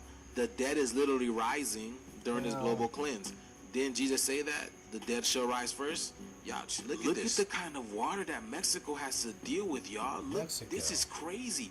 No wonder why people are getting sick. Is literally cracking the whole world, y'all. This is literally what the Age of Aquarius Floods. is about, man. The water bearer. Y'all, there is an energetic purge going on, you guys, man. Look at that. And this is White crazy. foam. That sky looks eerie. That's creepy. Yeah, floods are fire, right? Days of Noah. Interesting, eh? Which is a reflection of that. It's floods, and then it's The hand fire. of God appeared on this baby's ultrasound, and the story behind it is insane. A Christian woman shared a testimony about how she had been praying for the Lord's hand to be on her baby, where she writes, "Each time before the ultrasounds, I've dropped to my knees right in the doctor's office to pray over Kyler. In my prayers for him, I've asked the Lord repeatedly to please keep his hand on my baby, and whatever his plan may be, to help me fully trust in it at ease." She then described how her youngest daughter noticed something unordinary on the ultrasound, as well as her husband also noticing. And you can literally see a physical hand holding her baby in the womb. She had been praying those very words, asking for God's hand to be upon her child. And what showed up in that scan was a visible, undeniable image of exactly that. His hand wasn't abstract or blurry to where you can interpret it in 5 different ways. It's literally a definitive, structured hand that you see on this baby. Jesus Christ is real, and he is the creator of the world. And every single human being in and out of the womb is valuable to God. This world will try to lie to you and make you feel devoid of purpose. But God knew you before you were formed in your mother's womb, and he's called. Good job. He does a good job. I like him. Nick, I think his name is. So this is a Texas, which most of us know now. Here's a good one, y'all. Here's a good update from Adam Carolla. This is posted 3 days ago on Malibu. 6 months later, nothing's been done. And he suffered from some of this, so he's been really good about being on top of it. Reminds me of a Hawaii real estate dude in Maui. But I'm glad Adam's on this, and he's talking about it some here. There's some footage a little later, but we'll go and check some of this out here. Is going on over there. They cleared most all the sites, have been cleared of debris. Yeah. But I don't think there's something I didn't really think about that people need to kind of think about. And I think we married some of the visual stuff to my prediction from my hotel room the day after, the morning after. But in Malibu, when you're along PCH, when you're along the ocean. Mm-hmm. I was there this weekend too. They were. Yep. Clearing the debris, so to speak, is one part of the job, and it's fairly easy and simple. The tough part that they haven't even touched is the foundation. I know. All of those pylons going down into the earth, and the caissons and the grade beams and the footings. I mean, some of that stuff looks like a bunker. And it's all that's left. It's like all when that's you're left, driving. but clearing out the burnt out stucco and 2x4s and redwood fencing is pretty lightweight. Getting that stuff out of the ground, which is still there, is a completely different situation. Yep. I mean, that's like bunker buster type material to get some of that stuff cleaned We'll up. get some U.S. bombers to come in. Trump says he's calling a strike on Karen Bass. And so I said to my guys, I said, look, we went and filmed. I went there and filmed before they cleared the place out. And I said, let's go back and see where they're at in 6 months, which is now. And we filmed again. And I said, marry that footage to me in my hotel room the following morning after I was displaced from Malibu, and my predictions. It's about 4 minutes, but the following, it went a little bit viral. We'll jump ahead some here. Okay. It's not a bird's eye view. It's it's a boots on the ground kind of view. Yeah. So, I think we hit up Dawson and told him get a mic and bring it over and hook it up, and we'll just take a iPhone and put it on a tripod, and I was literally in my hotel room in Burbank. I just pulled the table over and pushed a sofa and got a chair and just sat it down, and I just went on a solo soliloquy. Probably lasted 45 or 50 minutes, and it ended up going viral just because it was authentic, and you could tell I was not in a studio, and I was speaking the truth. But anyway, my predictions 6 months ago, which was literally about 10 hours after the Come on, buddy. fire not going on over there. You will not. I want to go ahead and move on. I thought it'd actually be on location on that one, but I guess not. So it's all right. Let's jump back here.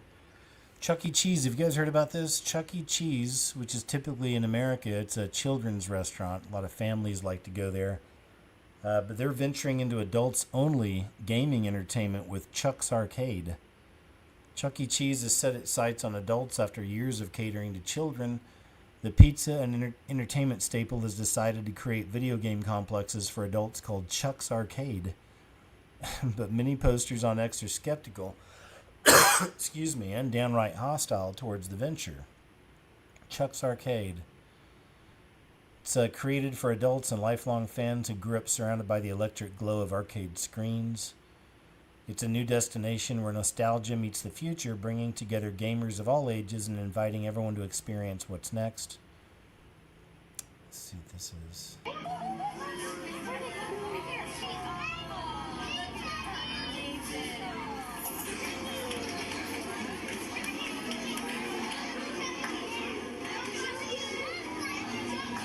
You guys remember that? Some of y'all got memories of Chuck E. Cheese. Come on, I know I do. I feel like it was called something else when I was little. But we had something similar to Chuck E. Cheese. Chuck's Arcade. Oh, this is for the adults, I guess. Gotta kill that song. I mean, you could have some fun there. Have a couple of brews with your friends, or maybe your boyfriend or lady friend, husband, wife. Play some old school video games. It might be kind of fun. Perhaps, right? Chuck's Arcade. Superman. Do you know the new Superman movie's coming out next Friday? This coming Friday? It's coming out. Superman star David Cornsweet swaps the American Way motto for truth, justice, and good things. That sucks. Can you believe they're doing that? But I don't blame the actor. It's the, everyone behind it. It's supposed to be truth, justice, and the American way. But now it's going to be truth, justice, and good things. Truth, justice, and good vibes. Boeing panic. Plane plunges 23,000 feet. Oxygen masks dropped. Passengers scream. So we have another plane acting up. More of that kind of fear campaign. NBA legend LeBron James is currently getting slammed by fans after he was spotted holding a large orange purse while spending time in France. Yeah, that's... Unfortunately, that's part of what some of these guys, when they sign the line, they make the deal. It's not always going to be easy. And then, a lot of them do, unfortunately, they get turned out. We learn some of these things from the Diddy experience and more, and a lot of us have been looking into stuff like that for years. So we know that a lot of these people legit get turned out, which is eek. Here's Zoran Mamdani saying we'll slowly buy up the housing on the private market and convert properties into communes. Eek. But again, it's a rise of Antichrist spirit also, right? Michigan school teacher had relations with a 16-year-old boy and went and told her coworker about how cool it was. Oh, this says more than that. Okay. Yeah. Okay. And the age was 18, supposed to be. He was 16, so okay. They had a little note there. When it comes down to it, the world needs more masculinity, it says. Otherwise, the bad guys win by default. Here's somebody being bad. Trying to take something. Society, is it? And they're just showing how the dude was like, oh my God. And just kind of watching, It's like it wouldn't be that hard to go over there and do something about it, right? Says, here's Alligator Alcatraz. You've probably heard about this. It's a real place. It's a new prison for the unwelcome visitors here in America, surrounded by a moat of alligators or crocodiles, I think. But it just flooded recently too, so there's that. U.S. Senate votes 99-1 to strike the provision from the One Beautiful Bill Act, which would have banned states from regulating AI for 10 years. Man, that's great news. That was one of the big ones I'd mentioned on the show before, too. I was concerned about the U.S. Senate votes 99-1 to strike that provision from the BBB, which would have banned states from regulating AI for 10 years, which would have been, I think, just really not cool. So at least now, if things get out of control, there's some mechanisms in place where different states can do different things, you know? Candace Owens, oh, this is a crazy one, man. What do you think about this? Listen to this. Candace Owens talking about a personal phone call she got from President Trump. And I get another message that's like, hey, keep your phone on. And anyways, this phone call is coming from Florida. Pick up the phone, and lo and behold, you know, so here's what happened. I'm negotiating this thing. I'm negotiating Ukraine and Russia, and you wouldn't believe how many parts are part. It is President Donald J. Trump. He is calling me, and in true President Trump fashion, he jumps right into the narrative. We're not, hey, how you doing? He just like jumps right into the narrative of exactly how this went down. I am literally, it is hard to catch my breath to comprehend that 4 days ago I'm ending a series about Brigitte Macron, and now I'm speaking to the President of the United States, and the topic of conversation, no matter which way you want to slice it, it's about Macron's wife's penis. I mean, there's no other way to say it, right? Anyways, I have Macron. I like Macron. We're speaking at the White House, and I'm walking him to his car. And, you know, he says to me, Mr. President, can I speak to you for a second? I say, of course you can speak to me about anything. What's going on? And Macron wants to have a little sidebar. And then Macron says to him, Mr. President, do you know Candace Owens? And I say, yes, of course I know Candace Owens. What's going on?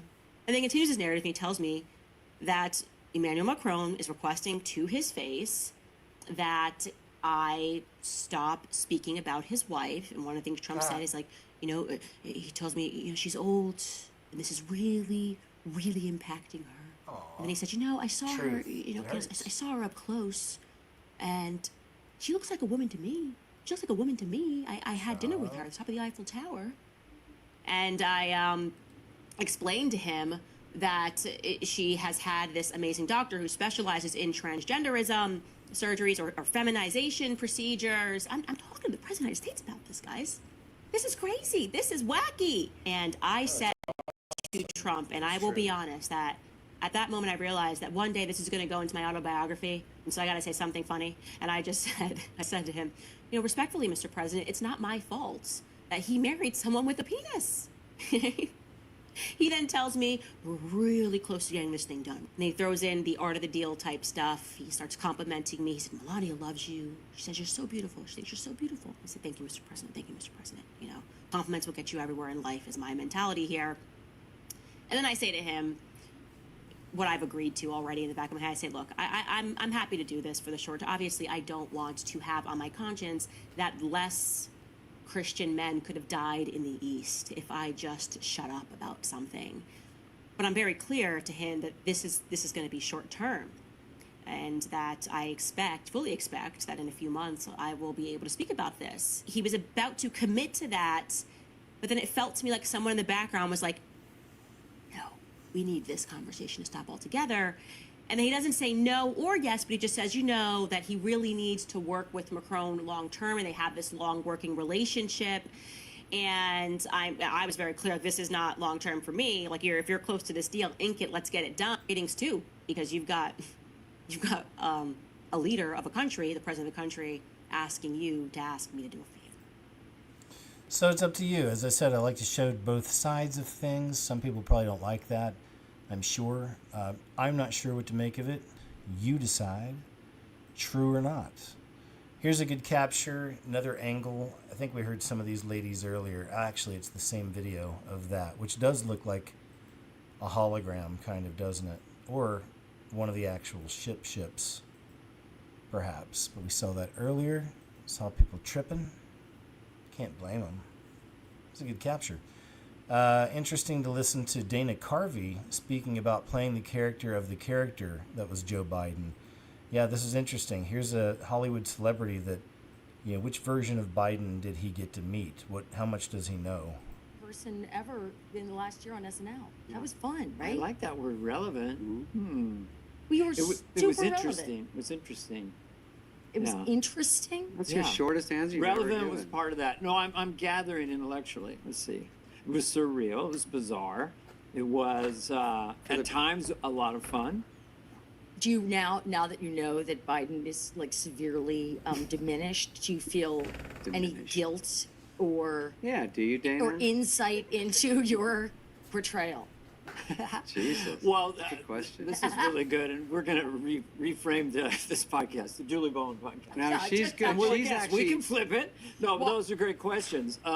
She's better at it than we are. I knew that he was compromised mentally. I mean, it was obvious. Yeah.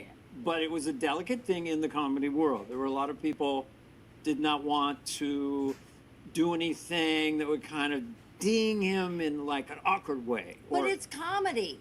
That's it. That's the key. If I can do Biden, that's the idea. But if that's I can make Biden funny to everybody, then I am where I want to be. And then to make it funny, it had to be recognizable. Right. And so there's certain things I did not include in my package. Sorry, you would do a sexual pun on that package. Package means wiener. Okay. So I'm trying to set him up. It's a little early. Wiener? The biggest one was this. I'm not kidding around here. I'm being serious. Yeah. So that was the biggest one for me. But it was fantastic. I loved it. I think it's easier Thank you. to make fun of him if he's a president, if it's just a 90-whatever-year-old man. Just go, look at this asshole. So once he's president, then he's more fair game to say. But no one made fun of him forever. No, well, he's sort of neutral. There wasn't a whole lot to until he started doing like, no, for real. Well, man, they could have been trashing him the whole time, right? But this goes to show you how they cover it up. On the one part. Number two, what the guy said. Number three, you know the drill. Come on, folks. It isn't right. So it was just that. I thought, well, it doesn't have the pop or energy of Trump or. All right, I'll go ahead and move on. But yeah, you know how they do in America. They really cover for the loony left so many times. Just months after launching this disastrous ad, Jaguar car company, their sales have plunged 97.5% with only 49 vehicles registered in 2025. Isn't that crazy? Some of y'all remember this nonsensical ad. I guess some of these companies really will. BlackRock was pushing a lot of these companies to do it too. Here's another one with Macron, of course, and the wife. We'll see what happens with all that. Maybe it's a fellow Mason type deal or something. Who knows? AI deal collapses in Trump's big beautiful bill. So we saw that earlier, where the states can regulate, which is good. Check this out. The general public would be shocked to know. Working in children's character entertainment, which means we are with children on their most wonderful day of their lives, whether it's a holiday, birthday party. They get to meet the most magical thing they can imagine, which to them is princess, superhero, mermaid, pirate, fairy, Santa Claus, the Easter Bunny. These kids are having the most wonderful time, and they will use that opportunity in their eyes to talk to the most magical thing that they have ever encountered, which is this character, and ask us to stop their abusers. They will tell us who it is, what they are doing, and they will beg us to help them stop it. That's sad. Think about that, man. That's so sad. I mean, it's because these children are looking up to these ladies, dressed up like princesses and superheroes, like they're the real thing, and they can save them. It's pretty amazing. This is Mermaid Entities. Supernaturally changes Nephilim bloodline agents' weapons. This guy's so cool. His information, I've really liked him. Nathan Reynolds. I even put a clip from him in a recent video on Nebuchadnezzar. Anyway, this is good stuff here. Check it out. These entities are so much more powerful than people can comprehend. And the greatest deception the enemy has accomplished thus far in the last 150 years is to convince people that the Bible is not supernatural. They have raped our scriptures of all the supernatural elements in there. Like in Isaiah 13, when you pick up a scripture today, a Bible today, and it says ostriches are going to dwell there and hairy, shaggy goats are going to dwell there. They took away the word satyr. They don't want people to know about Pan and the Baphomet and Azazel. They don't want his identity known. They don't want people to think that there's an actual hierarchical structure to these entities. They have names and characters and temples and priests. And they give us the ostrich instead of the siren. They take away the mermaid-looking creature with serpentine legs coming out of her rear end. That's a kidnap. That's her. And they don't want people to understand that's what dwells in these places. Yeah. That's what's in these waters of these lakes. I could throw my blades in water and she would bring them back to me. Really? That's what she offers. She offers mystically charged magical weapons to warriors. That's the whole Merlin myth. You know, it's not a myth. These are like histories just repackaged to make them palatable in cultures that it's illegal to talk about. These people operate under this legal groundwork, and when they need to get their stories out and they want to preserve their legends and their truths, they couch them in mysteries. That's the mystery religion. That's not how the Father operates. Yeshua literally said, I've done everything open in the open. You do what you do in secret. That's a different kingdom. And I was a guardian of the secrets for these families. So I witnessed their oaths, their vows, their ceremonies. I was there brought in to watch them marry children to monsters, to people that looked like men and creatures that were not mankind. I had to bear witness to these atrocities. I had to see people I loved in their pubescent bloom be ravaged, and then watch people take skull cups, the top head of a skull, catch that blood and drink it. That's the filth these people are engaging in. It's not just some kind of abominations. The scriptures are explicit about this stuff for a reason. It's shameful to talk about these things.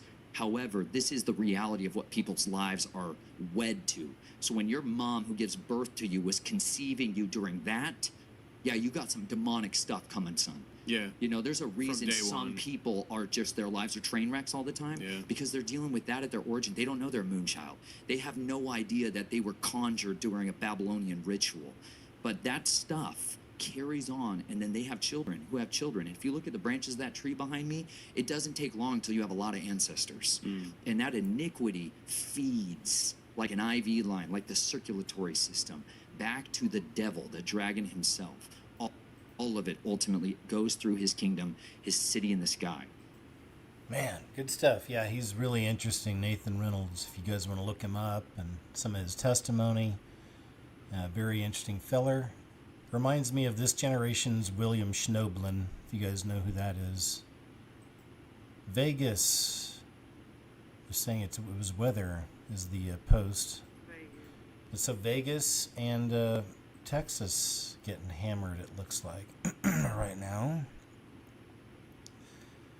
When two sisters find out they're NPCs, y'all. This is interesting. When two sisters find out that they are real life NPCs.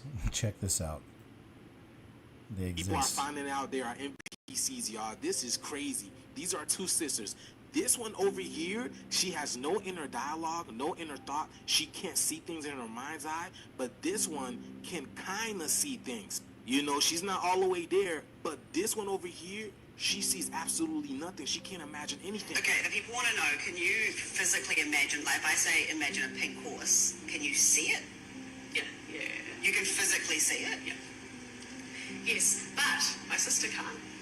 We had this conversation. I can visualize, but she can't. You can, But you can't see it. no. Oh.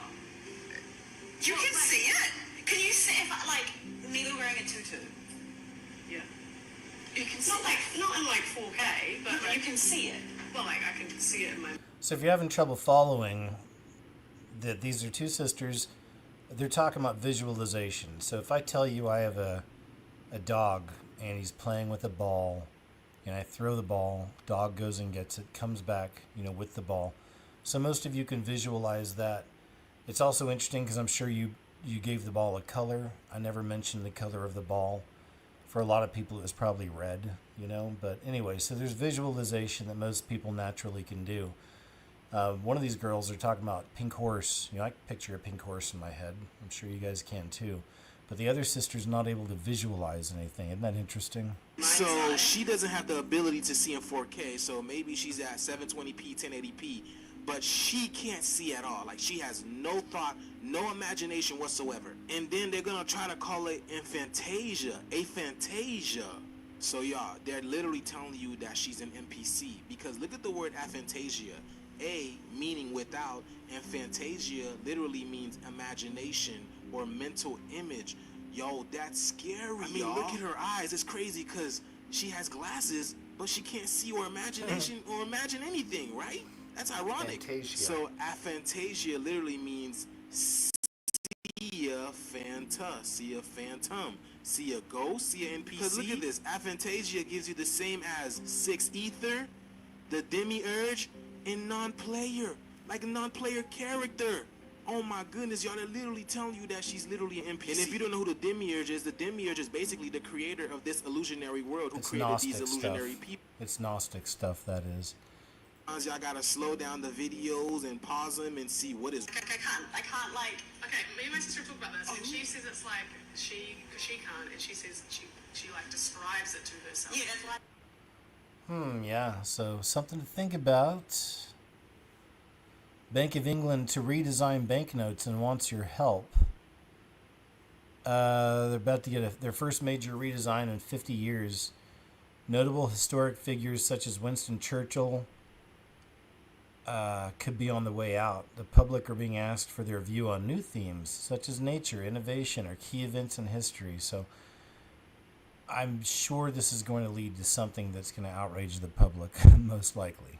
We shall see how that one plays out. They got some devilish imagery on some of the notes too. What the F even is this? This is from a recent, apparently, ABC News exclusive one-on-one with this thing we call Biden. But which one is this? Right? Somehow it looks like now he's in his early 60s or something. And people did go look it up. A lot of people are making fun of it, but I guess it was a real thing. He was out in public, or something was out in public that looked like him we saw last week. So there you go. The mysteries of the Bidens. It says, so are they cops or do they just identify as cops? This is some of the new LMNOP. They got the pride flag right here. Right here. They got some of that going on. And there you go. Some of the new police vehicles. Very interesting, if you will. America's landfills are cooking people alive, it says. Oh, I guess this is just a shot of it. It says, imagine living next to a garbage pile so big and hot it might secretly be on fire, but the company swears it's not a fire. In Valverde, California, people are getting sick, headaches, nosebleeds, and cancers, while the landfill next door spews out toxic gas and bubbling trash juice. The dump's overheating, melting pipes, and belching benzene, but officials call it a subsurface oxidation event because fire is apparently too spicy. So yeah, that's too bad that people are dealing with some of this toxic waste garbage. Smell detectors and AI cameras considered to monitor criminals. Smell detectors and AI cameras, great. More surveillance tools on the way. And for the last clip, it says, am I the only one noticing things are just a little off around us? Oh, this is a weird one. Yeah, look at this. Just playing with her sink when she noticed something weird happening with water. And water doesn't typically do this coming out of a faucet. Now keep in mind, this video is not edited. Her daughter is playing in real time and you can see that. So she hasn't slowed down the video, she hasn't messed with it. This is literally what she captured in real life. What could have caused this? Take a look at this, comment below, tell me what you think. Look at that. Isn't that weird?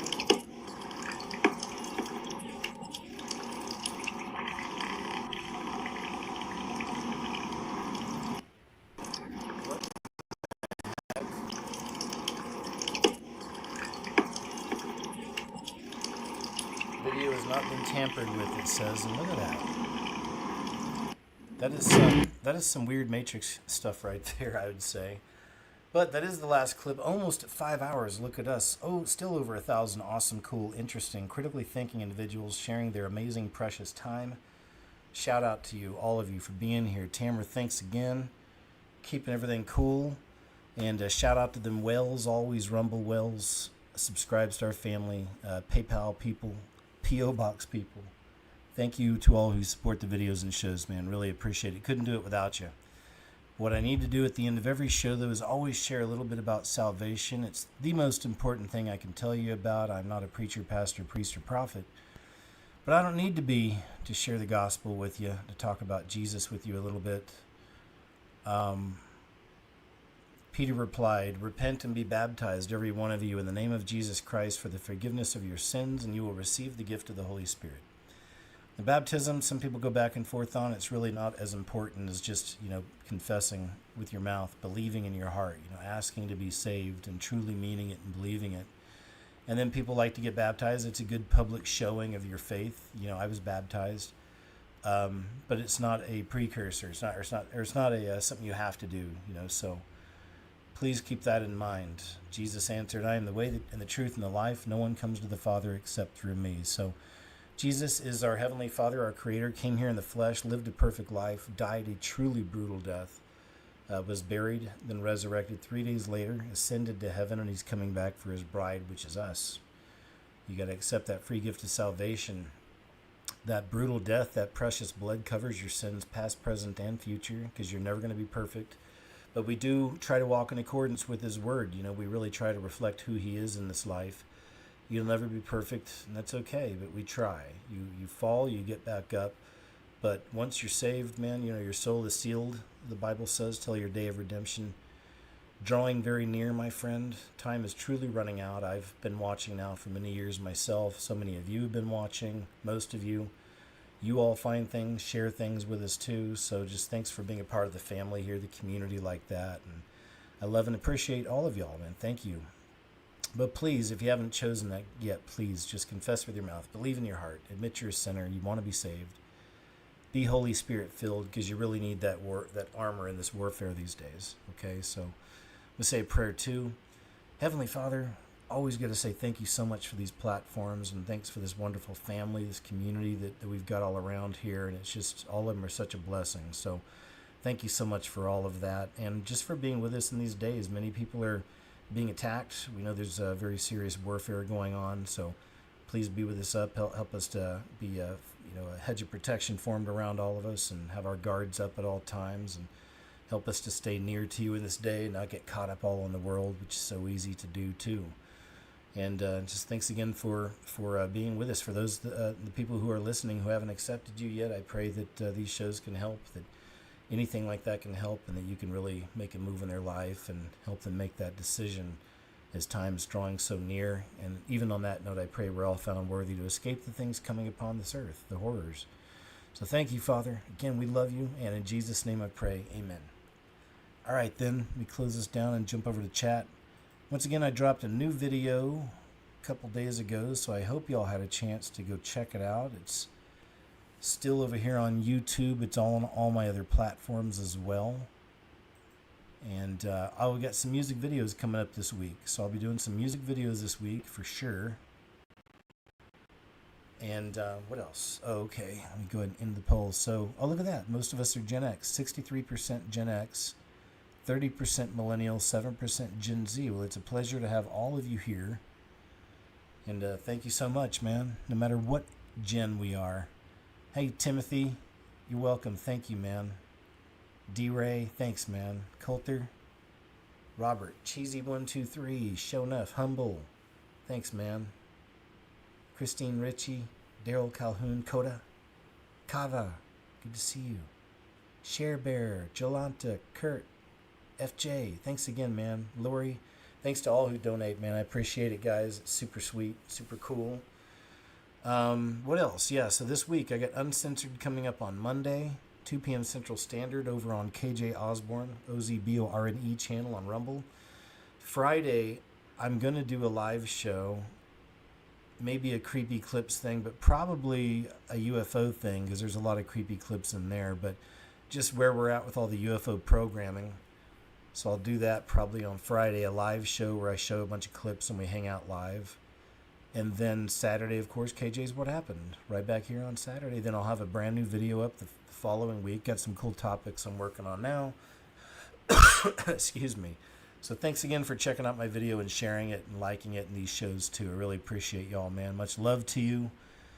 One more thanks again, Tamara. Thanks again to those that support the videos and shows. There's links below if you'd like to, if you feel led to and are able. I hope and pray you do.